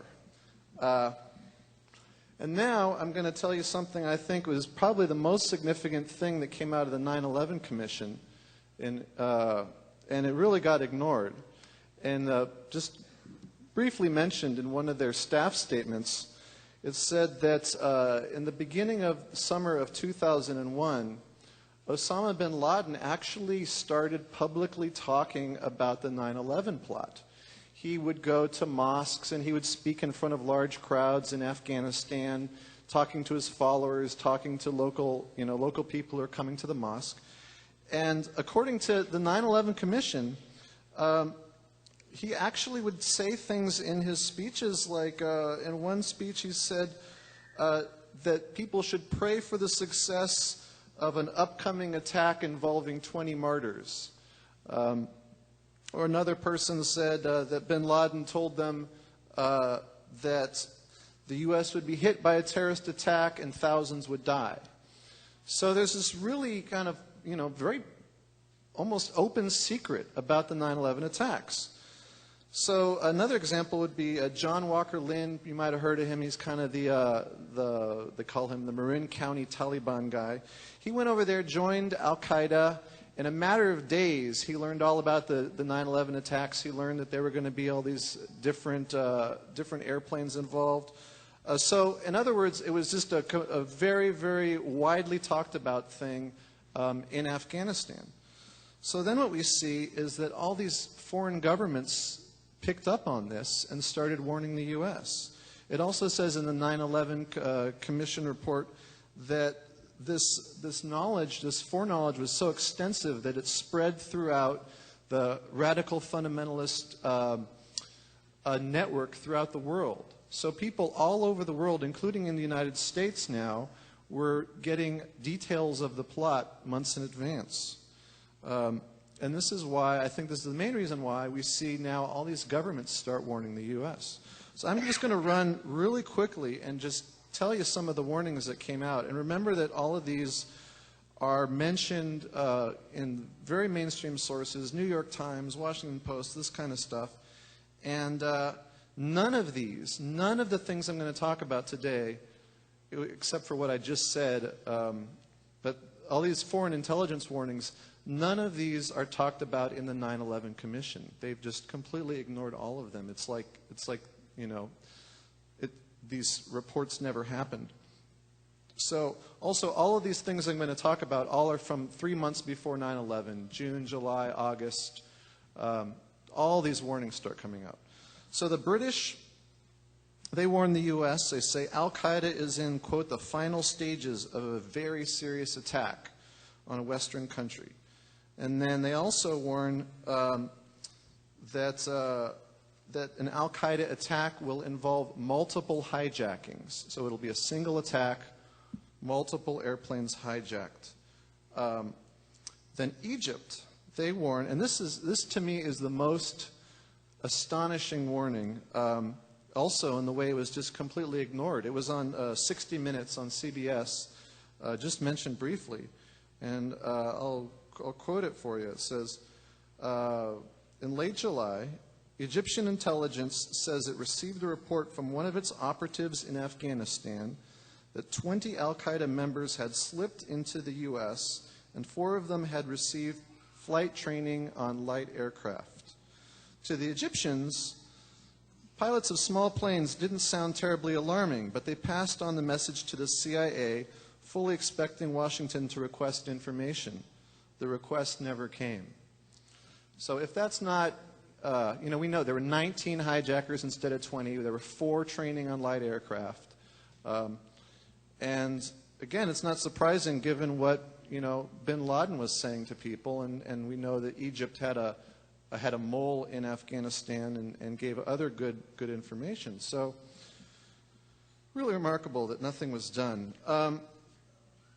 Then later, a few weeks later, the Egyptians warned that this operation that was going forward were in the advanced stages. And this is according to the Egyptian president, Hosni Mubarak himself. Then Germany. Germany warned that terrorists would use airplanes as weapons to attack, quote, American and Israeli symbols which stick out. Then Jordan warned that a major attack using aircraft is planned inside the United States. And by the way, they even said the name of the code name of the attack, which was the Big Wedding, which turned out to be the code name of the 9/11 attack. Russia warned that suicide pilots were training for attacks on U.S. targets. And then the head of Russian intelligence later stated, we clearly warned the U.S. on several occasions, but they did not pay the necessary attention. And then the Taliban, actually, one of the foreign minister of the Taliban himself was kind of upset with the other leaders, didn't want the attack to go forward, so he warned that al-Qaeda was going to plan an imminent huge attack, quote unquote, inside the U.S. that would kill thousands of people. And funnily enough, the excuse in the news reports about why this wasn't taken seriously is, it said, because the U.S. intelligence agencies were suffering from warning fatigue. They were getting so many warnings that they just couldn't handle it anymore. Even Argentina gave a warning because not a lot of people know this, but there's a little sort of a pocket of al-Qaeda in the Argentina area. France gave a warning. It's an echo of an Israeli warning. And I'll tell you the Israeli warning. They warned, well, they had 2 separate warnings. First one, they said 50 to 200 al-Qaeda terrorists are inside the U.S. and planning an imminent, quote, major assault, unquote, aimed at a, quote, large-scale target, unquote. And then this is probably the most remarkable warning, is that according to Der Spiegel and some other newspapers in Europe, a few weeks before the attack, before 9/11, Israel actually gave the U.S. a list of 19 terrorists. Now, we don't know if that's the exact same 19. However, the reports specify that 4 of the names were the same, including Mohammed Atta, Marwan al-Shihi, and the 2 hijackers in San Diego, al-Midar and al-Hazmi. So these are the leaders of the 9/11 plot. And according to Der Spiegel, all these names were given to the U.S. government. Morocco gave a warning saying that al-Qaeda is planning large-scale operations in New York City in the fall of 2001, possibly targeting the World Trade Center. So I could go on. These are just some selected warnings that I've given. But as you can see, there's so many warnings that, in fact, in the middle of August, Cofer Black, who's the head of the CIA's Counterterrorism Center, he was speaking at a convention of counterterrorist officials in a public venue, and he said, quote, "We are going to be struck soon. Many Americans are going to die, and it could be in the U.S." And later on, he said that the top leaders were unwilling to act unless they were told that the attack was coming within the exact day, and here is what they are going to hit. So in other words, he's saying that basically the leaders didn't care to stop the attack, made no moves to defend the United States unless they were told exactly the day and the location of what the attack would be. And in fact, we can see that the Bush administration did absolutely nothing despite all these warnings. There was one thing that I found interesting in the 9/11 Commission hearings is that Transportation Secretary Norman Mineta, who is still the Transportation Secretary for Bush, he was asked, so can you point to one thing that the Bush administration did before 9/11 that helped safeguard the U.S.? And he said no. Wasn't a single thing. So that's the first part of my talk. The second part, I want to talk about the issue of Pakistan. I could also talk about Saudi Arabia, but I don't have time for that. But between Pakistan and Saudi Arabia, these are the two countries that you think would have given the U.S. warnings. I mean, here we're getting Argentina, all these countries, Morocco are warning the U.S., but the two countries, Pakistan, extremely closely tied to the Taliban. They basically, created the Taliban, and Taliban was their puppet, as even the 9/11 Commission has stated. And then Saudi Arabia, where all the hijackers are from, Osama bin Laden's from, we don't get any warnings from those two countries. And I think there's significant evidence that the Pakistani intelligence agency actually had a very direct role in the plot.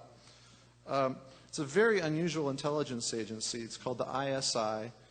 And it got very rich off of drug money.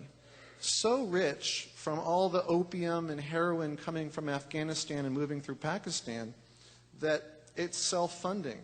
So it's basically politically autonomous, and people call it a state within a state. It can basically do whatever it wants. Some people say that the ISI is more powerful than the actual Pakistani government.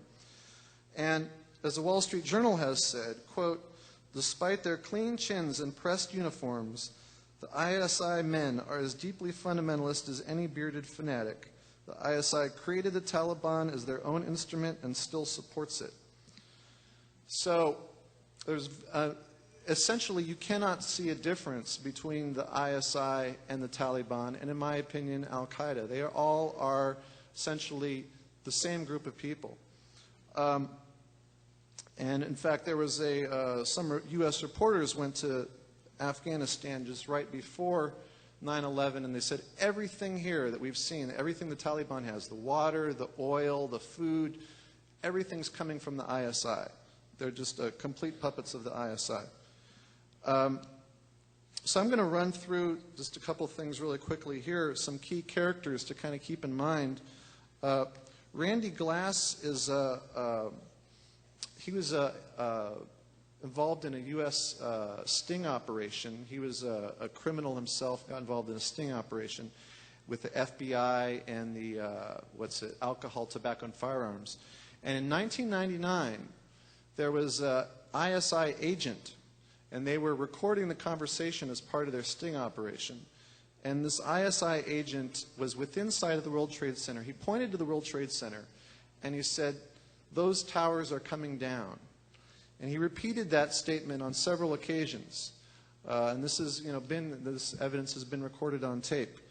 So we can see this is interesting because some people say that people didn't know that the towers would be completely destroyed. But here we are, even in 1999, stating with assurance that the towers are going to be completely destroyed. And I could go into a lot more about Randy Glass, but there's a big sordid history there of the ISI's involvement in even trying to buy nuclear weapons to give to al-Qaeda. Now, another character to keep in mind is Saeed Sheikh. He's a very, very important character, and I think he's really the key to understanding a lot about 9/11. He's famous for being the killer of the reporter Daniel Pearl. You may remember in 2002 he got very brutally kidnapped and publicly executed, basically. And but it appears that Saeed Sheikh actually was one of the key funders for the 9/11 attacks.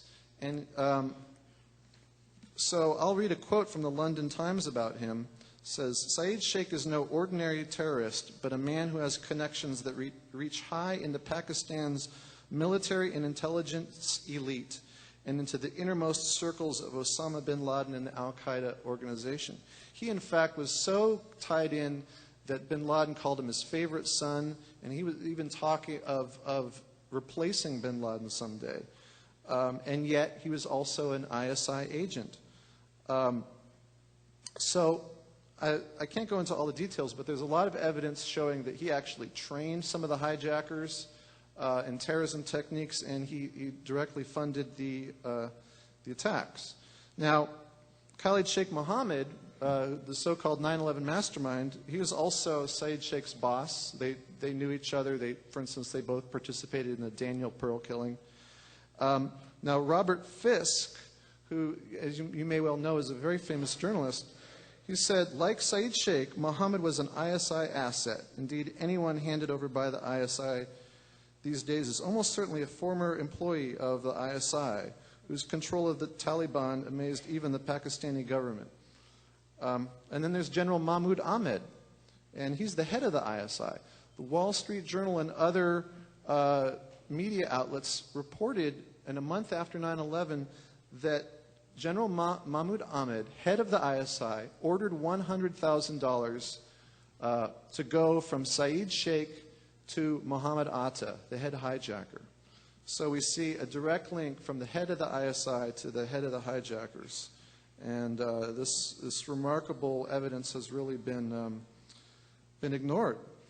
And this last fact leads to all kinds of interesting connections to the U.S. because it so happens that General Ahmad, on the morning of 9/11, was actually meeting with Senator Bob Graham, Democratic Senator, Porter Goss, House of Representatives guy who's now up for being the new head of the CIA, and John Kyle, another senator. And in the weeks before this, these same three U.S. politicians were in Pakistan talking to General Ahmad. We don't know what they were talking about. I certainly would like to know.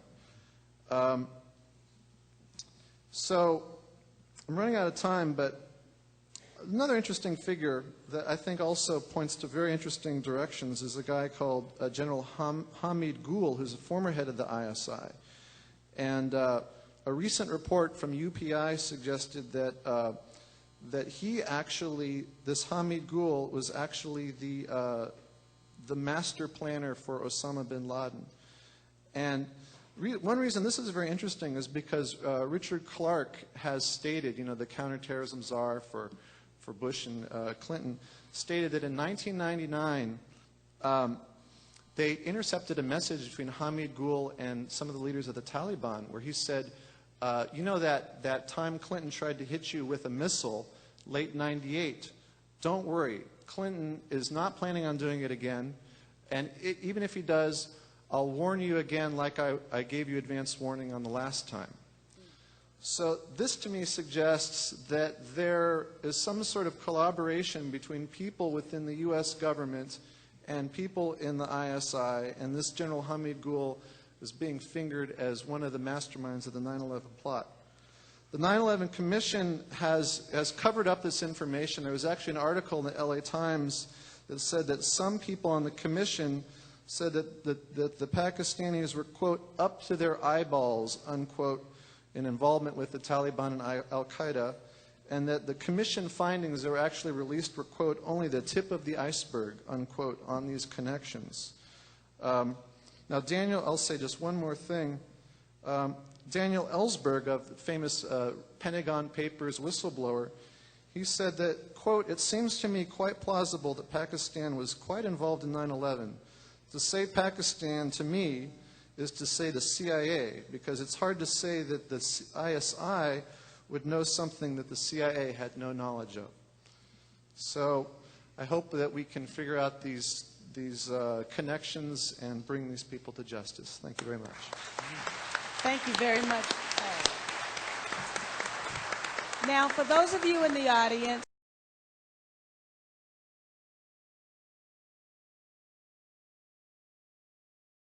please take a moment as Mike Ruppert prepares to come out and write your questions down. Where are the cards? The cards are located in the back. And do we have someone who is prepared to pass out the cards so people don't have to get up? If you do not have a card, raise your hand so someone can pass a card to you. Do we have someone to pass out the cards? We have cards. Some people do not have cards.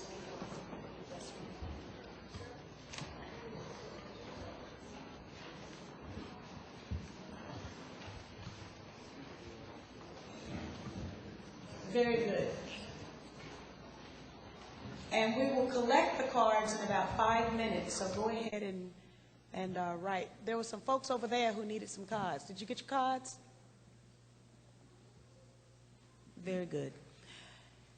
Now, our next presenter is a dear friend of mine, and as all of these presenters will become my friends, but Mike Ruppert was there for me when the corporate media that Paul has chronicled their reportage, but when they were doing their thing on me, it was Mike Ruppert whose shoulder was there for me, and his brain too for advice and counsel.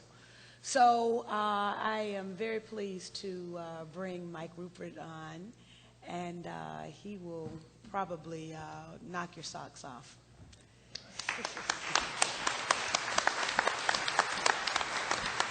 Okay. This is yours?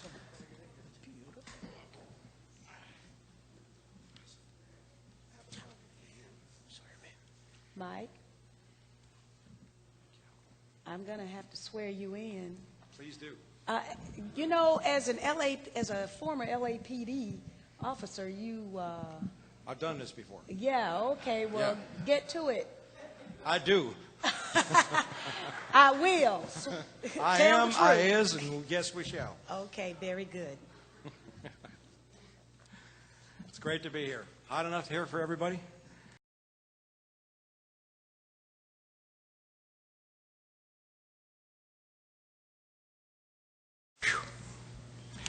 Congresswoman McKinney, Dr. Caine, Mr. Mcllvaine, fellow citizens, it is an honor to be here today to discuss some of the most serious issues ever to present themselves before a free people. There are many things I do not need to say here today. Others will say them for all of us. Almost all of us are deeply aware of and disturbed by the glaring inconsistencies, the evidence tampering, the obstruction of justice, the nonfeasance, the malfeasance, and the other crimes represented by the final report of the Caine Commission investigating the attacks of September the 11th. I will not digress to discuss them here, but for the record, I would like it noted that the entire membership of the Caine Commission is horribly and blatantly compromised by often egregious conflicts of interest that would have made them ineligible for participation in the tribunal charged with rendering a full accounting of the events of 9/11. Their conduct in the discharge of their duties was a shameful and criminal affirmation of those vested interests. Since the day of the attacks, my newsletter From the Wilderness, reinforced by an incredible staff of writers and editors, has worked virtually nonstop to investigate those attacks and to produce reasonable answers based upon evidence that will help fill the enormous void left by mainstream news organizations, the Congress, and the Caine Commission, As most of you know, my long-awaited book, Crossing the Rubicon, The Decline of the American Empire at the End of the Age of Oil, has just recently been completed, and even as we speak today, the printing is starting in Canada. So we're very happy to see that. I am especially. We have been accepting advance orders for a week, and the first shipment should go out by September 14th. So those of you who have been waiting for that book, which is 700 pages long with 1,000 footnotes, plenty for all of you to digest, challenge, and do whatever you want to do with, it'll be available for you shortly, and we certainly hope before November 2nd. I don't know why I'd say something like that. You can find information about the book at the website fromthewilderness.com. I believe that Crossing the Rubicon provides amply documented evidence with which to initiate and sustain a number of indictments of top-level government officials for their roles in facilitating the attacks of 9/11. Most notably, as my chief suspect, I name Vice President Richard Cheney as both a planner and executor of those attacks.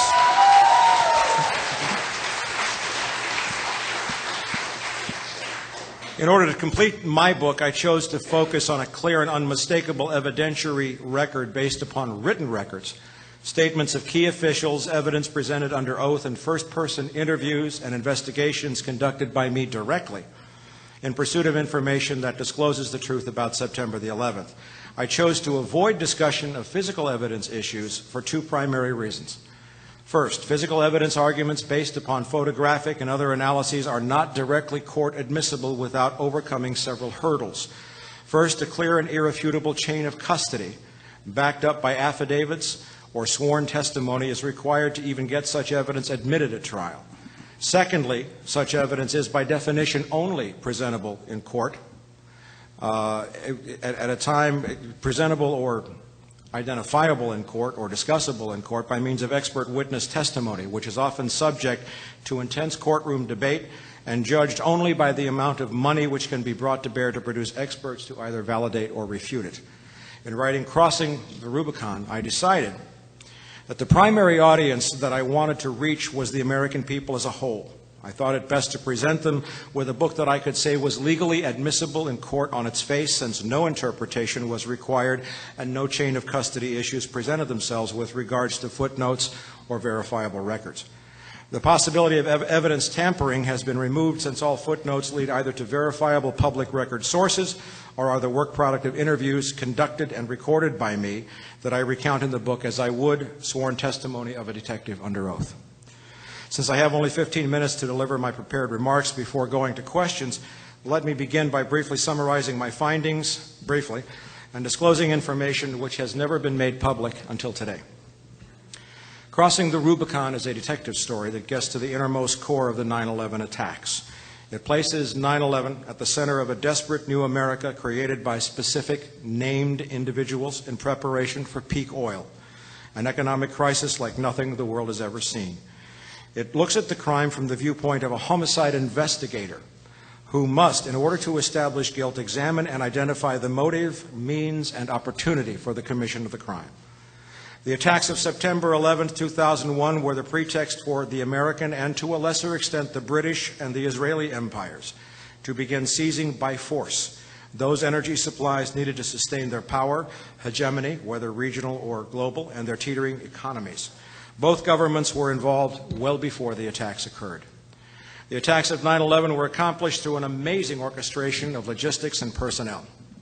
Former National Security Advisor and Counterterror Advisor Richard Clarke has postulated that such a conspiracy could never be kept a secret. Too many people would have been involved, he insisted in his recent book, Against All Enemies. On this point, I disagree with Clarke completely, and point to the fact that the Manhattan Project, which developed the atom bomb, and the stealth fighter project were both successfully kept secret. The numbers of people involved in both of those projects far exceeded the numbers of people within the United States government required to execute 9/11. However, I must express a deep debt of gratitude to Richard Clarke, for in his book he left a very compelling trail of breadcrumbs, contradictions to the sworn testimony and written records submitted, often under oath, of our highest leaders, and the hard evidence which provided me with the leads I needed to break open and answer the whodunit part of 9/11. For me, the pivotal evidence absolutely demonstrating direct government complicity in and management of the attacks, was found in a number of undisputed yet virtually unaddressed war games that I have shown were being conducted, coordinated, and or controlled by Vice President Dick Cheney or his immediate staff on the morning of September the 11th. The names of those war games are known to include Vigilant Guardian, Vigilant Warrior, Northern Guardian, Northern Vigilance, and Tripod 2. There is a possibility that Northern Guardian is a duplicate name, but the remaining exercises are indisputably separate events with different objectives. All have been reported by major press organizations relying on undisputed quotes from participating military and FAA personnel. They have also been confirmed by NORAD press releases. All, except for Northern Vigilance and Tripod 2, had to do with hijacked airliners inside the continental United States, specifically within the Northeast Air Defense Sector or NEADS, where all 4 9/11 hijackings occurred. According to a clear record, some of these exercises involved commercial airline hijackings. In some cases, false blips or injects were deliberately inserted onto FAA and military radar screens, and they were present during at least the first attacks. Excuse me. This effectively paralyzed fighter response, because with only 8 fighters available in the region, there were as many as 22 possible hijackings taking place. Other exercises, specifically Northern Vigilance, had pulled significant fighter resources away from the Northeast U.S. just before 9/11 into northern Canada and Alaska. In addition, a close reading of key news stories published in the spring of 2004 revealed for the first time that some of these drills were live fly exercises, where actual aircraft, likely flown by remote control, were simulating the behavior of hijacked airliners in real life. All of this as the real attacks began.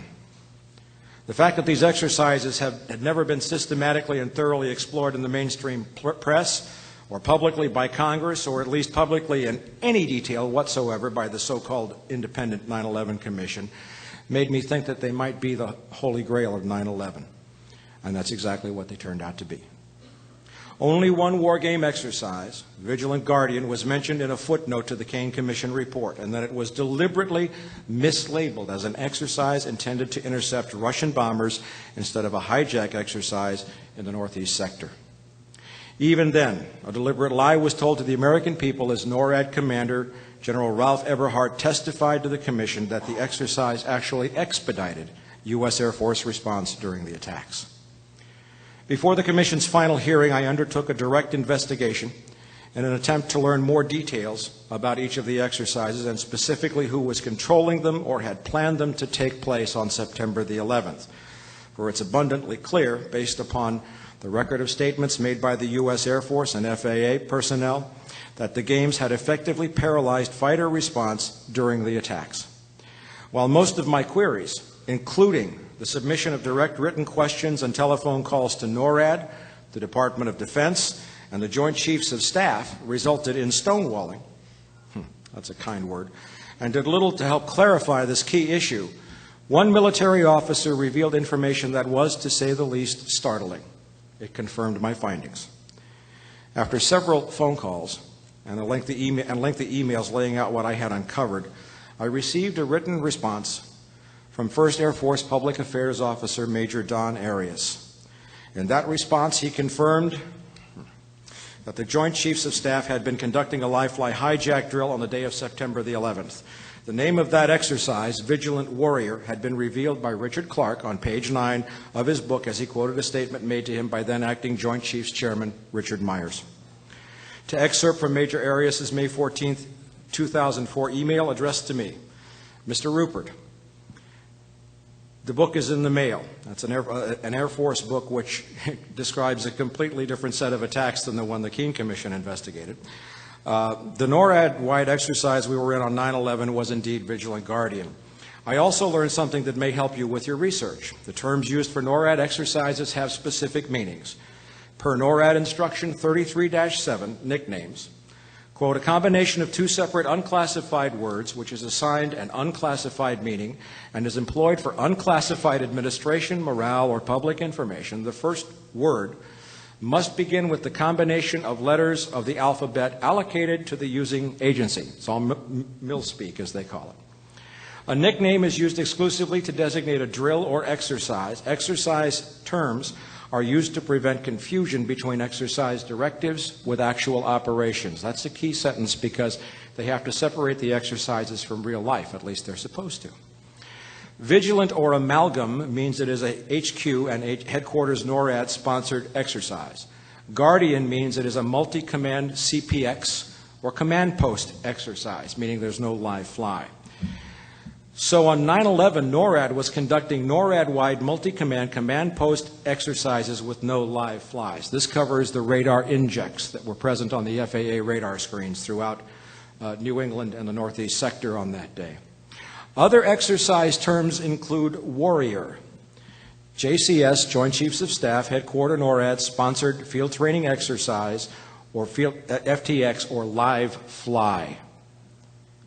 Because 1st Air Force CONAR is an intermediate level of command, I may have to refer your questions to HQ NORAD, but I'll do what I can.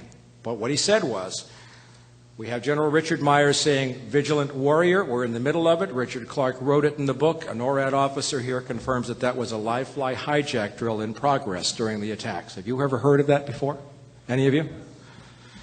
The full text in this of this and other correspondence and my direct questioning of DOD and military personnel is included in Crossing the Rubicon. Major areas is going to be mentioned again very quickly here. What we have in this instance is direct written confirmation of a live fly exercise that involved the actual piloting of aircraft either by remote control or with real pilots in the Northeast Air Defense Sector. There are multiple confirmations of this, which are in the book. Other exercises use the injects, confusing both FAA and NORAD radar screens. And this would account for well-documented confusion over what might have been 22 different possible hijackings. It was impossible for the FAA or the Air Force personnel to tell which was which. With only 8 fighter aircraft available, the inexplicable delays in fighter response are now easy to comprehend. When New York writer Michael Caine, who I believe is here today, wherever you are, Mike, God bless you, approached General Eberhardt on an FTW assignment for my newsletter at the conclusion of the Commission's last public hearing and asked for information on all the other exercises, including Vigilant Warrior, Eberhardt's only response was, no comment. Other government agencies have fallen back on a simple, the exercises are classified excuse and failed to provide any clarification at all. Same with the Caine Commission, several members of which were also questioned by Mike Caine. Nobody would talk. There was also an additional non-military biowarfare exercise called Tripod 2 being set up in Manhattan on September 11th, and it was under the direct coordination of FEMA and by White House directive, the immediate control of the Vice President, Richard Cheney. The setup for that exercise conveniently placed a fully staffed FEMA New York City Department of Justice command post on Manhattan's Pier 29, just in time for it to be conveniently used as the command post after the Twin Towers had collapsed. In reconstructing actual communications and chains of commands, I was extremely disturbed to find out that many officials in a position to take action that might have prevented the loss of life in the South Tower did not do so before Flight 175 became the second impact. This in spite of the fact that it was known and had been clearly communicated that Flight 175 had been off course, hijacked, and headed toward Manhattan for some 20 minutes. Included here are Vice President Richard Cheney, various NORAD officers and commanders, the FAA, and then Mayor Rudolph Giuliani. In examining transcripts of Giuliani's testimony before the Caine Commission, I find clear evidence suggesting that Mayor Giuliani committed perjury when he appeared before the Caine Commission this spring.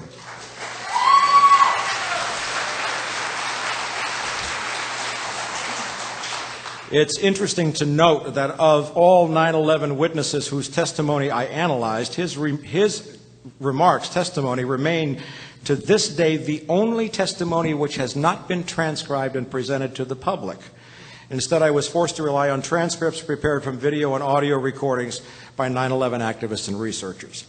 I will now quote from Crossing the Rubicon as to what my analysis of Giuliani's testimony revealed. It may explain why the Caine Commission has deliberately withheld it from public view. I want to thank first Kyle Hentz and Joe Friendly, who provided me with a written transcript of Giuliani's remarks, which I might add was independently verified through other recordings. We began, according to Giuliani, sometime after Flight 77 struck the Pentagon.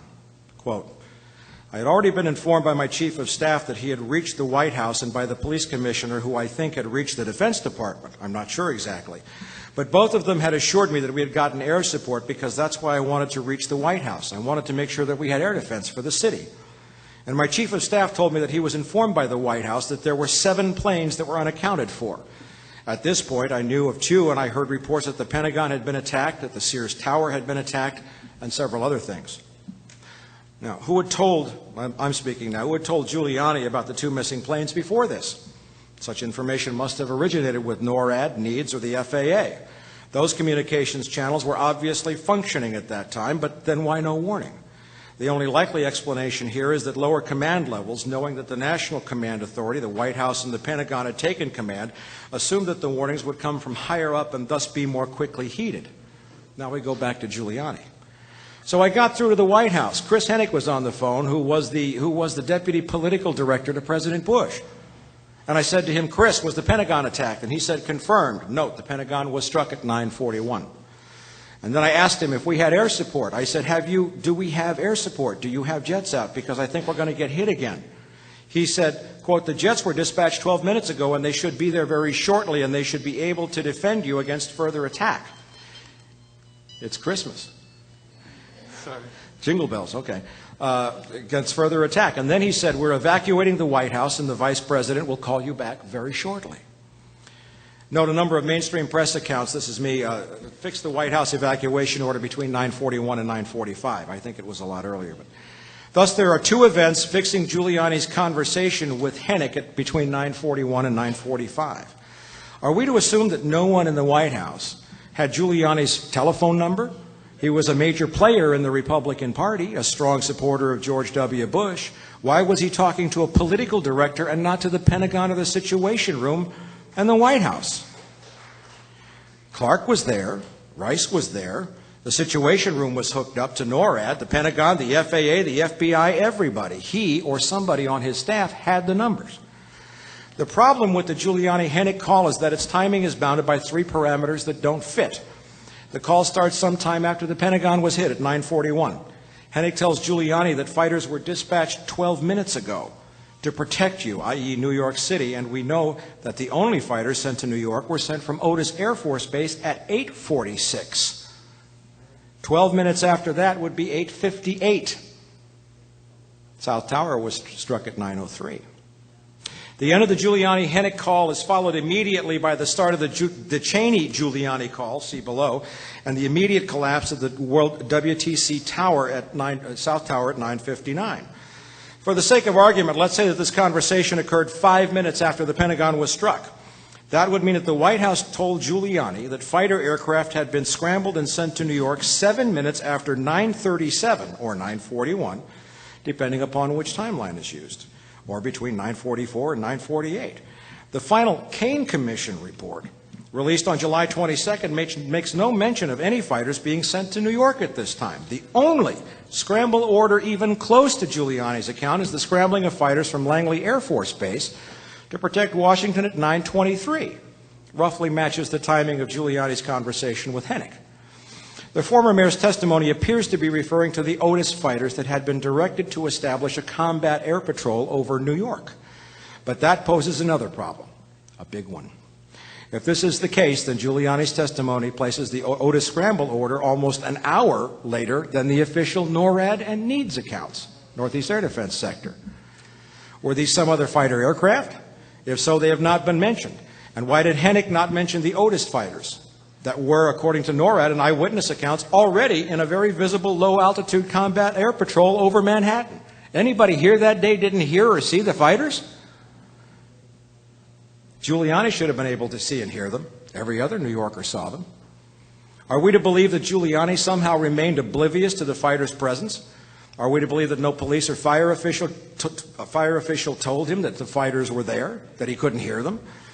The only available benchmarks suggest that the call from Cheney took place much earlier than Giuliani claims. If we reference it to when the scramble order was issued at Otis Air Force Base, the source of New York's fighter cover, 8:46 a.m., then Giuliani spoke to Hennick sometime around 8:58 or about 5 minutes before Flight 175 struck at 9:03. If Hennick knew about other missing planes, he was obviously getting information, at least indirectly, from NORAD and NEADS. From whom? A political guy getting this information. The Secret Service seems the most likely candidate since there are numerous records of their active involvement by this time. At that time, it was also known that Flight 175 had been en route to Lower Manhattan for 16 minutes. There is no mention of Hennick issuing any warning to the New York mayor that a second plane was about to attack. How could the White House staffer have been certain about 12 minutes unless there had been a log? He was precise. Where is that log? Why was a political staffer in possession of better data than the mayor of New York? What does this suggest then about the timing of the call that Giuliani then received from Dick Cheney immediately after talking to Hennick? I'm quoting Giuliani. And I put down the phone and within seconds got a call in another room from the vice president. I walked over to that room, picked up the phone. The White House operator was on the phone and said, "Mr. Mayor, the vice president will be on in a moment." At that point, I heard a click. The desk started to shake and I heard Chief Esposito, who was the uniformed head of the police department. I'm sure it was his voice. I heard him say, "The South Tower is down, the tower has come down." The South Tower collapsed at 9:59 and was recorded live by a multitude of cameras. This is confirmation that Cheney was making command decisions and in all communications loops at least by this time. But if the White House call took place at 8:58, then more likely, in conformity with what we have already established, Dick Cheney was actually hands-on much, much sooner. As we have seen, Cheney was already in that role between 8:45, according to the FAA, and no later than about 9:15. The Secret Service, which had snatched Cheney out of his office after Flight 175 hit at 9:03, was fully informed of all developments, and they never left Dick Cheney's side. Quoting Giuliani, "So the police commissioner and I and the deputy police commissioner, we jointly decided we had to try to get everyone out of the building. So we went downstairs into the basement. We tried 2 or 3 exits, could not get out. I don't know if they were locked or blocked, but we couldn't get out." Here is more agonizing confirmation that no evacuation warnings had been issued for either tower prior to 9:02. Yet full knowledge of the danger was available to the National Command Authority that Flight 175 had turned toward New York at 8:42. 20 silent minutes passed when many of those who died could have been saved.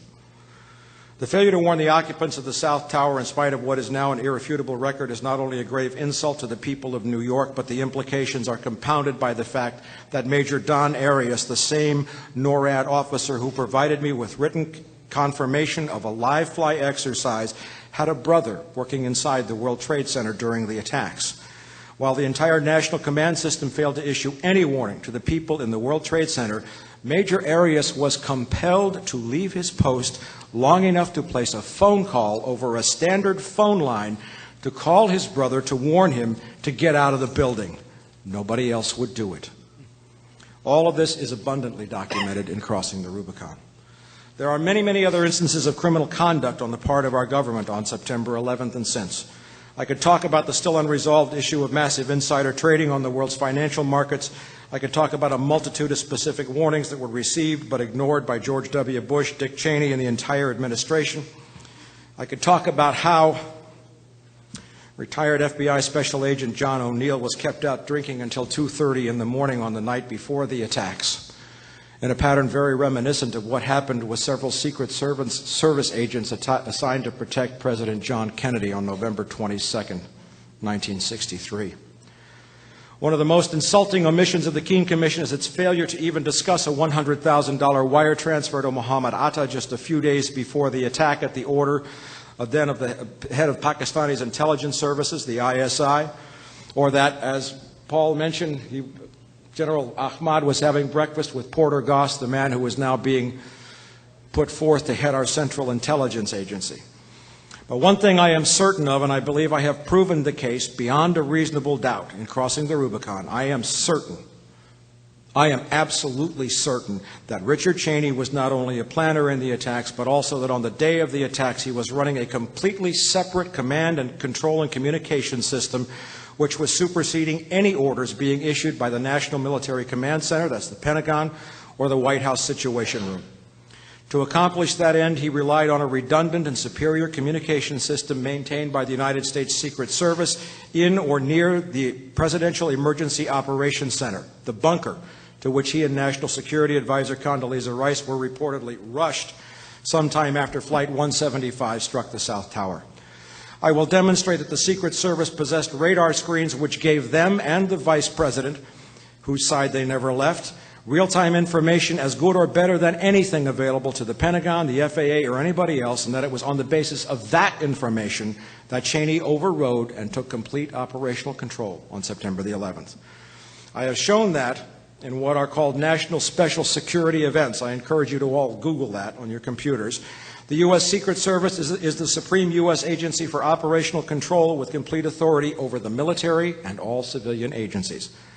I have established conclusively that in May 2001, by presidential order, Richard Cheney was put in direct command and control of all war game and field exercise training and scheduling through several agencies, especially FEMA.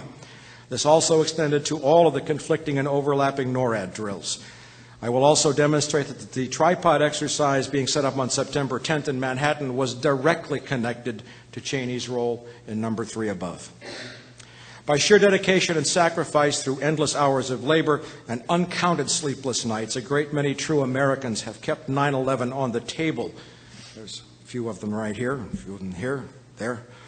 9/11 on the table for review and examination by the people of the world, and especially the people of America.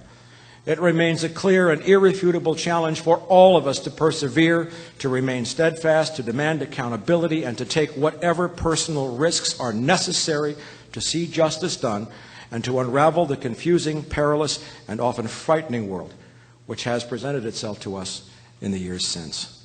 I welcome your questions.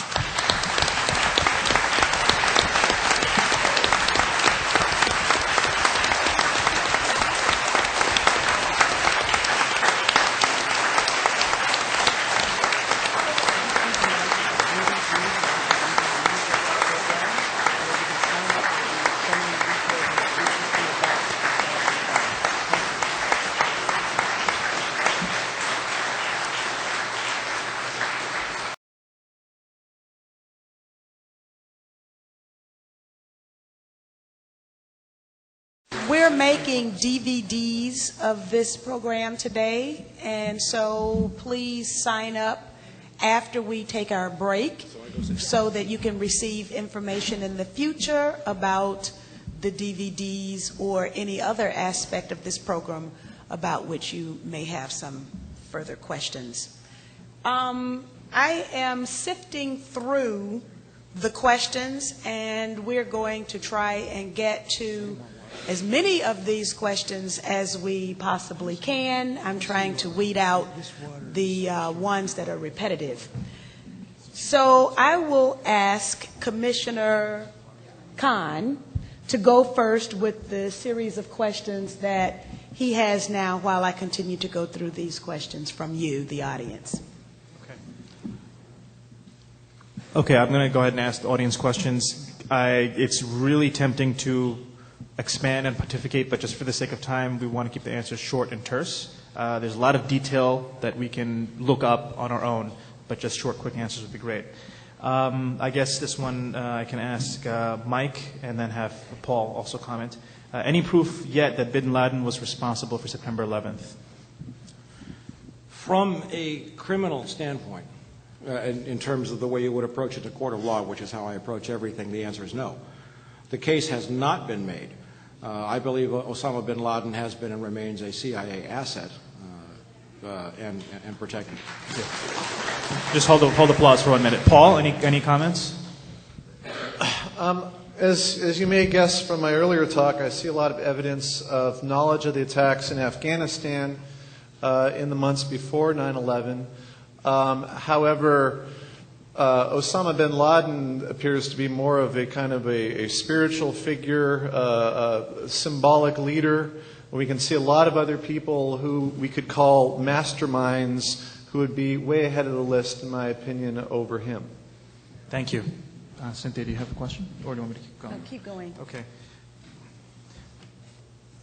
This, I guess, would be best handled by Barry. Barry, what can we, I mean, you've all pretty much ripped apart the credibility of the commissions. We've explored the illegitimacy of being dogmatic about anything you hear in the corporate mainstream media. What can we do to expose or put pressure on the corporate media to cover the 9/11 truth issue? Concrete steps. Boy, I wish I knew. They're a huge problem, and I've been struggling with them for 3 decades. You just work. You do what you can. There are people within the media who are legitimate. They're authentic. There are fugitive paragraphs. There are excellent particular columnists and so on.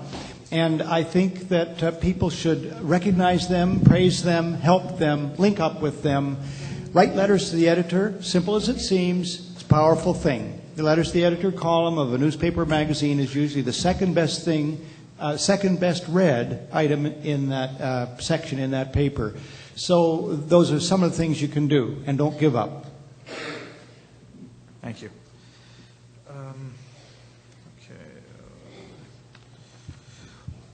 I can't read this one. Writing is too sloppy. Sorry. Oh, I could read it. That's why I gave it He's a to doctor. you. I'm a doctor. That's Oh. a bad prognostic sign for somebody's penmanship. Why has David Ray Graham's Griffiths, that's right, findings attacking the official version and the attack on WTC and the Pentagon not received more attention in the U.S. media?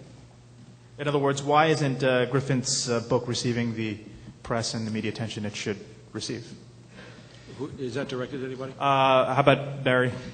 Again, it's de facto censorship that occurs. I personally contacted twice the letters editor of the Toronto Star, it's the largest paper in Canada, drawing to his attention, his name's Dan Smith, drawing to his attention the publication of David Ray Griffin's book, that it was selling very well on Amazon, that it was extremely timely because it came out around the time of the 9/11 Commission, and I said I thought it was worth reviewing. I have yet to see a review. Way back when Charles Hyam wrote a tremendous book called Trading with the Enemy, that shows that Ford and General Motors and ITT and Sterling Drugs and others worked actively with the Nazis before and during the Second World War. He wrote a book that the libel insurance company charged one of the lowest premiums it had ever charged because it was so well documented. It's a classic to this day. Hardly reviewed anywhere to this day. That book's about 20 years old. And I believe that Michael, to my left here, has made a comment a while back about it not being an accident that there are so many books that no one's heard about or that are out of print. Great. Paul?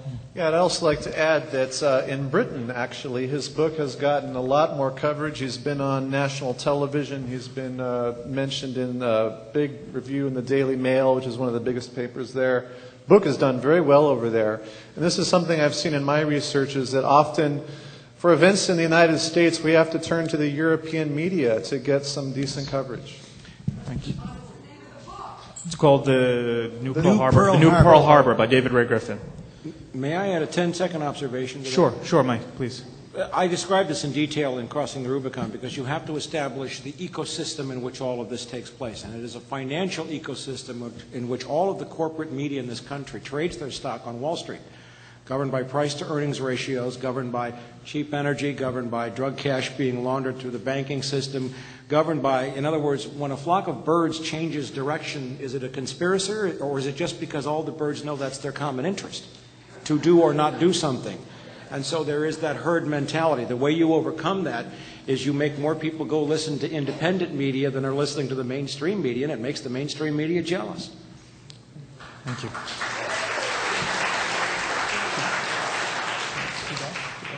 When you've exhausted yours. Okay. Yeah, all right. This is a question that needs some addressing in terms of paradigm shift. And Mike, I want to ask you your opinion on this, and I guess all of you. The terrorists and bin Laden have obviously declared war on the U.S. Is that it? No. What do they want, number one? wars are usually started to gain something. What do they hope to gain? Okay. Well, first of all, I do not accept the construct that 19 Muslim hijackers perpetrated the attacks of 9/11 out of a cave in Afghanistan. What we are faced with, though, is what some people, and I don't agree with this completely, a concept called blowback, in which many of these Muslim fundamentalist organizations were deliberately created by the United States government through covert policy in the late 70s, early 80s, throughout the Afghani-Soviet insurgency, where people like Zbigniew Brzezinski were, boasting about it. I mean, that's where we see radical hate books that are used in some Muslim schools having been printed at the University of Nebraska under the same contract that was printing oil drilling manuals for Unocal, which is true. By the same token, I was a policeman in South Central Los Angeles, and I will say that if you stand on anybody's neck long enough, they're going to get upset and they're going to try to fight back. That is a legitimate human right of self-defense. What anybody, I think, wants, and I'm not advocating terrorism in any form or violence in any form, but what I'm saying is that some people fight back, and certainly there were terrorists who wanted to attack the United States before 9/11. There are probably 5 times that many since 9/11, based solely upon the conduct of the United States government in world affairs since. Thank you.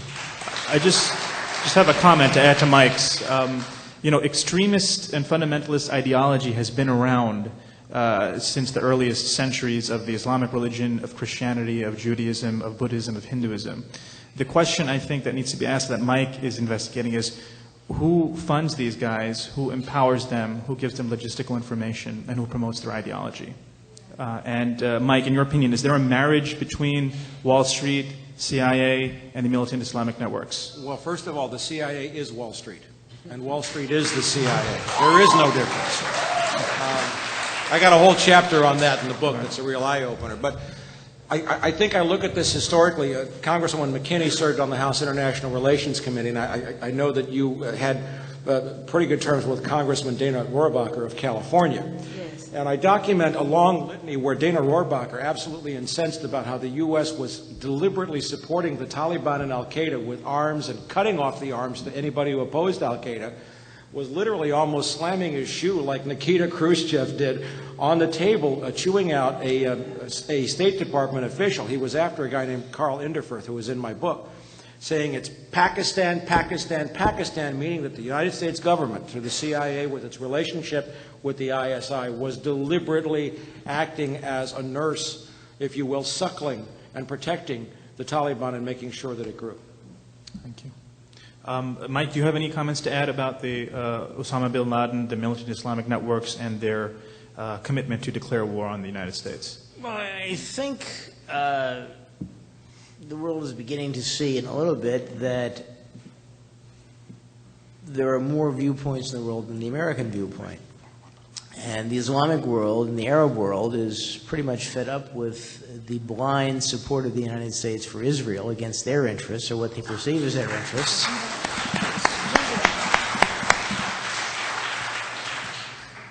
And it was pretty clear during my time in Saudi Arabia that there was one way of looking at things, and there was the real world's way of looking at things.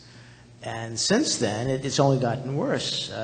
John Kerry has written a remarkably anti-Arab, and I say anti-Semitic, diatribe in the August 26th edition of The Forward, in which he castigates all of the Arab world and says Israel is our only true friend, it's the only democratic state in the Middle East, and we therefore should support Israel.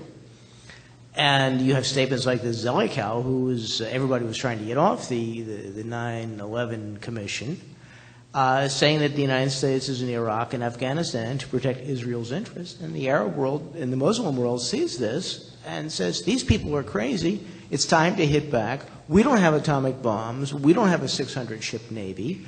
And we don't have Mach 3 jet fighters. We'll use car bombs, we'll use sticks of dynamite, and we'll use airplanes, and we'll try and even the score and get these people's attention. It's kind of like the farmer who bought the world's remaining super jackass. And the thing wouldn't sit, it wouldn't walk, it wouldn't pull, it wasn't housebroken, and it was a very nasty piece of work. And he hired a trainer. And the trainer comes up and looks at this thing and looks at it and walks around and says, walk, and the thing sits, and he says, sits, and the thing walks. So he goes over to his bag of tools and pulls out a Louisville Slugger and slams the thing in the head with all his might. And then he goes back and says to the world's remaining super jackass, do I have your attention? Thank you.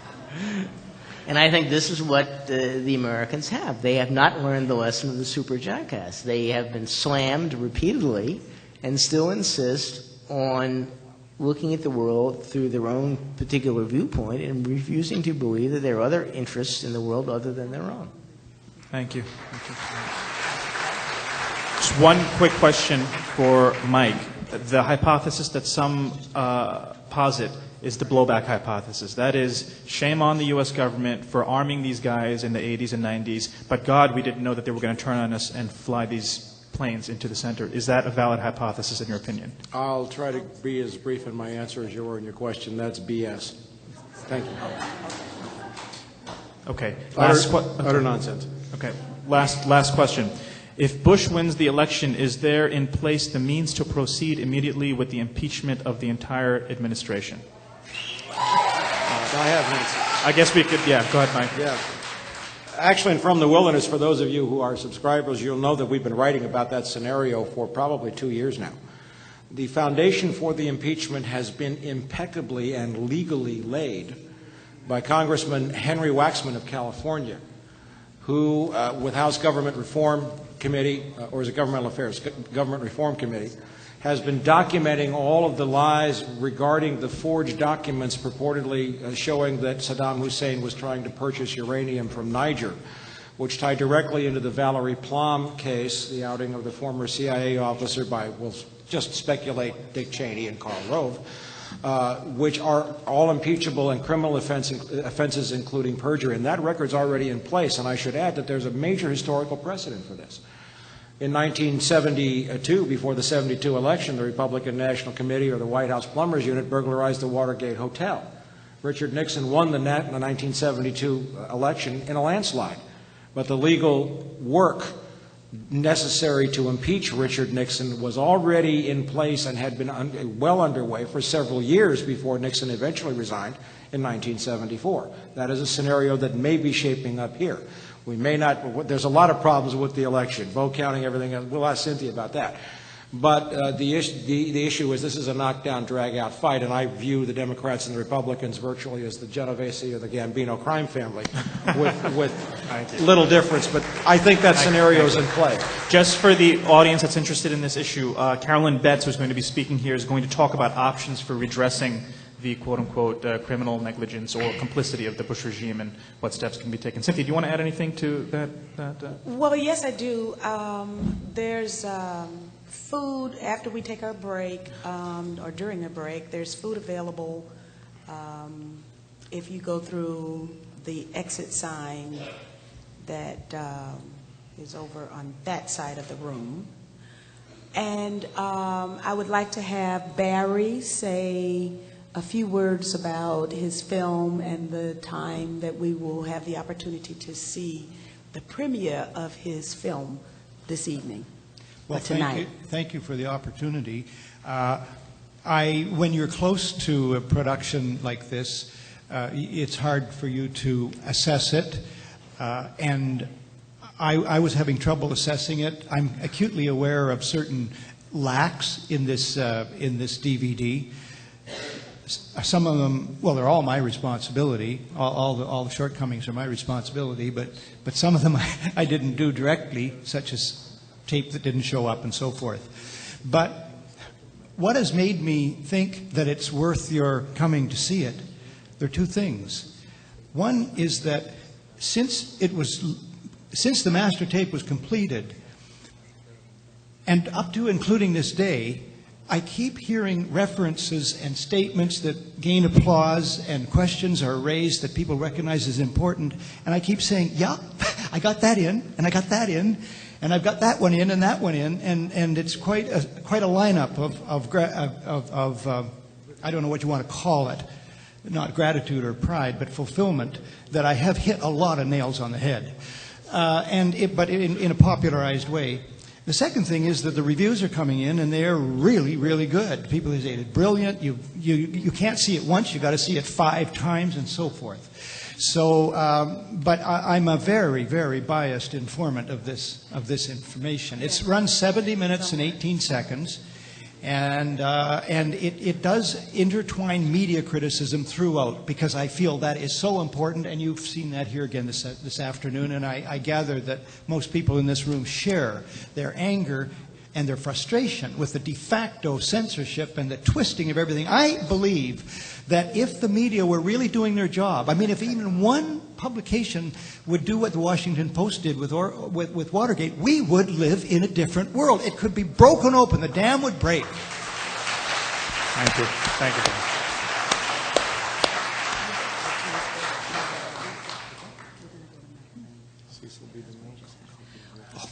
Now we're going to entertain a couple of questions because we're running out of time, and I'm going to try and steal an additional 5 minutes, which means we'll have 10 minutes for your questions. And I said that I was going to have a bunch of questions, and I haven't asked a single one of my questions yet. So anyway, but in deference to you, because you are making this happen, go ahead, Commissioner McIlvaine. Michael Springmann, is it possible not only that visas were given fraudulently, but that identities were laundered or falsified using the U.S. Embassy? You're saying that were visas issued fraudulently? Yes. And identities were falsified? Or it says here laundered or falsified using the U.S. Embassy. Well, I was in charge of the section. I had controls over the visa machines. I had the keys to the machines. The local staff were not alone with the machines. So any fraud would have had to have come out from outside the consulate. For example, if somebody presented me with a clean passport, and the guy's name was Joe Dokes, and the passport was in the name of Rajdeep Singh or something, I would have no way of knowing this. We would check the identities of the visa applicants, both approved and refused, with the State Department's computer in Washington. And we would type in the name of the person and the date of birth and the place of birth and so forth and nationality. If we got a hit back, we had further questions, but we had no way of knowing if we had a false identity presented to us for a visa. My staff was very good at rooting this out. One fellow, an Indian, brought me a passport one time and said, "Mike, look at this." And I said, "What am I looking at?" And he says, "You see the last page of the passport?" And I said, "Yeah." "Well, take off your glasses and look real close." And somebody with a marvelous sense of touch had taken a razor blade and cut out the last page where the visa had been stamped refused. But you couldn't see it unless you looked at it almost under a magnifying glass. So, my staff was good at that. We checked with the State Department. The State Department didn't have the bad guy's name in the file. We couldn't do anything. And as far as the visas that were given out, I resisted this. I had plenty of controls. I looked at the Immigration Act and the State Department regulations, and I did not, under any circumstances, simply say, "Oh, yeah, let's give this guy a visa. Let's make it a Keep America Beautiful visa." So, no. The only problems with the visa process in Jeddah was the fact that I was being ordered by government officials to issue visas to unqualified applicants who later turned out to be terrorists. Go ahead. Paul Thompson, what can you tell us about the oil pipeline negotiations a few weeks? The oil pipeline negotiations a few weeks before 9/11 with the Taliban, Russia. Sure, yeah. In my book, I have a chapter there called Pipeline Politics, because this is oil is a very big issue, and as many of you may be aware, there were negotiations going on for several years regarding Unocal pipeline. There was a gas pipeline. There was an oil pipeline also to go through Afghanistan.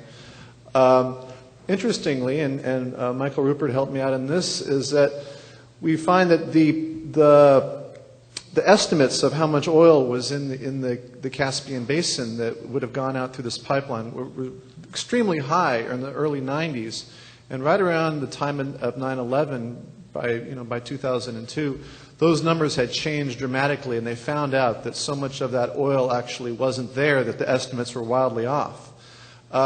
So I think that early on that was important, and as they realized that the oil, the estimates were shrinking every time they would do a new test, we can see that there's a shift of focus from intense interest in the Caspian region to intense interest in Iraq, where they knew that there was a lot of oil. So this, you can see this shift, especially in 2002. So certainly, before 9/11, I think that there was some going easy on the Taliban by people in the State Department and other people because they were looking at the oil angle. All right, one more, Michael Ruppert. What is the mechanism by which the military inserted blips onto the civilian radar screens? Well, specifically in terms of the technology, it's difficult to say. What we do know is that there are several press stories quoting Air Force personnel, specifically from the Northeast Air Defense sector, and I believe one was a story. Most of these came from the Toronto Star, papers that didn't publish in the U.S. But what it said was it was quoting interviews with Lieutenant Colonel Don Deskins and Colonel Robert Marr of the Northeast Air Defense sector about how they were wondering if the hijackings were part of the exercise of the drill. And then it says, instantly injects are purged from the radar screen. And then it refers later on.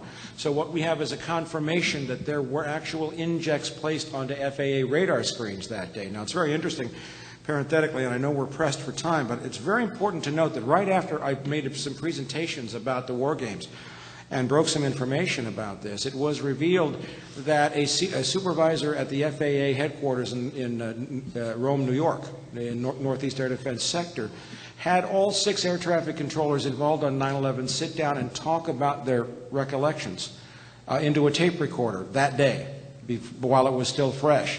And right after I broke my stories, the New York Times reported that that tape was taken by that same supervisor, broken, crushed. The tape was cut into little pieces and scattered through various trash cans.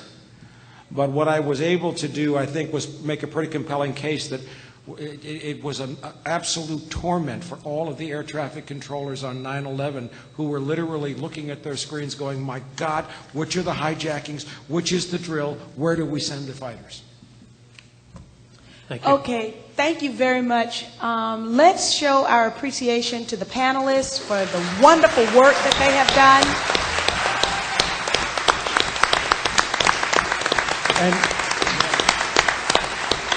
And their courage.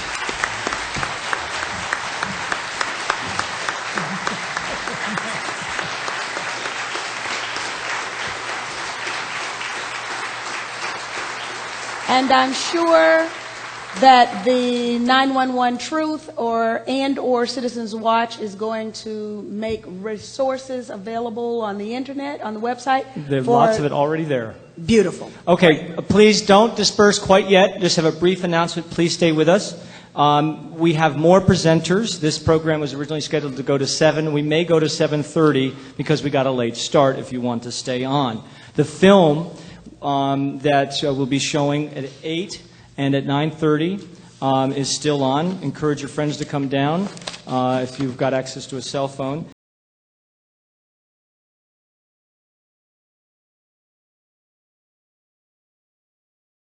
To tell the truth. To tell the truth. Beautiful. Thank and you. And nothing but the truth.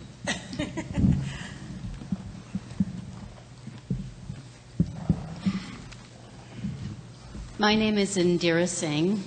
I live and work at Ground Zero. I am a volunteer EMT, or I was prior to 9/11, and I will tell you my story, the story of PTEC. After I fulfill my duties to Sibyl Edmonds and read her statement. So first, I would like to take this opportunity to read from Sibyl Edmonds' letter to Thomas Caine. I am going to read excerpts of this letter, which is going around the internet, and Sibyl is asking everyone, when they receive it, to forward it on to him with your name and comments. These are excerpts from her wonderful letter.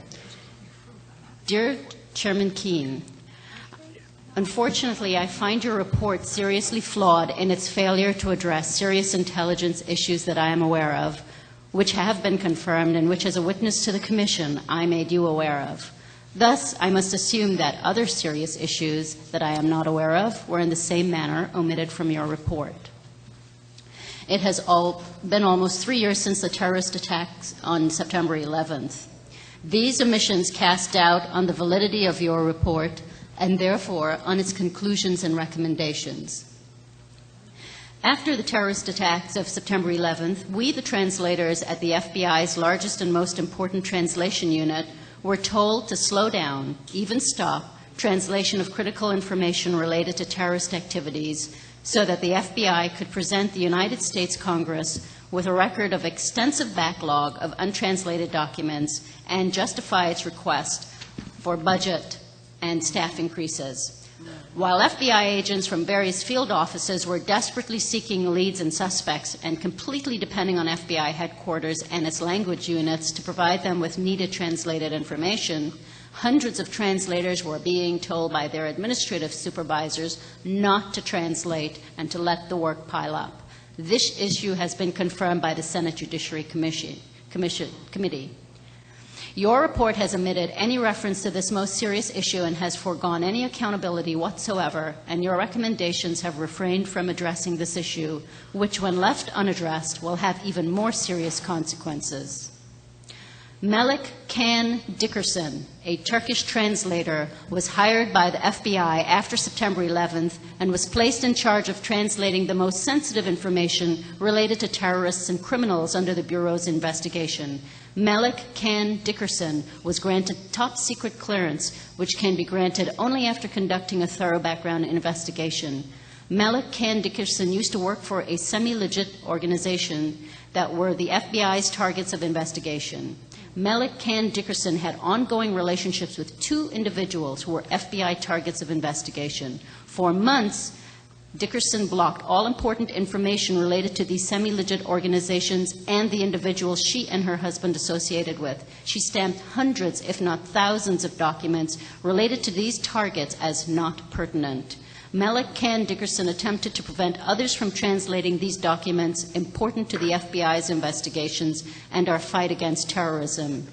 With the assistance of her direct supervisor, Mike Faghall, she took hundreds of pages of top-secret sensitive intelligence documents outside the FBI to unknown recipients. Melik Can Dickerson, with the assistance of her direct supervisor, forged signatures on top-secret documents related to certain 9/11 detainees. All of these incidents were confirmed and reported to FBI management. This case was confirmed by the Senate Judiciary Committee. Melik Can Dickerson and several FBI targets of investigation then hastily left the United States in 2002, and the case still remains uninvestigated criminally. Not only does the supervisor facilitating these criminal conducts remain in a supervisory position, he has been promoted to supervising Arabic language units of the FBI counterterrorism and counterintelligence investigations. Your report has omitted these significant incidents, has foregone any accountability whatsoever, and your recommendations have refrained from addressing the serious information security breach and highly likely espionage issue.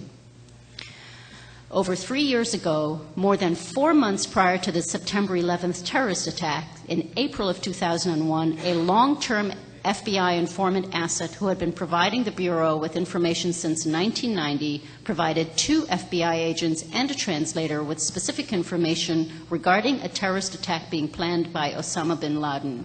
This asset informant was previously a high-level intelligence officer in Iran, in charge of intelligence from Afghanistan. Through his contacts in Afghanistan, he received information that 1. Osama bin Laden was planning a major terrorist attack in the United States targeting 4 to 5 major cities. Number 2, the attack was going to involve airplanes. 3, some of the individuals in charge of carrying out this attack were already in place in the United States. 4, the attack was going to be carried out soon, in a few months. The agents who received this information reported it to their supervisor, Special Agent in charge of counterterrorism, Thomas Fields, at the FBI Washington Field Office. No action was taken by the Special Agent in charge, and after 9/11, the agents and the translators were told to keep quiet regarding this issue. The translator who was present during the session with the FBI informant, Mr. Beirut Sarshar, reported this incident to Director Mueller in writing and later to the Department of Justice Inspector General. After almost 3 years since September 11th, many officials still refuse to admit having specific information regarding the terrorist plans to attack the United States. The Phoenix memo received months prior to the 9/11 attack specifically warned FBI headquarters of pilot training and their possible link to terror activities against the United States.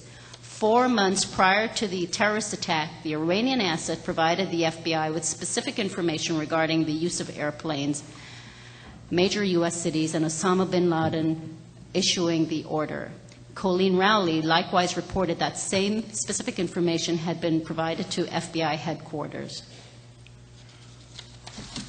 Only 1 month after the catastrophic events of September 11th, while many agents were working around the clock to obtain leads and to investigate those responsible for the attack, those with possible connections to the attack, and those who might be planning possible future attacks, the bureaucratic administrators in the FBI's largest and most important translation unit were covering up their past failures, blocking important leads and information, and jeopardizing ongoing terrorist investigations.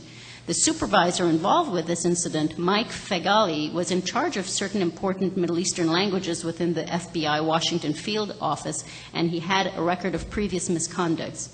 After the supervisor, several severe misconducts were reported to the FBI's higher-level management. After his conducts were reported to the Inspector General's office, to the United States Congress, and to the 9/11 Commission, he was promoted to include the FBI's Arabic language unit under his supervision. Today, this supervisor, Mike Fegali, remains in the FBI Washington Field Office and is in charge of a language unit receiving those chit-chats that our color-coded threat system is based upon. Yet, your report contains zero information regarding these systemic problems that led us to our failure in preventing the 9/11 terrorist attack. In your report, there are no references to individuals responsible for hindering past and current investigations or those who are willing to compromise our security and our lives for their career advancement and security.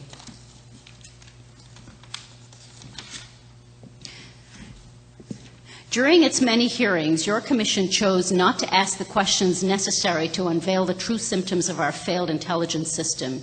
Your commission intentionally bypassed these severe symptoms and chose not to include them in its 567-page report.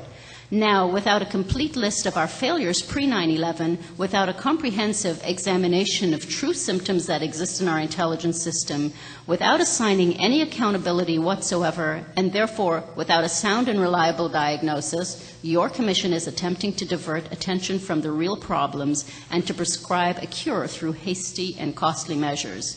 It is like attempting to put a gold-lined expensive porcelain cap over a deeply decayed tooth with a rotten root, without first treating the root and without first cleaning the infected tooth. Sincerely, Siebel Edmonds. I love that analogy. I love picking up some of these analogies. They're great for talk, you know? That's a good note. I have spoken with Siebel because what I uncovered in PTEC connects with some of the things that she has discovered. Siebel is not allowed to disclose content, but she can ask me questions. I know some of the things that she mentioned there connect directly to what I discovered, and so it was my pleasure to read Siebel's letter. If there are any questions, if not, I'll go into my presentation. Go into your presentation. I'm sorry. You can have this one. I apologize. That's all right.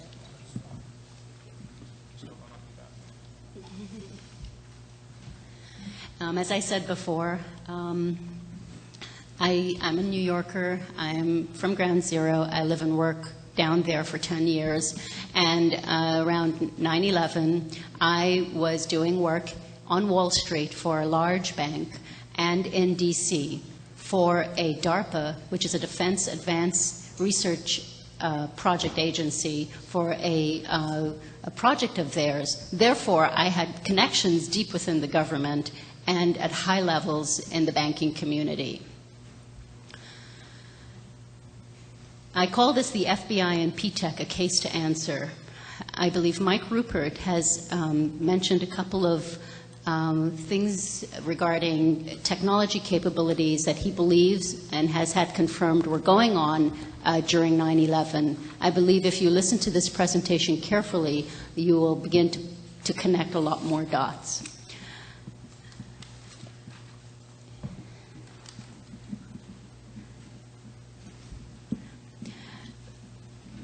For me, 9/11 will always be about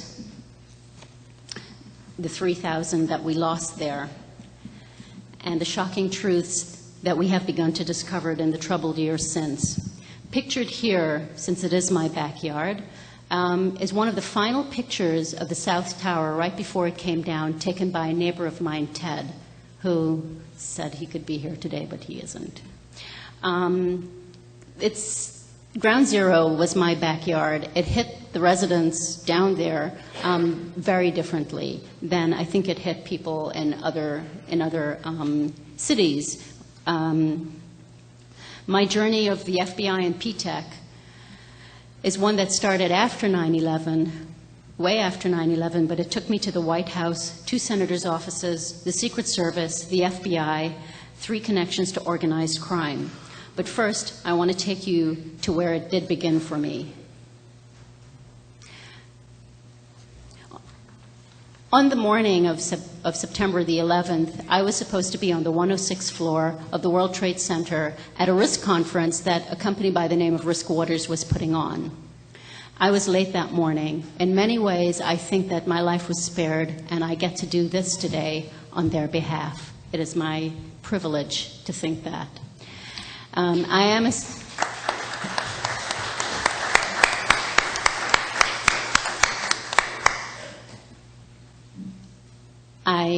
Prior to 9/11, I was a civilian EMT, and when the planes hit, I called my job and I said I had just turned into an EMT. I changed my clothes and I headed down to the site. As night fell on September 11th, 2001, I was on triage duty on the edge of the pile. That's a picture of me. I think I had been injured at that point, but I was not a happy camper. None of us were, because a lot of us were wondering where all the help was. Those of us who were right on the pile were in dire straits. In any case, rescue workers were transporting body parts as fast as they could, wherever they could, mainly to the triage sites, and they were placing what they found anywhere, including on the floor next to me.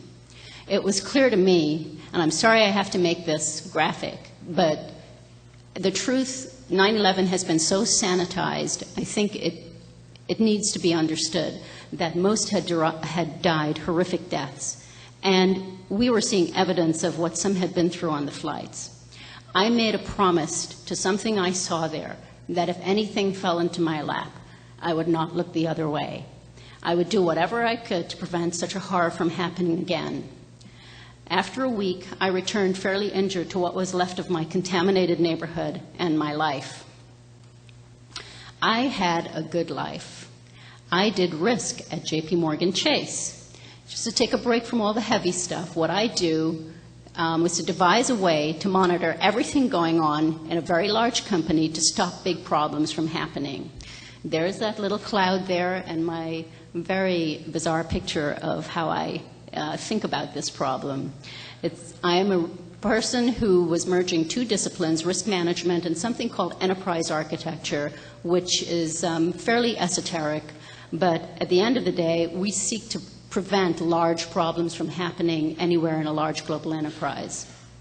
At J.P. Morgan, I was working on the next generation risk blueprint, which is all about how to prevent these things from happening.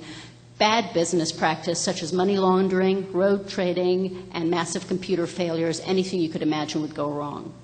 I had a lot of leeway consulting as a senior risk architect to think out of the box and actually get my ideas implemented. I was funded out of a strategic fund. I reported to the directors, and I was pretty happy. J.P. Morgan thought very highly of me, and they were thinking of funding, in conjunction with my project in D.C., the next generation risk software. What I needed to do what I did was a really smart piece of software, really, really smart. Its job would be to think about all the information, and this is where you may connect a dot. The job of this software would be to think about all the information that represented what was going on in the enterprise at any given time as bank business was being transacted worldwide. For example, it would be a surveillance software that would look for trading patterns that indicated someone was up to no good, and then do something about it. Send a message somewhere, send the transaction information somewhere, perhaps shut their system down, perhaps shut another system down, perhaps start something else up elsewhere. This kind of capability is very, very essential in today's world. However, this kind of software is not found in Microsoft or not even in IBM. A small group of very esoteric software companies make this kind of enterprise software, and it is very pricey. So you can't afford to pick wrong. And I asked all my colleagues who are industry gurus what would they recommend for this. My buddies recommended P-Tech. And my buddies in J.P. Morgan were also evaluating P-Tech. And why not P-Tech? What you see on the screen is a very prestigious list of P-Tech's client. P-Tech is a very small software company located in Quincy, Massachusetts. They put out this kind of software product that I was talking about, and it has an artificial intelligence core. P-Tech assured me that they had something called clearances, so I figured there'd be no problem getting them cleared to come into J.P. Morgan Chase to evaluate our very confidential risk plans for the future, how we would stop money laundering in the future, for instance. IBM told me that they were planning on making P-Tech a special global partner. With IBM standing next to the small vendor P-Tech, I was pretty excited that I was on the right track. There was no problem getting P-Tech cleared through security to come visit and talk serious business. They were with me for 20 minutes before I suspected something was not right. So I called my colleagues. They told me to talk to ex-P-Tech and P-Tech employees right away, but they told me something even more ominous. They said, do not let them out of your sight, and don't let them take anything from the bank. So, with P-Tech people standing still feet away from me, they told me a hair-raising story of P-Tech's myriad connections to terrorism. First, to the person you see in this picture who was placed on the U.S. terror list in October 2001. His name is Yassin Qadi, a Saudi businessman. It's the one the arrow is pointing towards. I thought these people were kidding, or they were setting up a play for P-Tech's business with J.P. Morgan. I insisted on proof and documentation. I went to 2 states to collect it, including this and other pictures. I also spoke with the Boston FBI, where they said they had reported this 9 months earlier, just weeks after the attack. This was the end of May 2002. At the very same time, I am discovering this about P-Tech because their meeting with me and J.P. Morgan Chase was at the ending of May. At the very same time, on May 30th, 2002, Agent Robert Wright of the Chicago FBI at a congressional hearing appeared on the steps of the Capitol and burst into tears apologizing to the 9/11 families, stating his investigation into terrorism financing had been repeatedly shut down, and he had been censured for pushing it. Actually, his investigation was exactly into Yassin Qadi, whom he called bin Laden's banker. Wright's investigation was shut down in the late 90s. He stated if he had been able to continue and shut down the funding to al-Qaeda, 9/11 may not have happened. His original quote was, "It would not have happened." When you show up to work within line of sight of Ground Zero and shake hands with some group the FBI agents said had financed it, what exactly is the playbook? And there was more, like the Ginsu knife commercial. For me, something big had fallen into my lap. I had to make some decisions. Agent Wright said his investigation into the founders and financiers of PTEC and their financing shell, something called BMI, was also shut down. BMI stands for, I'm sorry, go back here.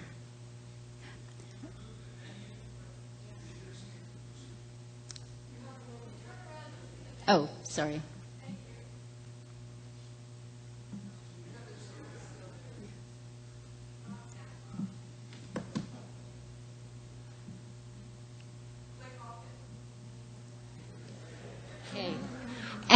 And now you see, you think I'm a technology expert.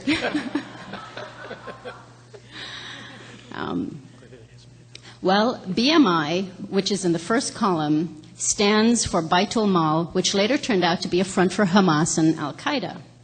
Little interesting point here, Governor Caine did a $24 million land deal with a sub of BMI, 3% of which the commission went back to BMI, and around the same time, some of his New Jersey citizens were being blown up in Israel by Hamas.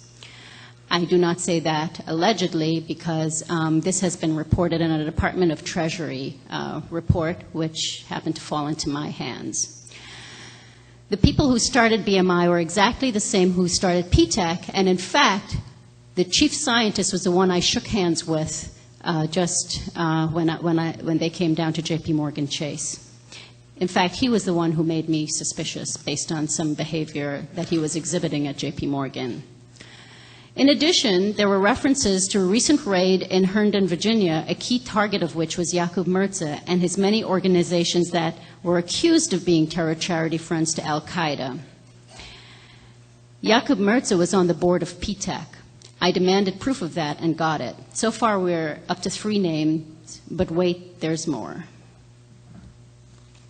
I went down to meet a group of the PTEC and ex-PTEC employees in Virginia. I wanted to see them face to face and have them tell me this horrific story to my face and have them write down in their own hand what they were telling me and to provide documentation. And they did. I asked the Boston FBI to send me something that was proof this company had the terrorism connections they claimed it did, and the person there did. The PTEC employees kept going on. They kept drawing diagrams for 3 or 4 days until I was convinced this was something out of a Tom Clancy novel.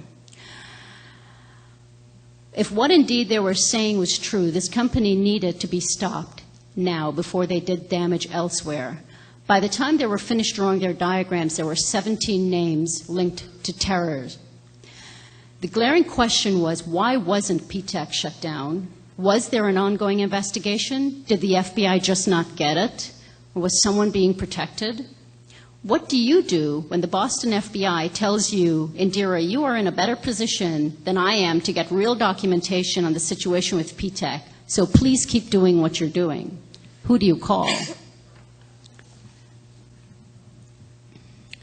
I brought everything back, sat down, and thought about what it could mean, and I drew this diagram. I did know that PTEC had been in the FAA, and that was the most serious the most serious accusation of all. I called my friends in intelligence and law enforcement. I spoke to the New York Joint Terrorism Task Force and the New York Police Department Counterterrorism Unit from J.P. Morgan Chase's buildings. I laid out what I had to them, and I asked them if I was going insane or was there any truth to this. I asked them what I should do.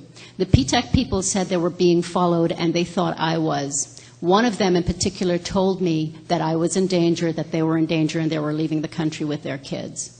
I asked the JTTF if they could arrange protection for us. They said yes, but later backed off. I went to the CIO, the Chief Information Officer of J.P. Morgan Chase, who turned my story over to the top 3 people who run the bank. Then he said the general auditor and his staff wanted to have a word with me. As a consolation prize, as I left his office, he told me the FBI at the highest level had validated the entire story as I laid it out. So what happened next is I went to the principal's office. The general auditor and his group of security people, the ones with the uniforms, grilled me as though I was a terrorist and did their intimidation routine. It was not as severe as Siebel went through, but it was pretty bad to the point where I left and contacted an investigative reporting team in Boston that the Boston FBI had used when they were looking for some terrorists right after 9/11. Just in case I should go missing, I wanted to have someone in the media to have a note of that. The name of the person there is Joe Bergantino, and he knows that I am speaking to you about this today. He is from the mainstream media, and I'm here to tell you that he went through hell and almost lost his career pushing this. There are some very good people in mainstream media. In any case, back to the general auditor who threatened me in no uncertain terms. I looked out the window to Ground Zero and back at him, and I asked him if this was about the Saudi money flowing through the bank. He turned his eyes away and said, "We've made a lot of mistakes." However, he told me that if I mentioned P-TECH again, there would be no place for me in the bank. I had gone from being a person who could do no wrong, who was politically protected there, to someone who was about to get thrown out. My colleagues in the business commiserated but said, "Indira, everybody knew what P-TECH was about." Well, I didn't, and sure as heck the 3,000 didn't.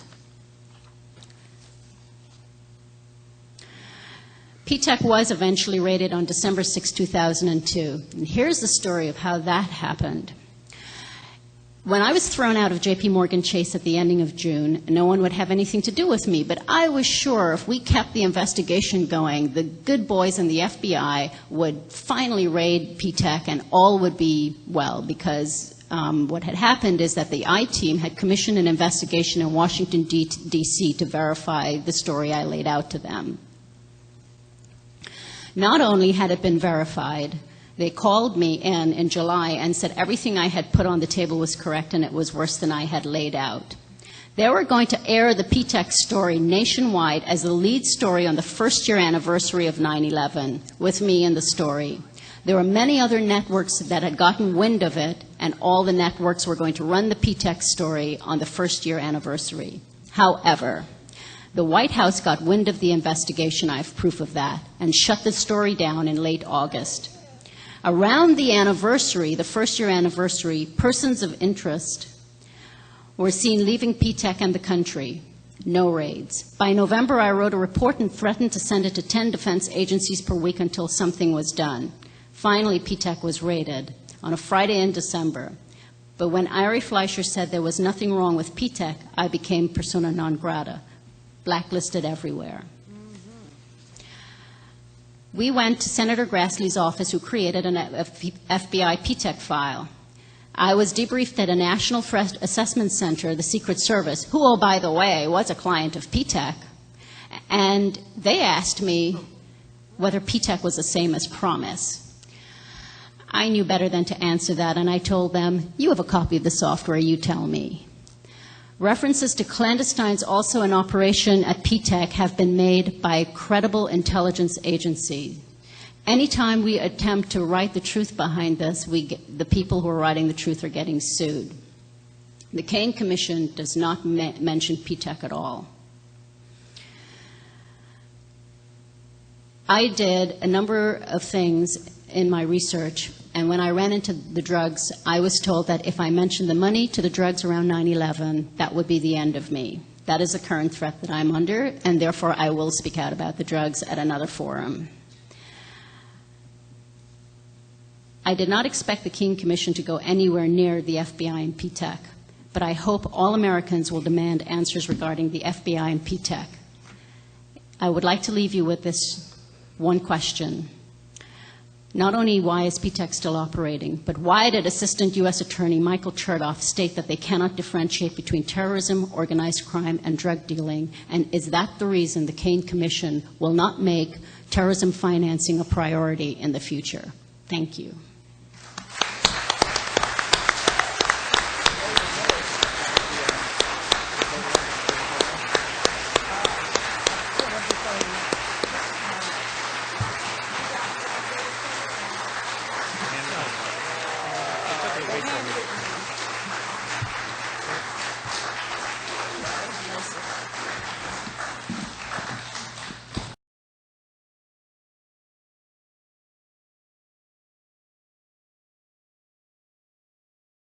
Thank you, Indira.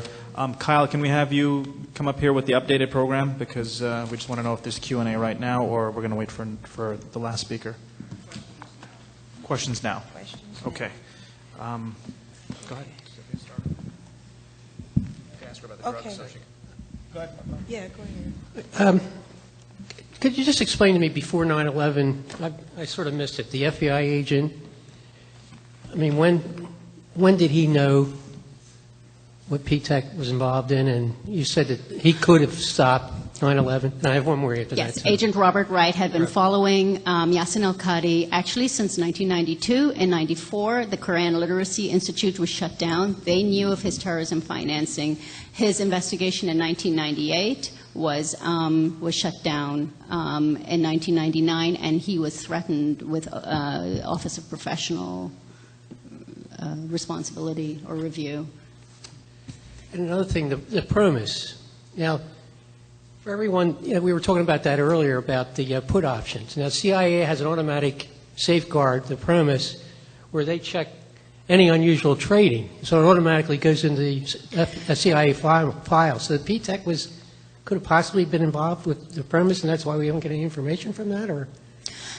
PTEC was with MITRE in the basement of the FAA for 2 years prior to 9/11. Their specific job was to look at interoperability issues the FAA had with NORAD and the Air Force in the case of an emergency. If anyone was in a position to know that the FAA, there was a window of opportunity or to insert software or to change anything, it would have been PTEC along with MITRE.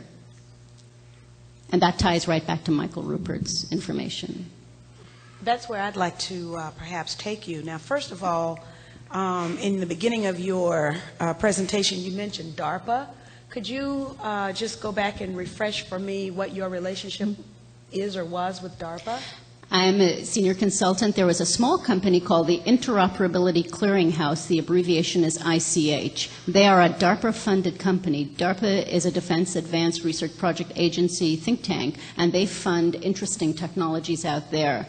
The particular project that I was working on had to do with interoperability of software and information. It was artificial intelligence based. In-Q-Tel, the CIA's IT-seeking arm, was holding funding hearings. Actually, the funding hearing was being held on 9/12.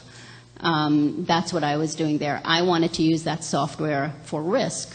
So after 9/12, they decided not to fund it, which is why I was back looking for things like PTEC.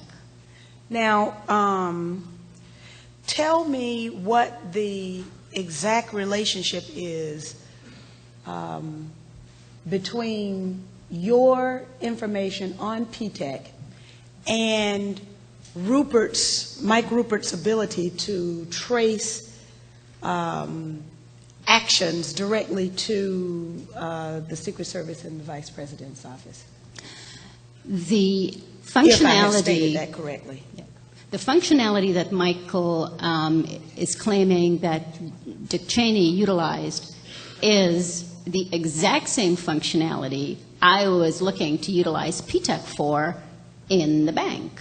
I was looking to set up a shadow surveillance system on everything going on, every transaction, and the ability to backdoor, look at information unobtrusively, and to backdoor intelligent agents out there to do things that other people would not be aware of. To stop, I mean, in risk, the whole shift is from bad things going on and finding it after the fact to preventing it from happening. So we were looking for patterns and have an intervention in there. So we were looking for interventive software, something that would stop. What Michael Ruppert is referring to is exactly the same kind of functionality, surveillance and intervention. If I may,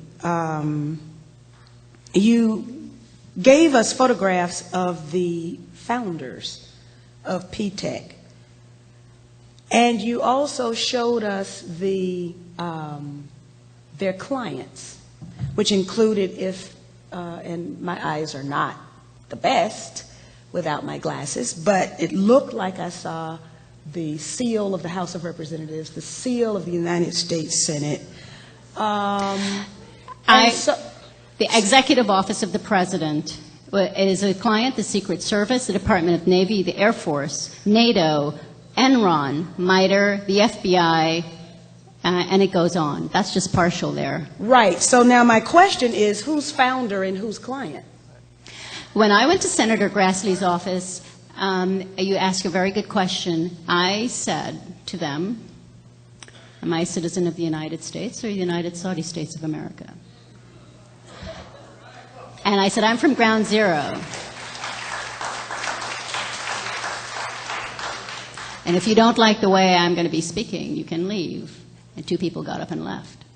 I said that my trip, my PTEC journey, was a journey from the Whitey Bulger tent in Boston to the white tent in D.C. Somebody else left. But I believe that unless you throw this right in their face, you speak very honestly, they will not get it that you know what's going on.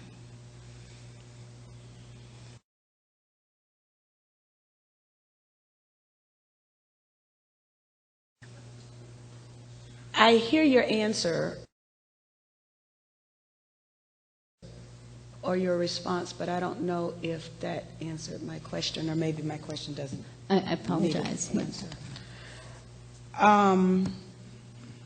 I think I will hand the microphone over to my co-commissioner here for a few questions. Sure, you can articulate your question.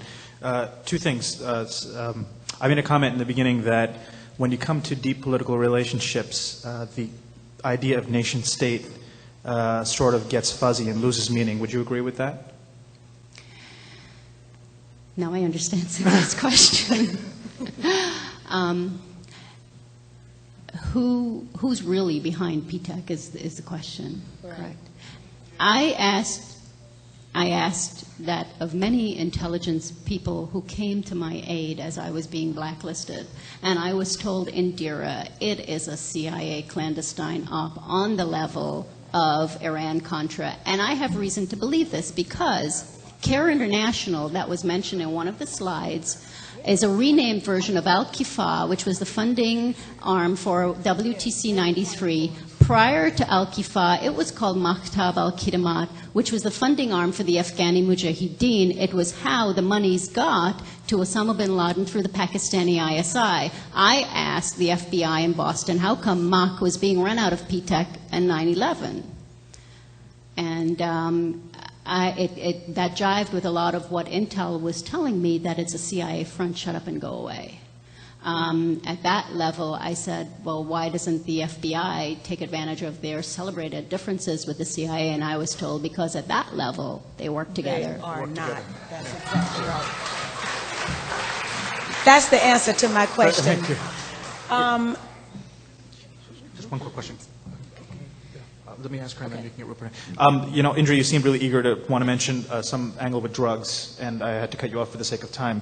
Can you do so in about 60 seconds? Just your thesis about what drugs have to do with what you're talking about.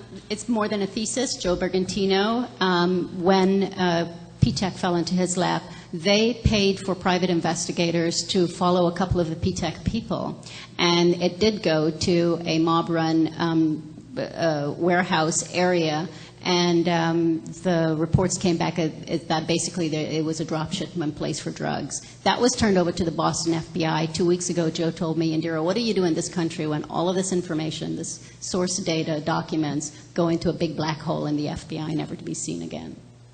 I've got a really scary question to ask about when I go back to Congress, but I want to bring it's really scary, but I want to bring Mike Ruppert in who wants to add a few points to what you've said? Thanks.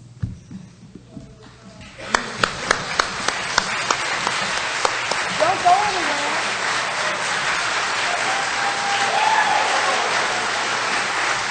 Cynthia. Don't go away. What's happening for you? Don't let her go away. Very quickly to add to this, in Crossing the Rubicon, I have one whole chapter on PROMIS, but PROMIS, which stands for Prosecutors Management Information System, PROMIS, which was its original name in the early 1980s, appears in about, I have 32 chapters in the book, and PROMIS appears in probably 11 of them. Now, what Cynthia was asking and what you were talking about, and to illustrate the case, there's another company that you and I are extremely familiar with called DynCorp, Oh, gosh, yes. which has been very closely connected. I wrote a major expose on PROMIS in October of 2000 after the National Security Staff of the Royal Canadian Mounted Police came to ask me questions about how their PROMIS software got compromised. The story's on the From the Wilderness website. But DynCorp, aside from being everywhere and doing everything possibly dirty, DynCorp also operates the telephone systems for the United States House of Representatives and the United States Senate. The billing records are maintained by an Israeli company called Amdocs, which monitors every phone call called, every phone call placed, every bill, every time, the duration of every call, who made the call, et cetera, et cetera, et cetera. We know that DynCorp has PROMIS. And this is where I truly wish our dear friend and colleague Catherine Austin Fitz were here today, because I would speak this on her behalf, because she was my teacher on this. What we see is that all these government agencies, as a result of PROMIS and PROMIS progeny, PROMIS enhanced versions with artificial intelligence being in the hand of private corporations, has turned the entirety of the United States government into a franchise feeding trough for the benefit of private corporations. The government belongs to private corporations. When you consider that another company known to have PROMIS, aside from DynCorp, is Lockheed Martin, on whose board of directors sat Lynn Cheney, the vice president's wife, until he took office. She was also in the PEOC Presidential Emergency Operations Center with her husband on the morning of 9/11. How did she get in? She didn't hold a government office.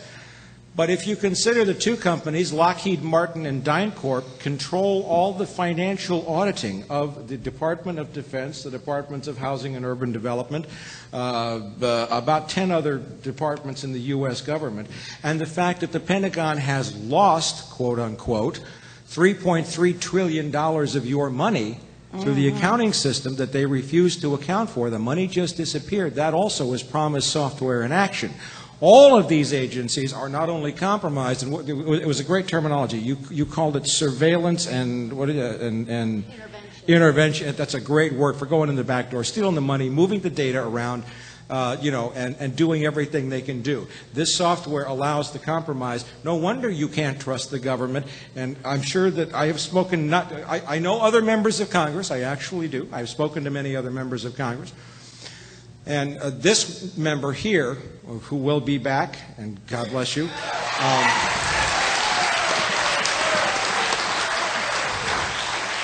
is not the only one to have told me, we don't know how secure our data is. We don't know who's listening to our phone calls. I can't trust anything. I can't talk in my office.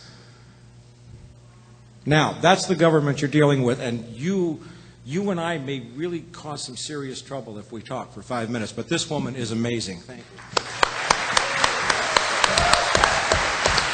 I think I have just been totally blown away by this very petite woman who has just, she's just exploded this information onto us. And so there are a couple of questions about security that you guys passed on, and definitely anything, those of us who have been treated in a similar vein need to stick together.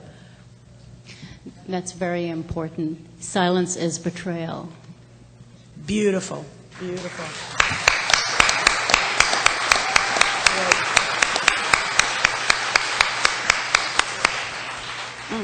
It's frightening. Okay, any more questions? I think we're going to... Yes. Questions. Questions. People from the audience who have questions. Yeah, we have about 5 minutes. What did Grassley say? Senator Grassley assigned me a Secret Service agent and... assigned you? Yes, assigned me and the PTEC issue a Secret Service agent to investigate the FBI's bungling into PTEC and what was really going on. Charlie hung out with me for until the anniversary last year when I told him I had stumbled onto the drugs and that they were giving a free pass to all those affiliated with terror financing for 9/11, and that my promise to him to go away until they could clean up the mess was no longer on the table. We had a very, very in-depth exchange where he basically broke down and admitted a lot of things to me, which I probably need to tell Cynthia in private. But he corroborated. He said it's all corrupt. It's all corrupt. Yes. I challenged him on the 28 redacted pages, and he said, "You're right. You've got it right." So. Is there someone who has collected the questions? Right here. Oh, you got a microphone up. Yeah, I'm Nico Haupt, aka Ewing 2001. I'm with INN World Report. We're also doing a great event on September 11. Please check out the Village Voice. You'll find the information. I would like to go back to your conclusion on PTEC. I also investigated on them on 2002, but only from 50% from what you find out. I think it is clearly indication that it is a CIA front, especially if you look into the board of directors of Booth and Hamilton, where you see James Woodsey, ex-CIA and PNAC, but also MITRE, which operates basically as an unofficial front since years.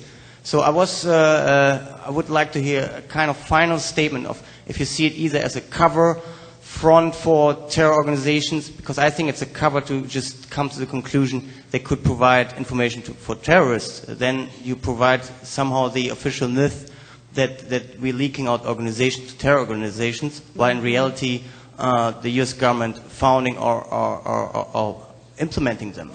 I think you're right. I think that the terror economy is being used by the political economy in place. And yours and mine, our currency is the U.S. dollar. Their currency is drugs. I stumbled into the drugs for weapons deals. This is no different than Iran-Contra. In fact, the same names that were around there are affiliated with PTEC. The same illegal clandestines are affiliated behind the scenes with PTEC. You also investigate on Yasser Khadi, because he's also more government near than just for the golden chain. I mean, he's both Bin Laden near and government. Yes. And there's a big cover-up on his business. So Yasser Khadi is on the same level as Rajhi, and Khalid bin Mahfouz the same level of importance in Saudi Arabia. Okay, Nico, we got 2 minutes, so next question. Is there a connection between this software and the old Inslaw software? The old Inslaw software is Promise. PTEC is actually a more sophisticated version. It's a place, PTEC in its heart is software that builds other software with such capability. So it's a more agile, adaptable version of it. Thank you. Next question. To shift a little, I'd like to ask the Representative McKinney, what teeth will this particular commission have in the end on righting things with the corruption in the government as it is today? Can we just save that for at the end? I just want to take advantage of Indira. Okay, and then I promise to remind Cynthia to address that. I'll just say it Oh, go quickly. ahead. Yeah, Carol Betts is going to make a presentation after we finish with Ms. Singh, and that will exactly be her subject matter. Indira, Michael Caine, I had the pleasure of coincidentally running into you down at Ground Zero at one of our truth vigils. And I've been looking at your work and mainstream coverage of it quite a bit. My question is that, to my understanding, I believe some of your information, well-documented litigation quality information, made its way into some lawsuits. I'm not sure if that's true or not. I just wanted to know if that's true. And I also was under the impression that some of that was tied up, so there's things you can't talk about because the lawsuits actually tied that information up where you're not allowed to go forward. And just on follow-up to that, are you going to be releasing a book, and can you release a book, or is this information tied up in a way that wouldn't allow? I am going to do my best to make sure that the information on PTAC doesn't get tied up in litigation. The litigation referred to the fact that my apartment at Ground Zero is contaminated and my lungs are damaged and all of that stuff. But I have been looking for a whistleblower attorney to sue J.P. Morgan for what they have done.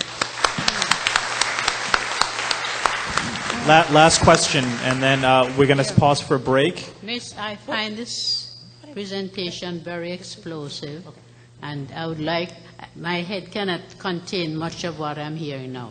Is there any way I can get to read something, you know? And look, tell me all you know, I won't tell.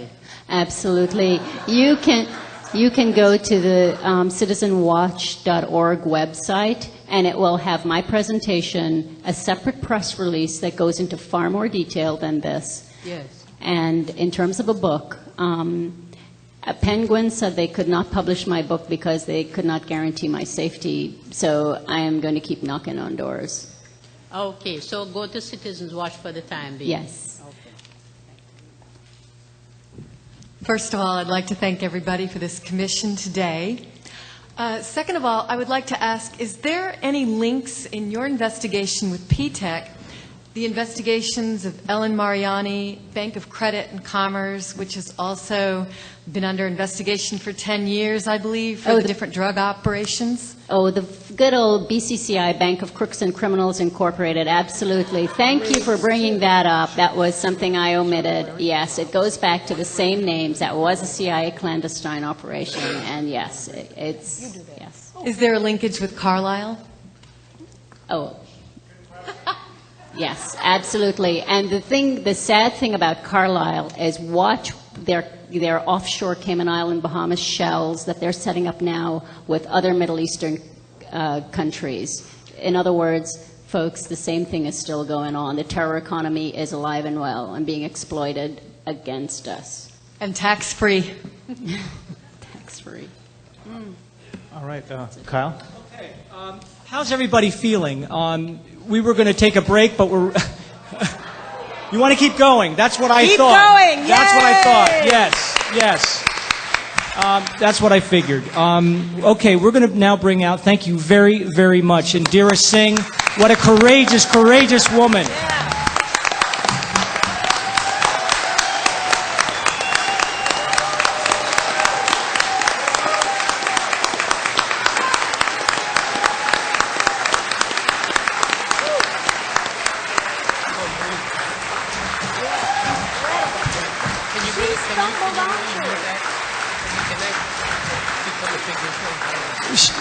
Indira has been struggling to tell this story for months, and she...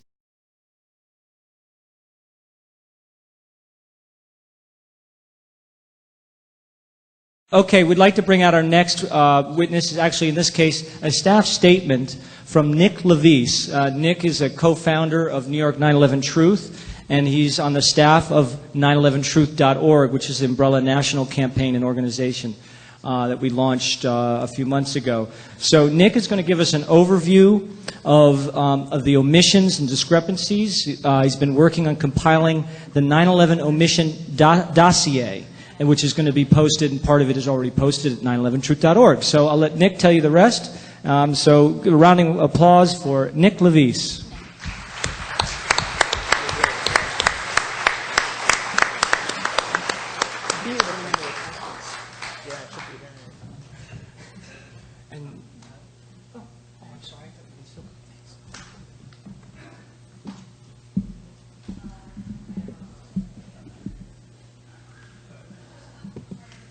Like a lot of things, that's not quite finished.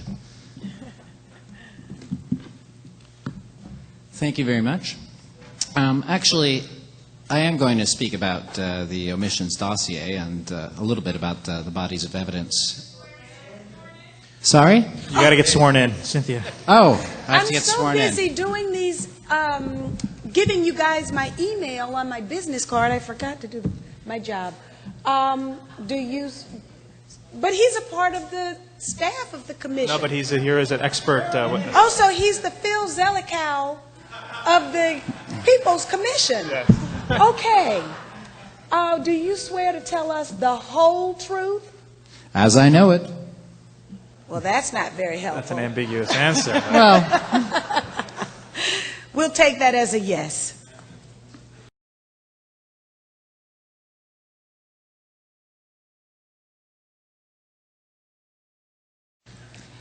thank you, Cynthia. I'm going to begin with a bit of full disclosure because I don't want to be like Phil Zelikow. I don't know. Does everyone know who Phil Zelikow is by now? Okay. And I guess you know Condoleezza Rice and that they co-authored a book together. So that the man who was running the investigation and deciding what evidence was going to be seen was also a best buddies with the woman who played the star witness. Okay, so just imagine that situation in a trial. The judge and the star witness are best friends, and it's not even news. It's not covered. Tonight, I'm going to speak on behalf of 911truth.org, which is the co-sponsor of these 9/11 omissions hearings, along with 9/11 Citizenswatch. We are also the co-sponsor with Walden3.org and INN World Report of the televised National Town Hall on the events of September 11th, which we're holding this coming Saturday, September 11th, 2004, at 7 p.m. at the Manhattan Center Grand Ballroom on 34th Street. You can find out all about it from leaflets that are available here, or you can go view the program at summeroftruth.org. I hope you can all make it, and I hope you bring a lot of friends and family, because if you've been listening to the presentations so far, then you probably agree there is a need to get out some real information about September 11th.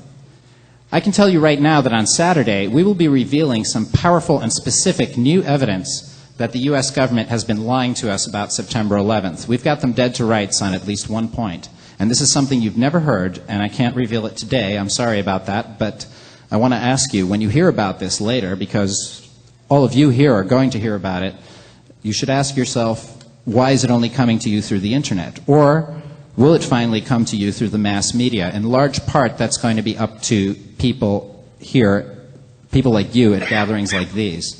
I think the time has come for the citizens to fight for the truth. I'm also a member of New York 9/11 Truth, which is the coming together of New York citizens around the insistence on disclosure and need for action. We've been at Ground Zero since the beginning of the year, holding a vigil every week on Saturdays to show all the thousands who pass by this hallowed ground that we are not giving up on the truth. And you know what we've been discovering in countless conversations in front of the PATH station? We are not alone. New York wants the truth. We all know, thank you, we all know it's a question of justice for the fallen. And I have to say, more than this, it's a question of whether democracy can prevail and whether there will be justice or war on this planet. Our feeling was all along that more and more people in this city, some of us thought most people in this city and many people in the country, are not accepting the official story of 9/11. That was always strong, and we got a big confirmation of that 2 weeks ago with the publication of the representative poll of New York State residents and city residents by Zogby. Half of the people in this poll in New York City itself believed that high officials knew the September 11th attacks were coming and consciously failed to take action. Consciously failed. 1/2 of New York City. But this was also 41% of the people upstate, which may tell us something about what people think in this country as a whole. And 66% of this city are calling for a new criminal investigation by the New York State Attorney's Office. What is making you all think that? And why haven't you heard about what you think and what apparently half of the people in this city think on the news? You're left to talk with your neighbors, aren't you? I hope you will, and I hope you will be joining this effort. New York 9/11 Truth is holding meetings every week, every Thursday, and on this next Thursday we're going to hold a roundtable on what we can do to get out the information that you've been hearing here today and to break the 9/11 cover-up. Again, you can find out the details of this at the program site, which is summeroftruth.org. That's where the New York events go. And it's still summer, folks, and I think we should just keep it summer for the rest of this year until November 2nd and beyond. I hope you excuse me for having begun with all this information about groups and coming events, because, as I said, I'm going to give you full disclosure. I am involved in this issue, and I hope you will get involved actively. 9/11 Truth is not only about 9/11. It is about truth. It is about who gets to define reality. It is about whether we will be the perpetual victims in a world governed by lies. 911truth.org, as the name says, is a website. It's just one effort among many by literally hundreds of researchers, writers, activists, and truth seekers to unite and to make a coherent and strong case for reopening a criminal investigation into the events of September 11th.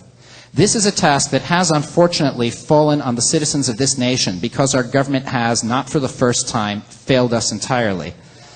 I believe in conscientious research, but I don't believe in mincing words. The 9/11 Commission was a farce. The investigation, not only, now you all know that the investigation, that the executive director was, a high official in both Bush administrations, but beyond that, I assume you all heard about Max Cleland as well, who was a commissioner until last December. Who here remembers how he resigned and what he said before he resigned?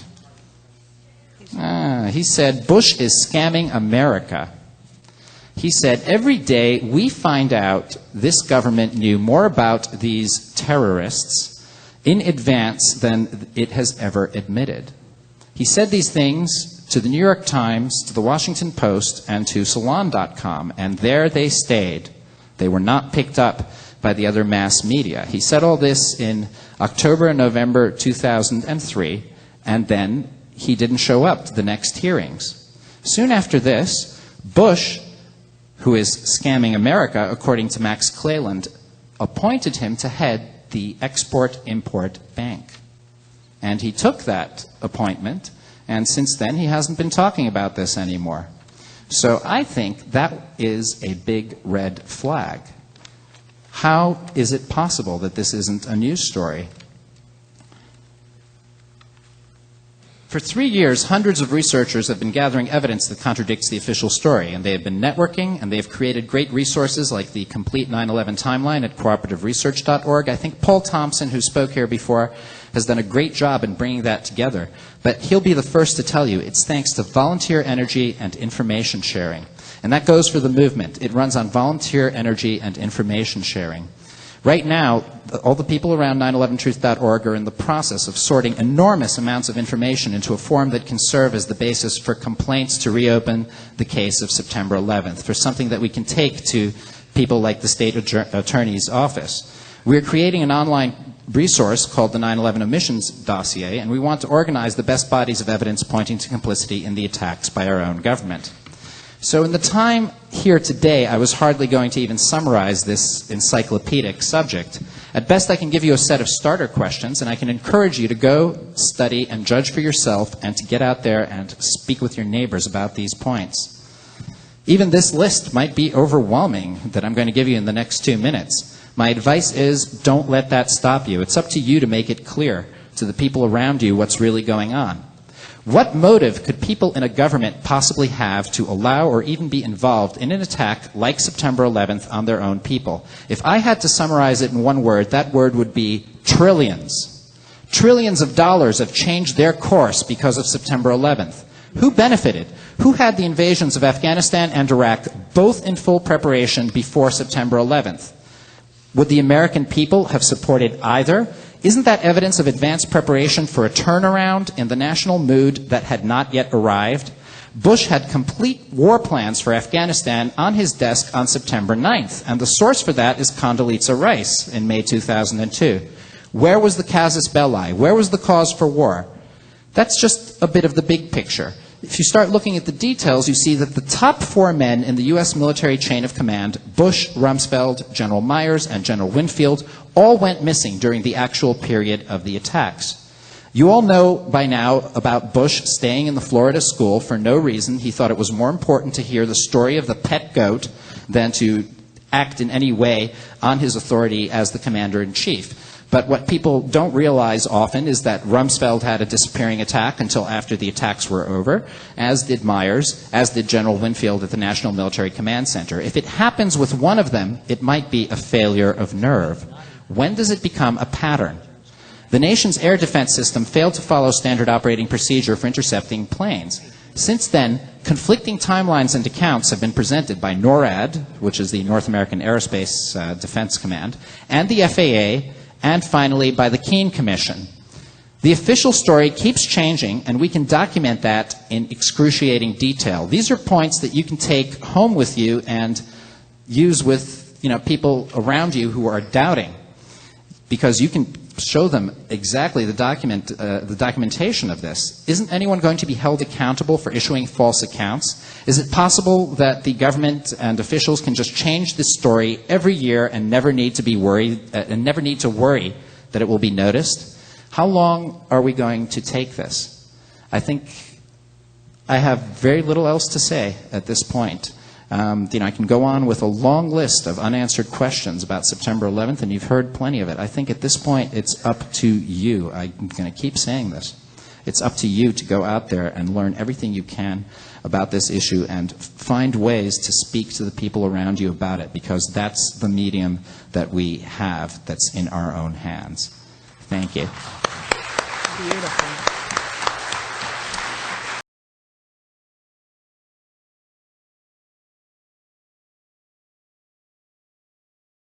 And then we're going to invite Carolyn Betts, who's going to do a staff statement.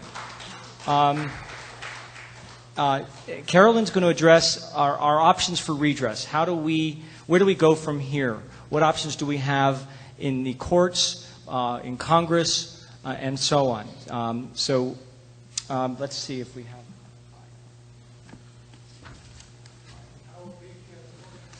Would you begin just by giving a little bit of background about yourself and then go into your address? Sure. Thank you. Instead of starting with a shark story, I'm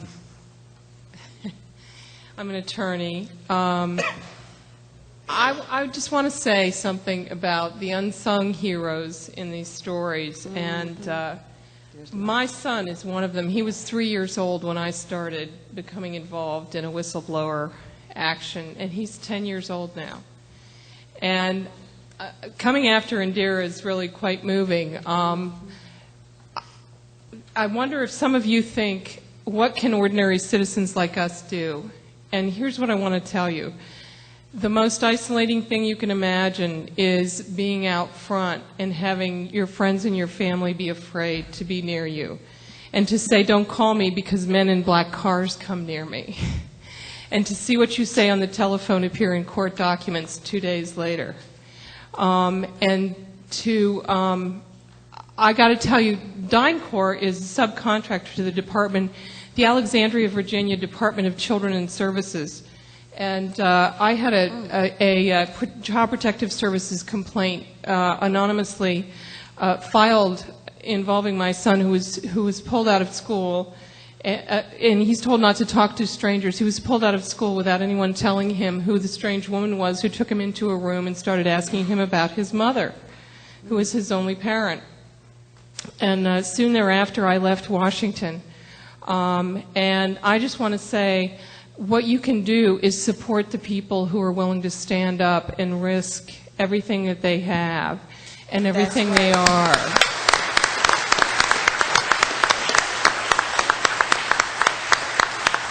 And understand that when you ask for an attorney to help you, that the attorney might never work again.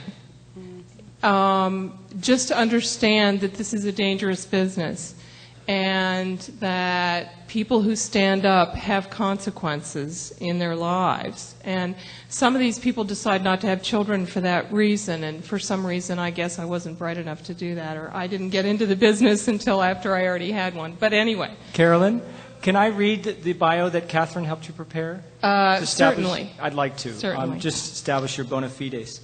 Not that.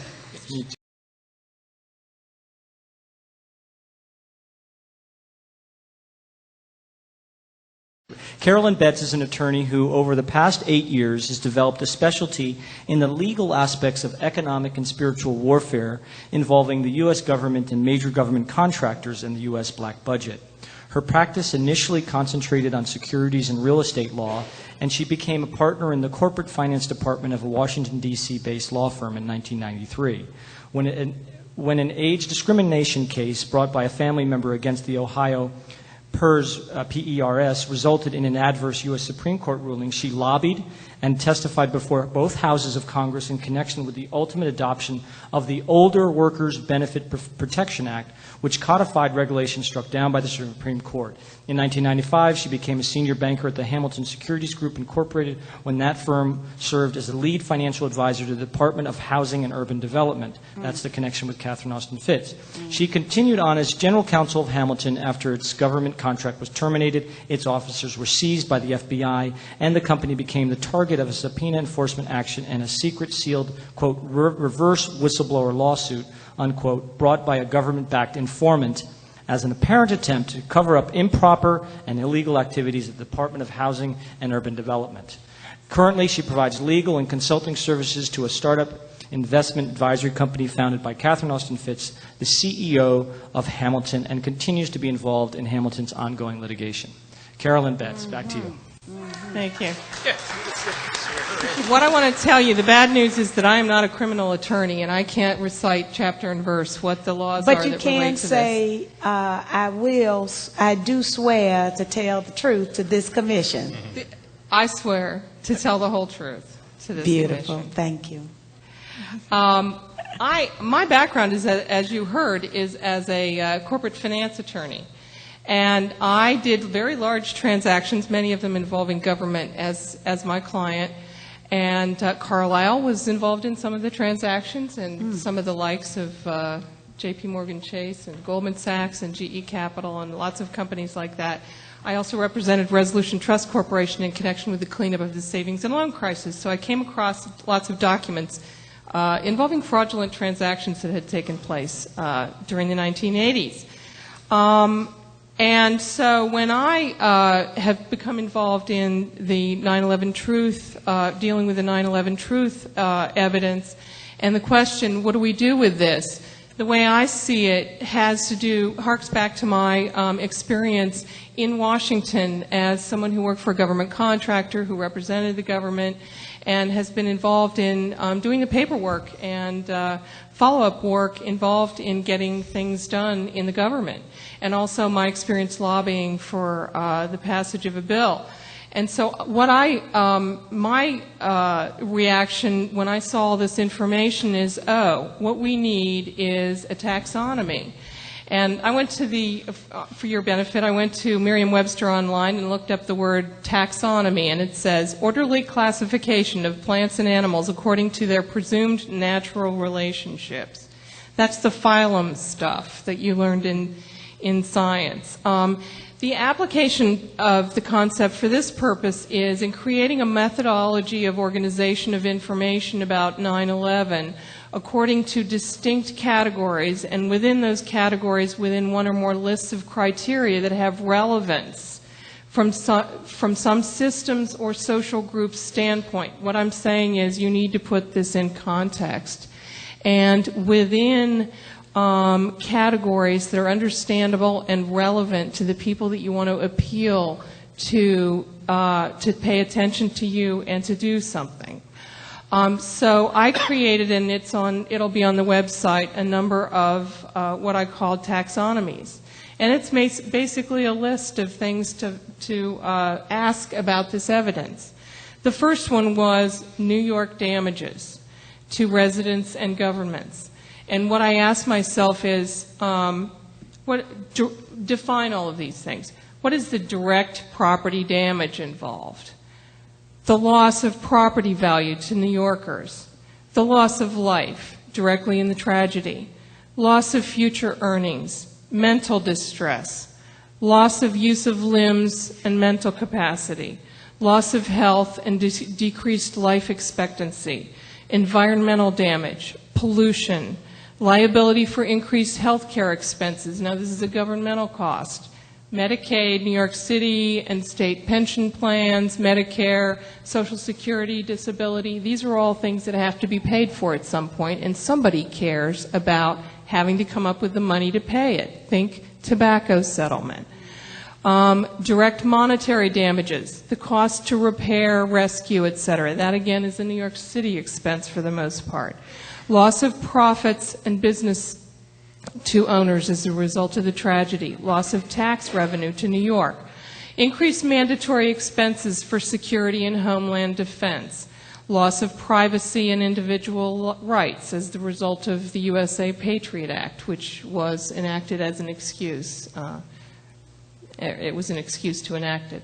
Loss of life of military people in Iraq and Afghanistan, if you want to take it out. These are the types of things we need to ask and quantify and be very clear on, because these are legal concepts that are measured, that are things that you have to prove in court, and this will always be what affects somebody who's looking at this from a governmental or judicial standpoint. The next taxonomy category I have is possible crimes and other bases for liability. On the site, I'm going to have certain selected about half of the statutory provisions in the penal law of the state of New York. I'm just going to read a few of them. Criminal solicitation, conspiracy, attempt, criminal facilitation, assault, homicide, kidnapping, burglary, criminal mischief, arson, larceny, offenses involving computers, accessorial conduct, that's aiding and abetting, forgery, offenses involving false written statements, insurance fraud, bribery, official misconduct, bribery involving public servants, perjury and related offenses, enterprise corruption, money laundering, terrorism. Those are all provisions in the New York statutes. And each one of those provisions also has a level of culpability that has to be proven in order to hold someone liable. So when you're looking at what people did in this whole morass of huge amounts of information, you got to find out for a particular crime, do you have to show that they intentionally did something, they knew what was going to happen, that they were grossly negligent, that their behavior was beyond the pale and they should have known, that they were merely negligent, or was it something that they're liable for no matter whether they knew or not? That makes a difference, and when you're presenting evidence to someone in an official capacity who wants to know whether they've got something to prosecute, you've got to, it will be helpful to that person to know what you have gathered in those particular terms. So possible crimes, I made a more generic list: murder, manslaughter, assault, conspiracy, criminal facilitation, bank, insurance, securities, and other fraud, trespass and damage to property, both personal and real, obstruction of justice, lying under oath, breach of contract. Remember that there are a lot of government contractors here. That's a breach. Their breach of contract is how you're going to get to a government contractor, probably. Military crimes. There are also military people involved here. Acts or omissions based on duties that arise under government job description. Liability of a principal for an agent's conduct. Failure to supervise. Contract. I already did contract liability. Faulty building materials or methods, that sort of thing. Building code violations, immigration law violations, Clean Air Act, and other pollution violations. Those are just examples of what we're dealing with. Now, another thing to look at is the strength of the hard evidence. We've been hearing a lot of theories and a lot of facts, and we tend to mix them all up and build a story, which is really good for figuring out between you and me what we think happened. But in a court of law, and in order to justify investigatory action, you need to have proof at various levels, and just consider how strong the proof is of each particular thing that you're bringing to the table. So a taxonomy in this respect would perhaps rank the evidence according to which is your strongest case. You know, where could you show something? Now, this is my opinion, but I think filmed and recorded accounts are probably about as strong as you're going to get, and it all goes down from there. Physical evidence, like air tests results, Official records like flight plans, FAA flight plans, New York Stock Exchange trading records, NORAD records, FBI directives, things like that. Unofficial records, flight school records, for example. Legal realities in terms of what the statutory duty is for someone who's in a particular job. You know, that's evidence. You know, this person holds this job. The statute says the person who holds this job is responsible for X, Y, and Z. You know, if you're going to go after Donald Rumsfeld, you need to know what the Secretary of Defense has a statutory obligation to do. Congressional and Caine committee testimony is also a level of, next level down in my list. Private testimony, eyewitness account, formal. Eyewitness account, informal. Accounts from that are in books. The reason I put that as this low down on the list is because it's what's called tertiary evidence. It's one step removed from the original source. And press accounts and other secondary sources. Then another taxonomical list that I made was identity of potential complainants and damaged parties.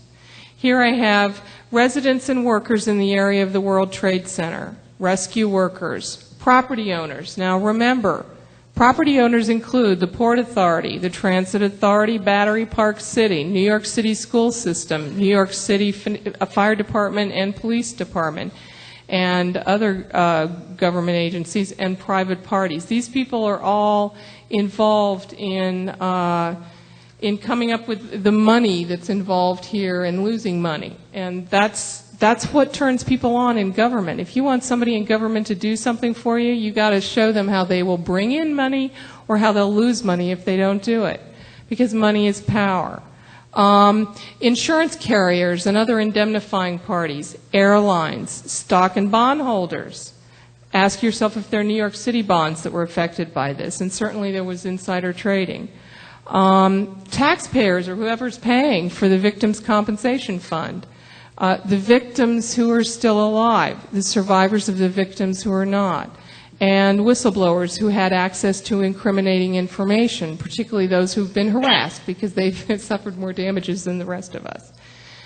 Then another thing to ask yourself is, where is the public sentiment and support? Because no one in government is going to do anything if they don't think that their backside is covered. That they will, if they take a risk on your behalf, that there will be people standing behind them, supporting them in doing that.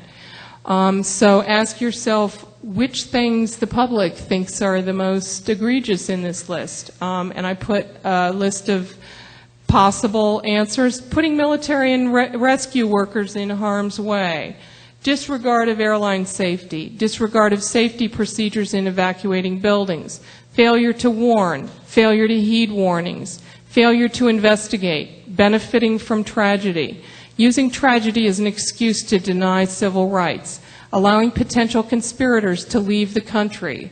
I imagine you know who I'm talking about there. Allowing illegally obtained or tainted funds to leave the country or become available to fund preparation, execution, and cover-up of the 9/11 tragedy. Using the tragedy to get government contracts. I also figure you know a few of those. Using tragedy to hide failings or legal infractions that have been committed. Using the tragedy to get appropriations. Using the tragedy for political purposes. Using the tragedy as an excuse for war.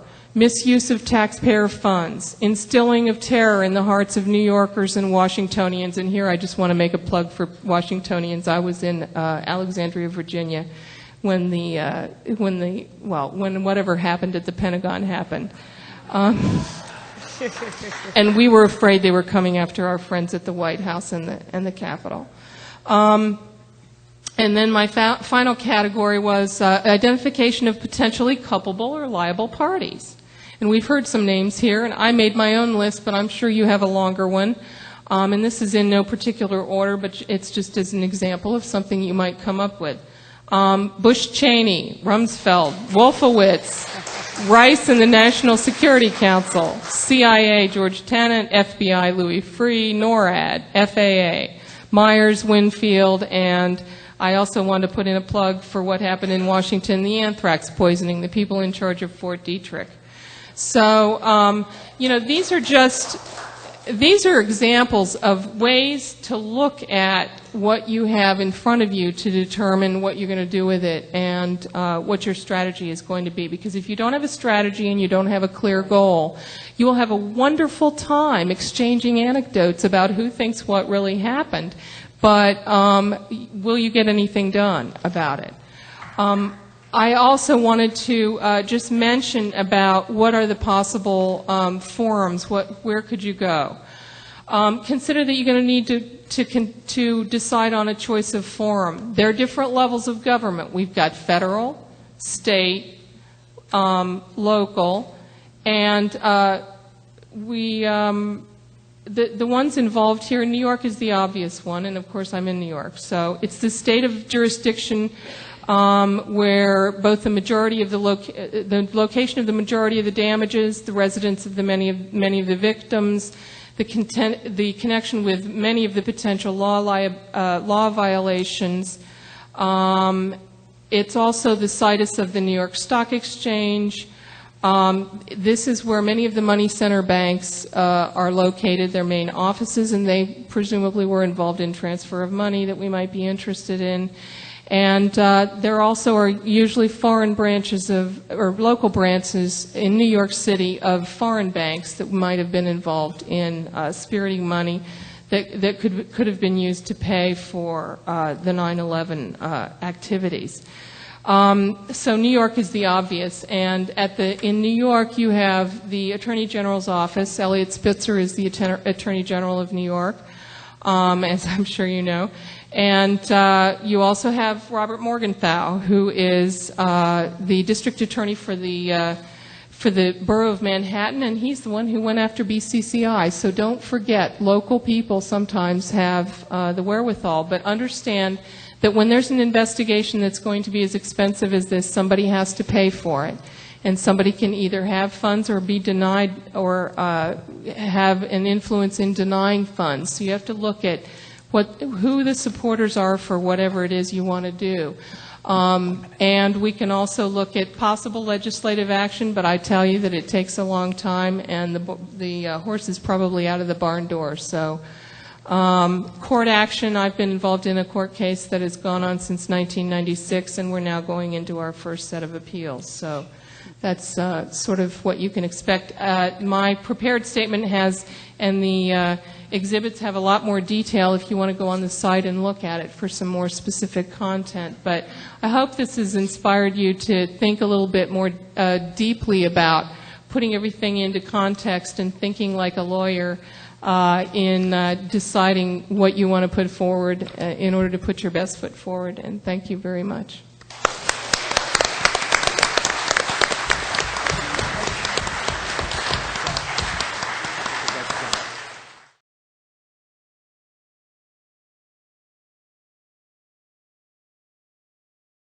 I'm John Judge with 9/11 Citizenswatch, and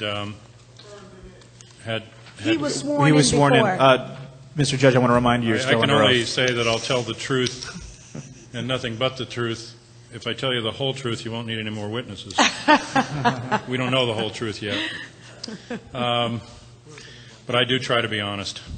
And I also try to get at the truth, which is a fairly slippery animal. I come sort of in the role as if someone on a staff of a commission, and I was trying to outline earlier and didn't go into great detail about some of the omissions in the report in areas that the report either doesn't clarify or misleads in, and some of those that I think bear the most fruit for a commission to look into in regard to 9/11, I mentioned before, is whether or not this was an intelligence failure. And I think it's been framed as an intelligence failure from the time of the Joint Committee forward. The joint inquiry by the Senate and the House. But I think framing it that way has put us in a position of then curing that failure by further funding, giving more powers to, fortifying, and failing to criticize in any fundamental way that same intelligence establishment that we're saying failed us on 9/11. I think the real analysis should be that there was a breakdown in every standard procedure of the intelligence agencies that had functioned prior to 9/11. And it should be looked at that way rather than that the system was dysfunctional, because had it been dysfunctional for all those years up to 9/11, someone would have done something to fix it, presumably. And there wasn't any move or criticism of it until you get to 9/11, and then everything that you see happening in the past suddenly doesn't happen in terms of the 9/11 events. So taking that intelligence failure route also means that we don't criticize the historical framework of deep politics and covert operations. Criminal cartels and paramilitary operations, illegal drug distribution networks, and undemocratic forces combined from their inception with the U.S. intelligence agencies to create both domestic and foreign covert operations, first to serve the interests of the Cold War, and in a continuing way now to serve the interests of an emerging global corporate expansion. And the history of that is, for the most part, hidden from us, because history in 1948 under the National Security Act became not something that belonged to the people of the United States, but rather a commodity that was put under control of a national security state. This is the military-industrial intelligence, and those are the original words in the draft of the speech, the military-industrial intelligence complex that Eisenhower warned about going out of office in 1960, that he saw emerging and said shouldn't have undue influence, but the only person that seemed to stand up to it effectively, John F. Kennedy, was removed from office in a rather abrupt way, and not much of anybody has challenged it since. And this commission would leave it in place and strengthen it and consolidate it. For a quick review, for those of you who don't know that history from 1954, of all the things that were done in our name and that I would contend have got us into the situation we are now, as well as all the rest of the people of the world who we don't know why they're angry at us, I would suggest William Bloom's two books, Killing Hope and Rogue State. I would suggest Peter Dale Scott's Drugs, Oil, and War, and also his earlier book, Deep Politics and the Murder of John F. Kennedy, to have a deep political understanding, which goes even beyond parapolitical in terms of how these things happen. And it's not so much a conspiracy in a boardroom as it is historical forces that combine. And also, you can find hundreds of books about the CIA. I challenge you to find more than 5 on the real intelligence establishment, the DIA, the Defense Intelligence Agency, and its branches, the Office of Naval Intelligence, Army Intelligence, Marine Corps. ONI is the oldest and largest intelligence agency in the United States. And the CIA is a think tank. When it comes to covert operations, they go to a liaison at the Pentagon, and the DIA takes over in terms of carrying out the operation. And we're seeing a clash right now between some of these old hands and how they want to restructure these intelligence agencies and whether something besides the DIA would be in charge. They're also over the National Reconnaissance Organization, whose initials used to be classified. That's the spy satellites, the National Security Agency, all the electronic listening. The black budget of the DIA is 10 times what the CIA has. They have 100 times more employees and 10 times more budget than CIA and FBI combined. And the only person that writes a little bit about them in the popular press is James Bamford. Puzzle Palace and his more recent books, Body of Evidence and Pretext for War. So for a novice, I think those are starting points. I have hundreds of other books, but I think that's a way to get into the topic and to understand how we got to where we are. Now, the two major covert operations that I think would bear fruit looking at that lead us into the period of 9/11 were run initially out of Carter's administration, suggested by Zbigniew Brzezinski, his security advisor, to go into Afghanistan and back a reactionary Muslim fundamentalist response to a socialist government that was in power there. There was an attempted coup, and there was a counter-coup, and then the U.S. came in to back the people that wanted to take them out of power, and they also did it in a way that they felt would force the hand of the Soviet Union into a military intervention. And Zbigniew Brzezinski said it would give them their Vietnam, and in a recent interview, he said he had no regrets about doing that, even though it potentially led into a situation like 9/11, because his words, what are a few stirred up Muslims compared to the fall of the Soviet Union? But we, under that operation, we, along with the Saudis, and it was the largest financial, it was $3 billion, the U.S. part, and matched by the Saudis, through drug profits, the Bank for Credit and Commerce International, and the U.S. Funding it through Pakistani intelligence services. And it was a huge covert operation that armed and built the capability that we now like to call Al-Qaeda, which is a very loose term. The media make you think that it's some sort of a corporation with a CEO. It would be equivalent to saying the movement in the United States did something. I mean, that's how basic that term is. It means the base or an operation, but it doesn't have the sense of a cohesive organization. It has many factions and a wide range of differences, and it's certainly not run out of any one place or through one particular operation. It was the bin Laden family in Saudi Arabia who financed by the CIA, built the operation caves that we're led to believe are the source of our current problems. So it's a direct route to understanding. And then when did that actually cut off? Because there was funding even after the fall of the Soviets there and their withdrawal and the rise of the Taliban. There was U.S. intelligence funding of the Taliban. There was a $43 million transfer even in 2001 to the Taliban to stop growing opium. When they stopped growing opium there, in part, then the Northern Alliance took over, and now with the new government that the U.S. has helped to bring in, they're back up to 85% of the world opium production there in Afghanistan. And there appears to be also ongoing U.S. covert funding of other fundamentalist Muslim movements in other countries besides Afghanistan in the period post 9/11, and certainly up to that period. So I think that would bear fruit, and I think the people who have studied the history also know that the Taliban warned the United States about the 9/11 attack. The Taliban offered 3 times to turn bin Laden over to an international court. That was called "We don't negotiate with terrorists." And then the Taliban was taken out of power in a plan that pre-existed 9/11. That goes all the way back at least to that summer, Colin Powell telling the surrounding countries that we were going in mid-October to take them out, and staging the British and U.S. troops in the area to be ready for it before 9/11. And the Iraqi invasion was similarly planned well before that. We were told by the press that 11 days before the invasion, Bush got word of it. That told me he was among the last to know. John, can you just, do you remember the actual quote that the Taliban were given? I think it was in Turkey or in Germany. We'll bury you in... Yes, they said they would either bury them in gold or bombs, I think was a carpet of gold or a carpet of bombs. Yeah, that would be and these were U.S. intelligence people, but the BBC also reported that Colin Powell had forewarned the surrounding countries of the invasion.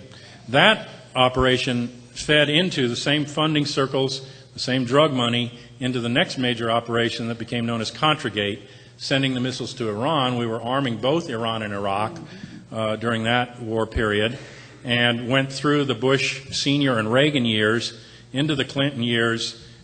These covert operations and funding went on, but Contragate existed then, and many of the people that ran it, including some that were brought up on legal charges and convicted, were brought in then as the new advisors to the Bush administration and the Bush administration team. Among them Colin Powell, who had actually signed off with Poindexter on the shipment of the missiles, unbeknownst, I believe, to Reagan and on Bush's authority, because Bush was president the day that they signed it, because Reagan was in prostate surgery. John, 2 minutes. Okay. Poindexter, Reich, Abrams, Reich being promoted now to head ambassadorship to Iraq, Richard Armitage in the State Department, who also met with Mohammed Ahmed, the head of Pakistani ISI intelligence in the period right after 9/11. This black budget that we're talking about put Saddam Hussein into power and then took him out.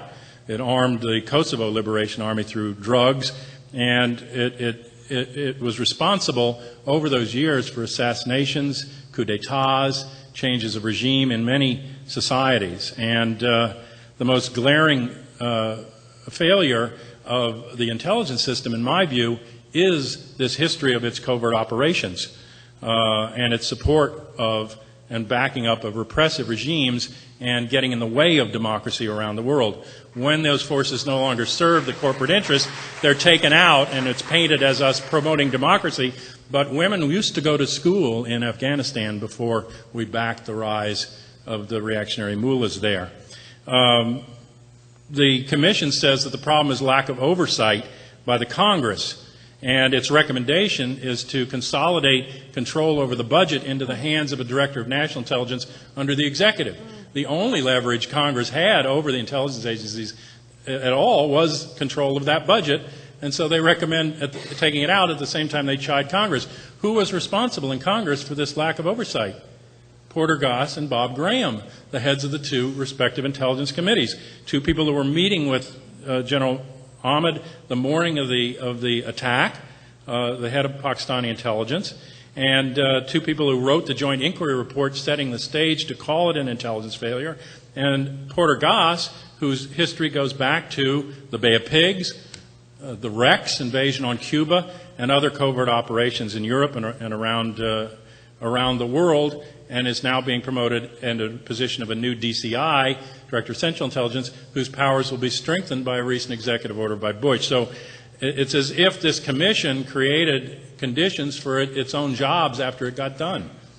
I wanted to talk also a little bit just about, there were not only individuals named in relation to this plot, but the 28 pages missing from the joint inquiry talked about foreign countries.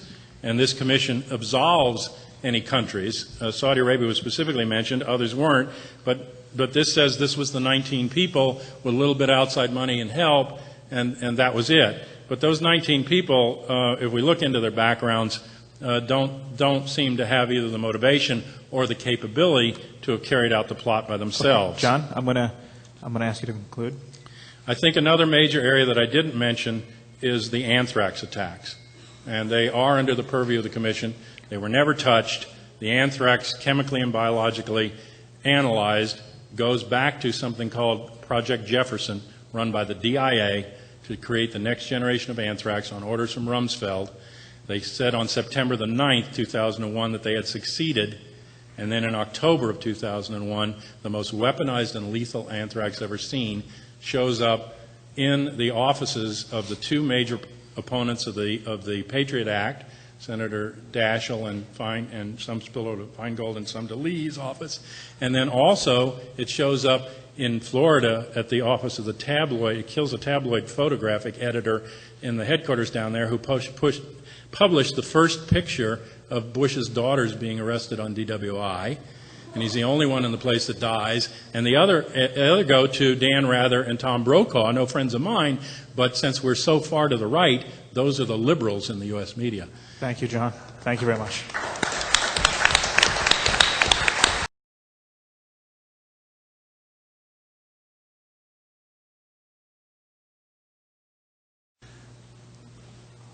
We've all become quite aware of the consequences of 9/11 for the Arab and Islamic world. Iraq's been reduced to smithereens. Afghanistan's been reduced to smithereens. Like a beehive that's been swatted with a bat, the Islamic world is now very, very agitated at what the U.S. and Israel is up to. It's a terrible situation. The clash of civilizations that was predicted by Samuel P. Huntington back in 1993 has become a reality. I'm wondering, what was in the mind of Osama bin Laden? Assuming that he did play some role in orchestrating and facilitating via the ISI of Pakistan these hijackings, if he in any way had any loyalty to the Islamic religion to back his various fatwas and various decrees against the United States, I've never been able to understand what is going through, this is the question, what must have been going through Osama bin Laden's head to conduct these attacks knowing that the Islamic world for the next generation, two, maybe longer, would endure the most incredible assault by the United States. I can't understand what his thinking must have been.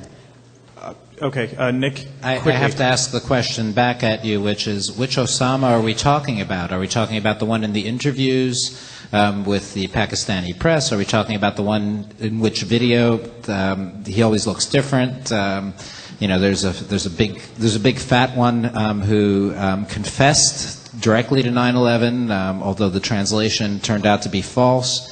Then you have all these audio statements that were supposedly released by him since September 11th. Which one is real and which one is not? If you take a look at the actual record of what's there, it's all in conflict, especially since September 11th. Just to add, as an American Muslim and as an assistant imam, the whole militant Islamic network and their ideology has been disavowed by almost every single Islamic authority that I've read. That's the first thing. That never makes it to the New York Times, nor to the Post, nor wherever. The closest it got was, I think, page 6 on September 13th, when the world's Islamic legal scholars condemned, including the Taliban, as John Judge says, ironically enough, condemned the attack on the World Trade Center. So he is seen as a rogue figure in the Islamic world, and I, as a Muslim, don't even know who he is. Okay, I don't know who he's working for. I don't know if there's one Osama bin Laden, and there's precedent for me to think that way based on the history of covert operations and false flag operations.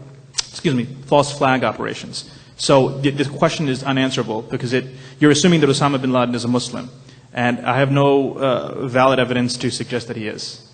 You know, a beard and a robe and chanting Allahu Akbar does not make you a Muslim.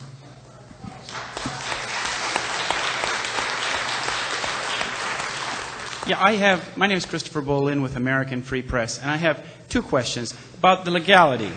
I think that the criminal destruction of evidence, when a company named AMEC, a British company, Assets Management and Engineering Consultancy, was responsible for the renovation of the Pentagon and the cleanup of the Pentagon, the same company was responsible for the cleanup of the World Trade Center sites.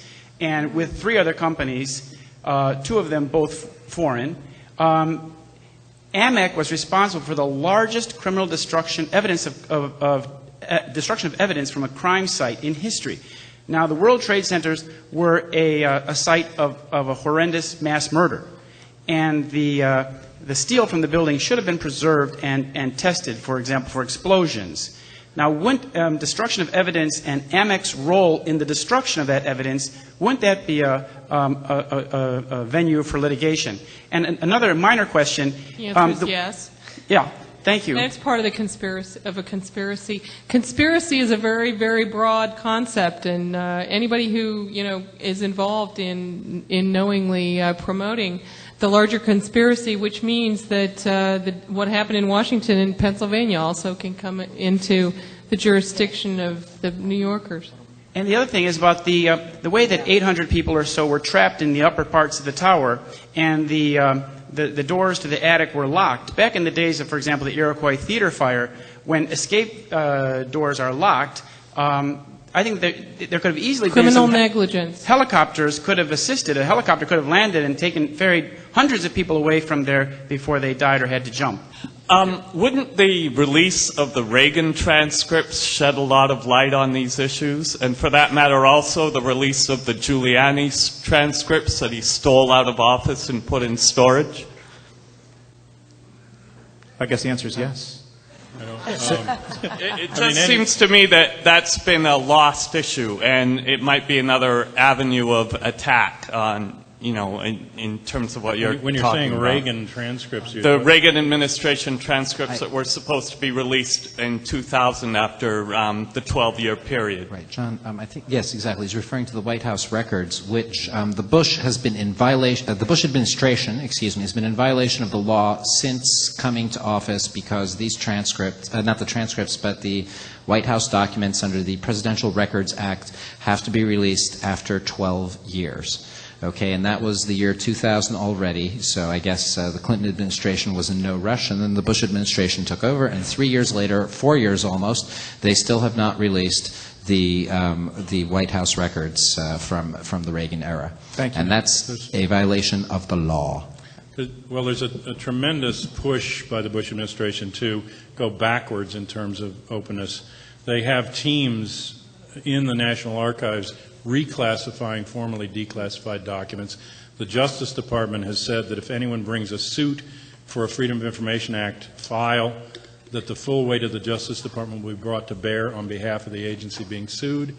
An executive order that Bush put into power gave him control over the previous 2 administrations' records, and in general they have been reluctant to release anything, legal or not, from past or current administrations. But certainly any of these documents created by people that we're electing and paying to be in power and that are supposedly representing us in a democratic government belong to us, not to them. Thank you. Thank you, John. Yes, I'm concerned with the Dick Cheney and Lynn Cheney in the secret bunker on 9/11, perhaps running things, and how 9/11 was most definitely a pretext for Iraq in gaining public support. I think we all agree with that. I'm concerned now with the Lynn Cheney connection with AIPAC, Israel, Larry Franklin, the Iran situation right now, and us potentially going into Iran, and what might be the possible pretext for our invading Iran, and is that right on the horizon, and should we be talking a little bit about that too, since it might be happening imminently? Your question is about the deep political relationship between the Cheneys and AIPAC and Israel and Larry Franklin. Yeah. John? Well, I think one aspect of deep politics that hasn't been looked at, a lot of people say this comes from oil, but I think even deeper than the oil is how the oil is financed and based. And I think it's important to know that first Iran and then Iraq and then Venezuela, where we've been trying to effect a coup recently, switched over on their oil production and sale from the American dollar to the euro. And I think that's part of what's precipitated them as targets because it does threaten the entire economic system here if oil, and they were urging OPEC countries in general to go to the euro. And there's a lot of agendas driving things. I mean, and many times U.S. hegemony and global relations are in relation to some of the more corrupt or backward regimes abroad. And there's certainly times when the U.S. and Israeli government agendas push together for things. I'm not of the opinion that Israel is the tail wagging the American dog, but I do believe that there are a lot of people in the current Bush administration with close ties to and loyalties to the Israeli agenda and the part of the U.S. global agenda that has to do with that region.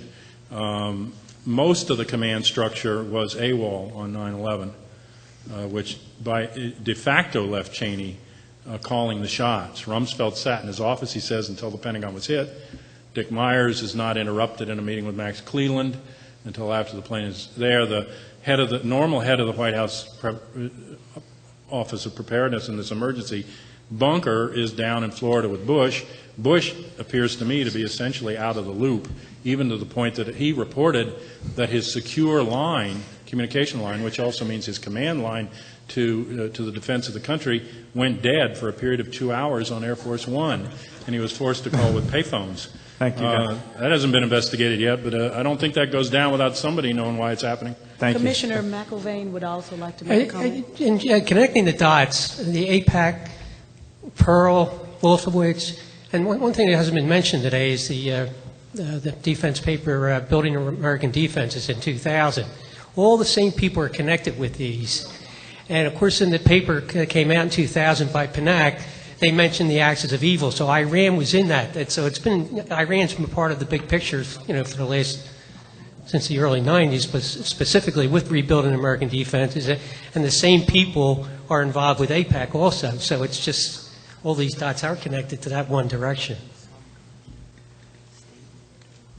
Hello. I'd like to thank the 9/11 Citizens Commission for standing with us, by us, and for us, and 9/11 Truth and the Citizenswatch. Thank you, all of you, for your strength that you give us. The answer to your question that you asked me was 2 months, by the way. Yeah. Okay. Oh, thank you. Yes. 2 months was when the fire went out. Yes. I was At wondering Ground what the Zero. date was. The fire went out at Ground Zero. 2 months it took. No, 4 months. I asked Elizabeth Orkin. She said 2 months. No, they did not. Okay. They were not. Okay, months. Lasted a long time. I wanted the date, though. But anyway, I want to thank also Truth for a Change, which is a show that Joe Friendly produces, because it was through him that I even discovered 9/11 Truth. I believe it or not, I never heard anything about it on Democracy Now!, which I am devoted to. But I just want to say, Joe Friendly is over there. Thank you so much for your airing of Phase 2 for Truth 9/11 Truth. My question is, I am very concerned looking forward, and Carolyn being here, I got thinking in the future. I'm concerned, does it matter who wins the election? And I have to say that, if Kerry wins, it might only just diffuse the frustration and anxiety that we're feeling, but on the other hand, it could help him and aid and abet him to continue the agenda for the next 4 years unattended. So it's all very curious and dubious. And I thank you very much for being there, Cynthia. My question is, can we, as an action, a national action, not pay our taxes? Take our money back. And can that be a way of expressing and standing and saying we are not going to pay taxes this year? Well, can I answer that? I will tell you that Catherine Fitz has been looking into that for quite a while, trying to figure a way what the model is there. But I can tell you that my opinion is that you can do more by taking your money out of the big money center banks, put your money in local credit unions, community banks, where you know what they're doing with your money and it's going into your neighborhoods. Stop subscribing and paying money to the media who do not give you the truth. Vote with your dollar. Support media by donations, buying books, getting subscriptions to the people who tell you the truth.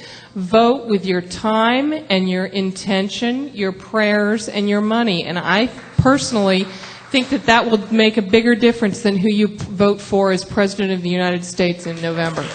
Let me just add that there is one congressional race in Georgia where the votes and the financial support do matter. So please.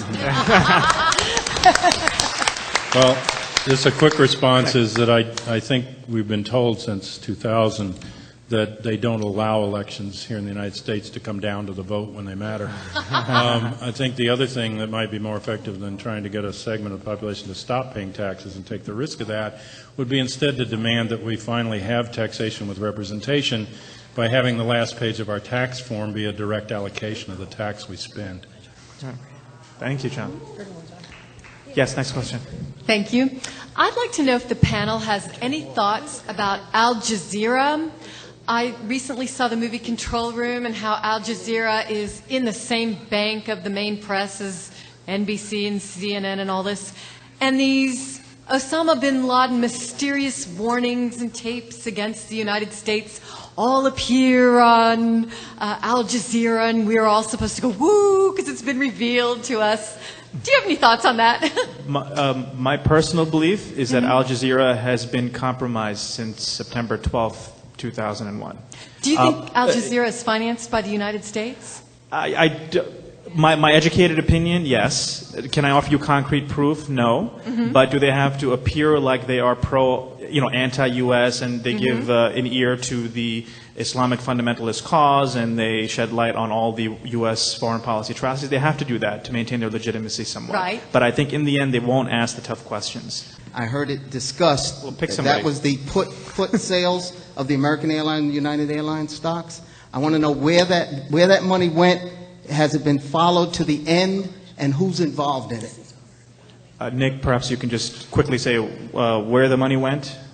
Well, this is a huge story because everyone has heard to an extent about the put options, and they seem to be a fairly small transaction that the Caine Commission was able to dismiss in a fairly quick way in a footnote, even though the story stinks. But what people seem to have simply forgotten is that in the days right after September 11th, you had the investigators of financial centers all around the world come out and say very clearly, we've seen extremely suspicious trading, and this happened in Frankfurt, in Japan, in London, where it was traced to a small airline that has never yet been identified. In the United States, it was the San Francisco as well as the Chicago exchanges. It happened at the Tokyo exchange. There were stories from Singapore. This seems to have happened all around the world. All the investigators said at once, there is something extremely suspicious here that we're going to pursue all the way back to its source, and we're probably going to find somebody connected to the attacks, whoever came out with that tip. And then suddenly, about a week later, they all decided to shut up. The most interesting fact, I think, in the United States is that the put options were placed through the Brown Bank, which in turn was previously run by the number three man in the CIA, and the CEO of Brown Bank resigned on September 12th, very suddenly. Thank you. So you got Thank you, Ms. McKinney. Thank you. Is there any solid evidence, I guess for Mr. Judge, is there any solid evidence that any of the supposed hijackers were trained at U.S. run or related schools? The two references which I saw to this were a tiny, probably two-paragraph squib article in the Times about 10 days after 9/11, and in WBAI from Ralph Schoenman and Maya Schoen years later. Thank you. Short answer and a reference to a reference. I would say is not solid proof. There are press reports suggesting that some of them were trained here at U.S. military facilities, and other ties that they have to U.S. military and people around the suspect circle that were used as double agents had ties to U.S. militaries. But any more specific references, or I don't recall who was no. part of the reports. What? I mean, Hopsicker mentions it in his book, and you can find it different places. I don't have the sites off the top of my head for it. Thank you. Next question. In April of this year, the U.S. Attorney, the head of the FBI, Drug Enforcement Administration, and the head of the CIA all said that lack of staff played an important role in why they were not able to intercept the attacks on 9/11. A year ago, my family filed a federal lawsuit, and we charged the FBI, New York City, New York State, with conducting politically motivated and racially motivated investigations. And I believe that dovetails into what is affecting what took place on September 11th. When they were using their staff to conduct these illegal investigations, they should have been investigating the 9/11 terrorists. And I have a copy of my complaint. I was hoping it was possible for you to review that and look at what parts of that complaint dovetails with the 9/11 attacks. Beautiful. Thank you. Thank you. My name is Hanson Jones. And you'll deliver that to? I have a copy of my complaint and a few other documents. Needless to say, there are a tremendous number of documents that are involved. Well, you can see me afterwards. Thank you. Thank you. I also have documents I'd like to place in the hands of Representative McKinley or whoever else would like them, specifically related to one of the key figures that's been identified in the whole charities network issue, Mr. Alamoudi. I've followed the arrest. It goes way back. And the Justice Department, in handing down its indictment, has chosen to totally ignore the evidence that I will deliver to you from the Customs Service and from evidence delivered in testimony to the Judiciary Committee that proves that he's an Al-Qaeda and Hamas leader. He's been in this country for 20 years and high up in the government and directly related to Norquist. And I think that this is an issue that if the press got it, even if we can't get, the Justice Department to move on this, he's liable to be deported before they act, before he can speak, before anyone can speak, and then we'll never hear anything. But I think that this issue, if it could be brought out into the press, would blow Bush's cover Directly related to Grover Norquist? Yes. Yes, ma'am. Beautiful. I will give you what I've done, and I would like to have, my idea was to send this to several congresspeople and also to have perhaps some of the 9/11 families join in on this petition to the government saying, what's going on here? Why does he have minor charges instead of, we have a big fish here? And he's been, officially sponsored by the various governments, and it's all connected to Muslim Brotherhood stuff. Thank you. Okay, so I'll give you this. Yeah. Yes, Hello. we're trying to accommodate everybody, so please don't anybody else get in line. Now, based on what we now know, or should I say what I found out today about Caine, is there a way that we can impeach him in the 9/11? I mean, especially if he had his part in the $24 million with this PTAC. Impeach who? I'm sorry, can you speak? No. Caine. Caine, as well as Bush, as Cheney.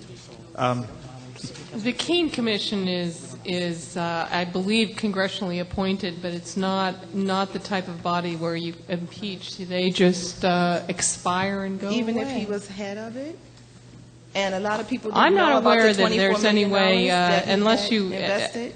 unless there were a conscious accessory after the fact kind of thing, if you could show that somebody was actively trying to hide information, but who are they hiding it from? There's no government investigation. If they were hiding it from an attorney general or from a district attorney who had subpoenaed them, that would be a crime. But hiding it generally from the American people, I'm not sure that that's actually a crime.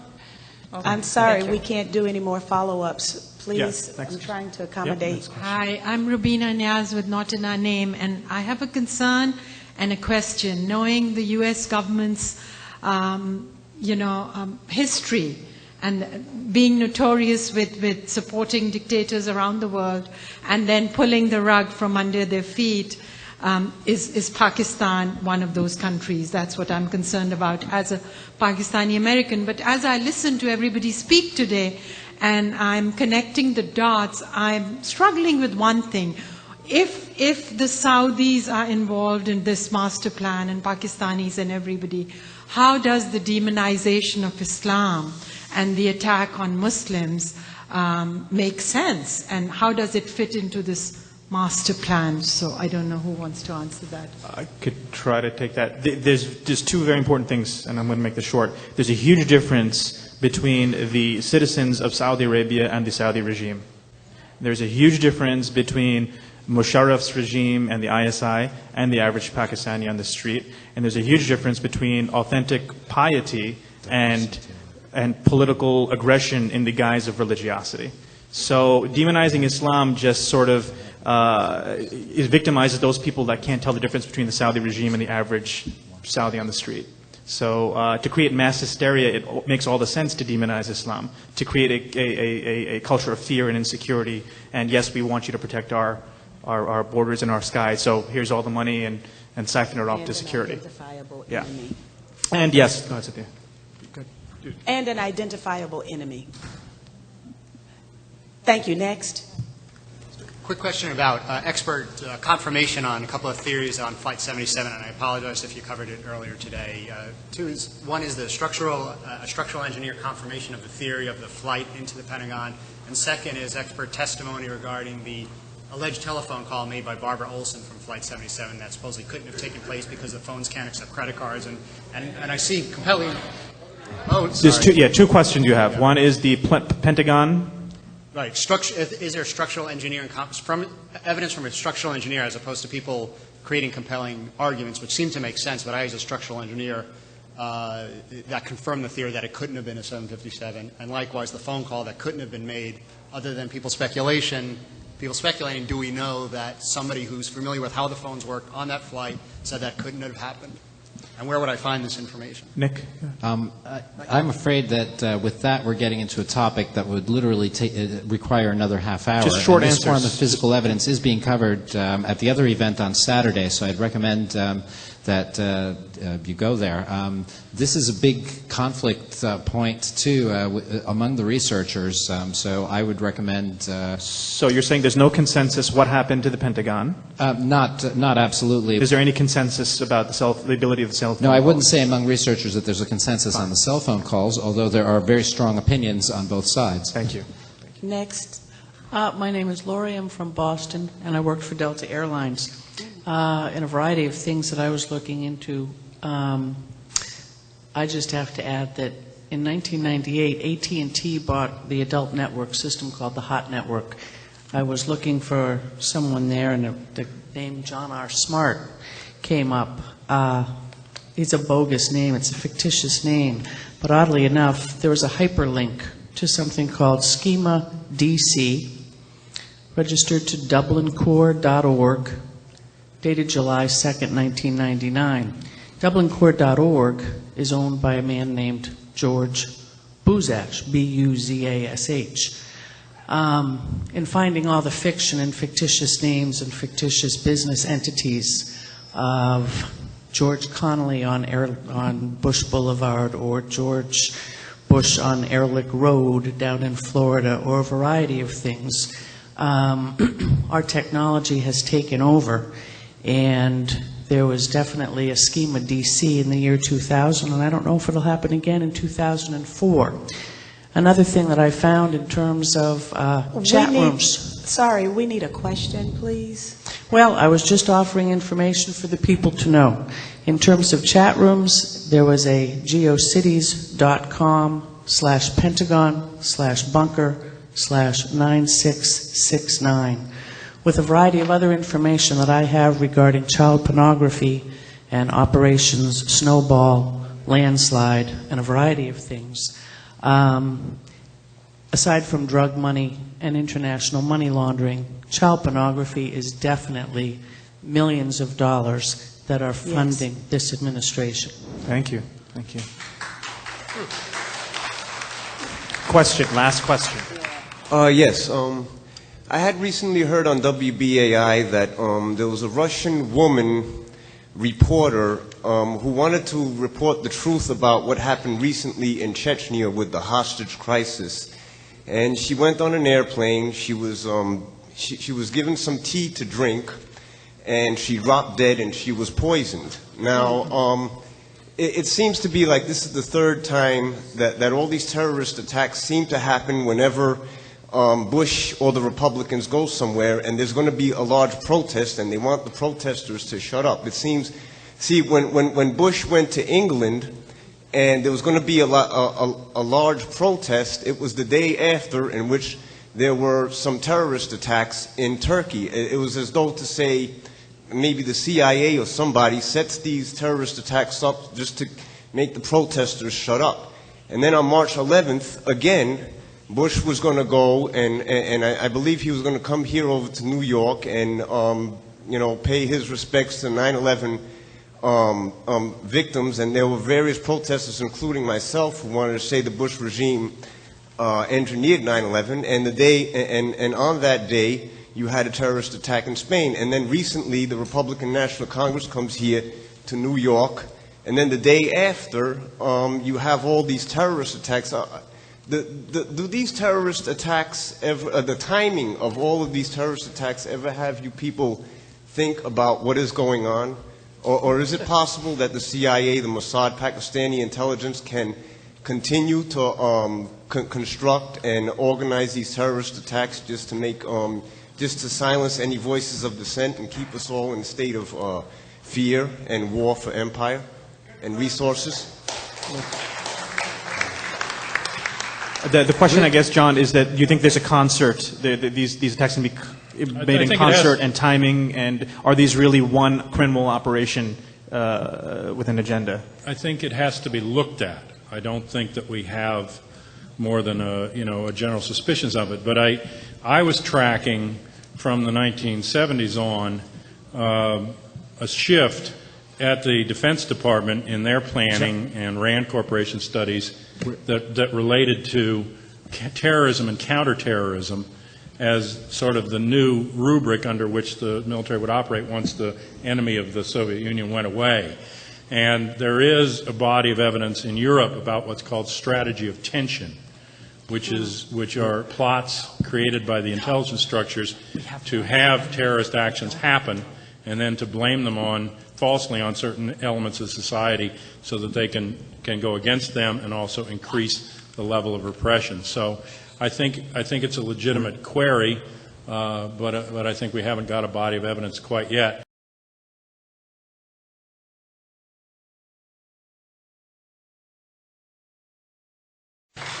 Okay, before everyone goes, please. 10 minutes to the film, right? Less. Yes. First, I would like to extend our thanks to everyone who's participated today, to all of you for being here. Thank you, everyone. I want to go and recognize some individuals, all of our witnesses. Some have come a long way to be here. No one has been paid, okay? This has all been volunteer. That goes for our commissioners, Bob Mcllvaine. Thank you, Bob. Dr. Caine. And, of course, Cynthia McKinney, who chaired the event today. I would like to thank Nick Levis of 911truth.org, Adam Herter, Don Albanese, John Albanese, Les Jameson, who will have a word for you in a minute from 911truth.org, New York 911truth. Kathy Bell, Ted Silverman, who did the AV with us, Mary Titus, Isha and Jan Raymond, Eric Douglas, Peter Taylor. A lot of you came late in, just filled in, and I don't have your names here in front of me. Forgive me. Thank you. And also thanks to Hamuk, who came from San Francisco, with Steve Casserly and Joe Friendly, who did a 3-camera shoot. And keep in mind, we are going to do a DVD of this, all 6 hours. Much of it will be compressed and put online. We'll have a professional transcription service that's going to transcribe every word that's been said, and that is also going online by next week, mid-next week. So this can be virally communicated out across the country and around the world. So please help us get the word out. And thank you all. Thank you all. And we have to move quickly out as soon as we're done. If you want to come back for the movie, you've got to buy tickets outside of the box office. And please donate on your way out. We've got a basket. This event was expensive to pull off, so we'd appreciate any donations. Please do help out. And Les just wants to say a word about the local organizing, because there's meetings that they have here regularly, and Les would like to come up and say a few words. So Les Jameson, please. Okay, even though you're heading out, I know you can hear me. For actions in New York City, we are here, and we are not only organizing events like this, but we're having weekly vigils at Ground Zero every Saturday from noon till about 4 o'clock. And next Thursday is the event you're going to want to be at. After hearing this wealth of information this afternoon, I bet you're wondering now, what can be done? What can you personally do to contribute to the effort? And it's going to come from us, folks. It can't come from a government-appointed commission. Okay, truth, change, and progress is only going to come from the people who have the most important office, political office in the country. That's you and us. Okay? So next Thursday, Brecht Forum, which is 122 West 27th Street, 9th floor. This is on the summeroftruth.org, so you can get the details there, but it's going to be the opportunity to kick off the next phase of activism and pursuing the truth of 9/11. Our website, ny911truth.org. Okay, we have email, a newsletter, sign up, and please come be part of the action. Thank you. One more last announcement. I would like to ask the commissioners. This has been a lot of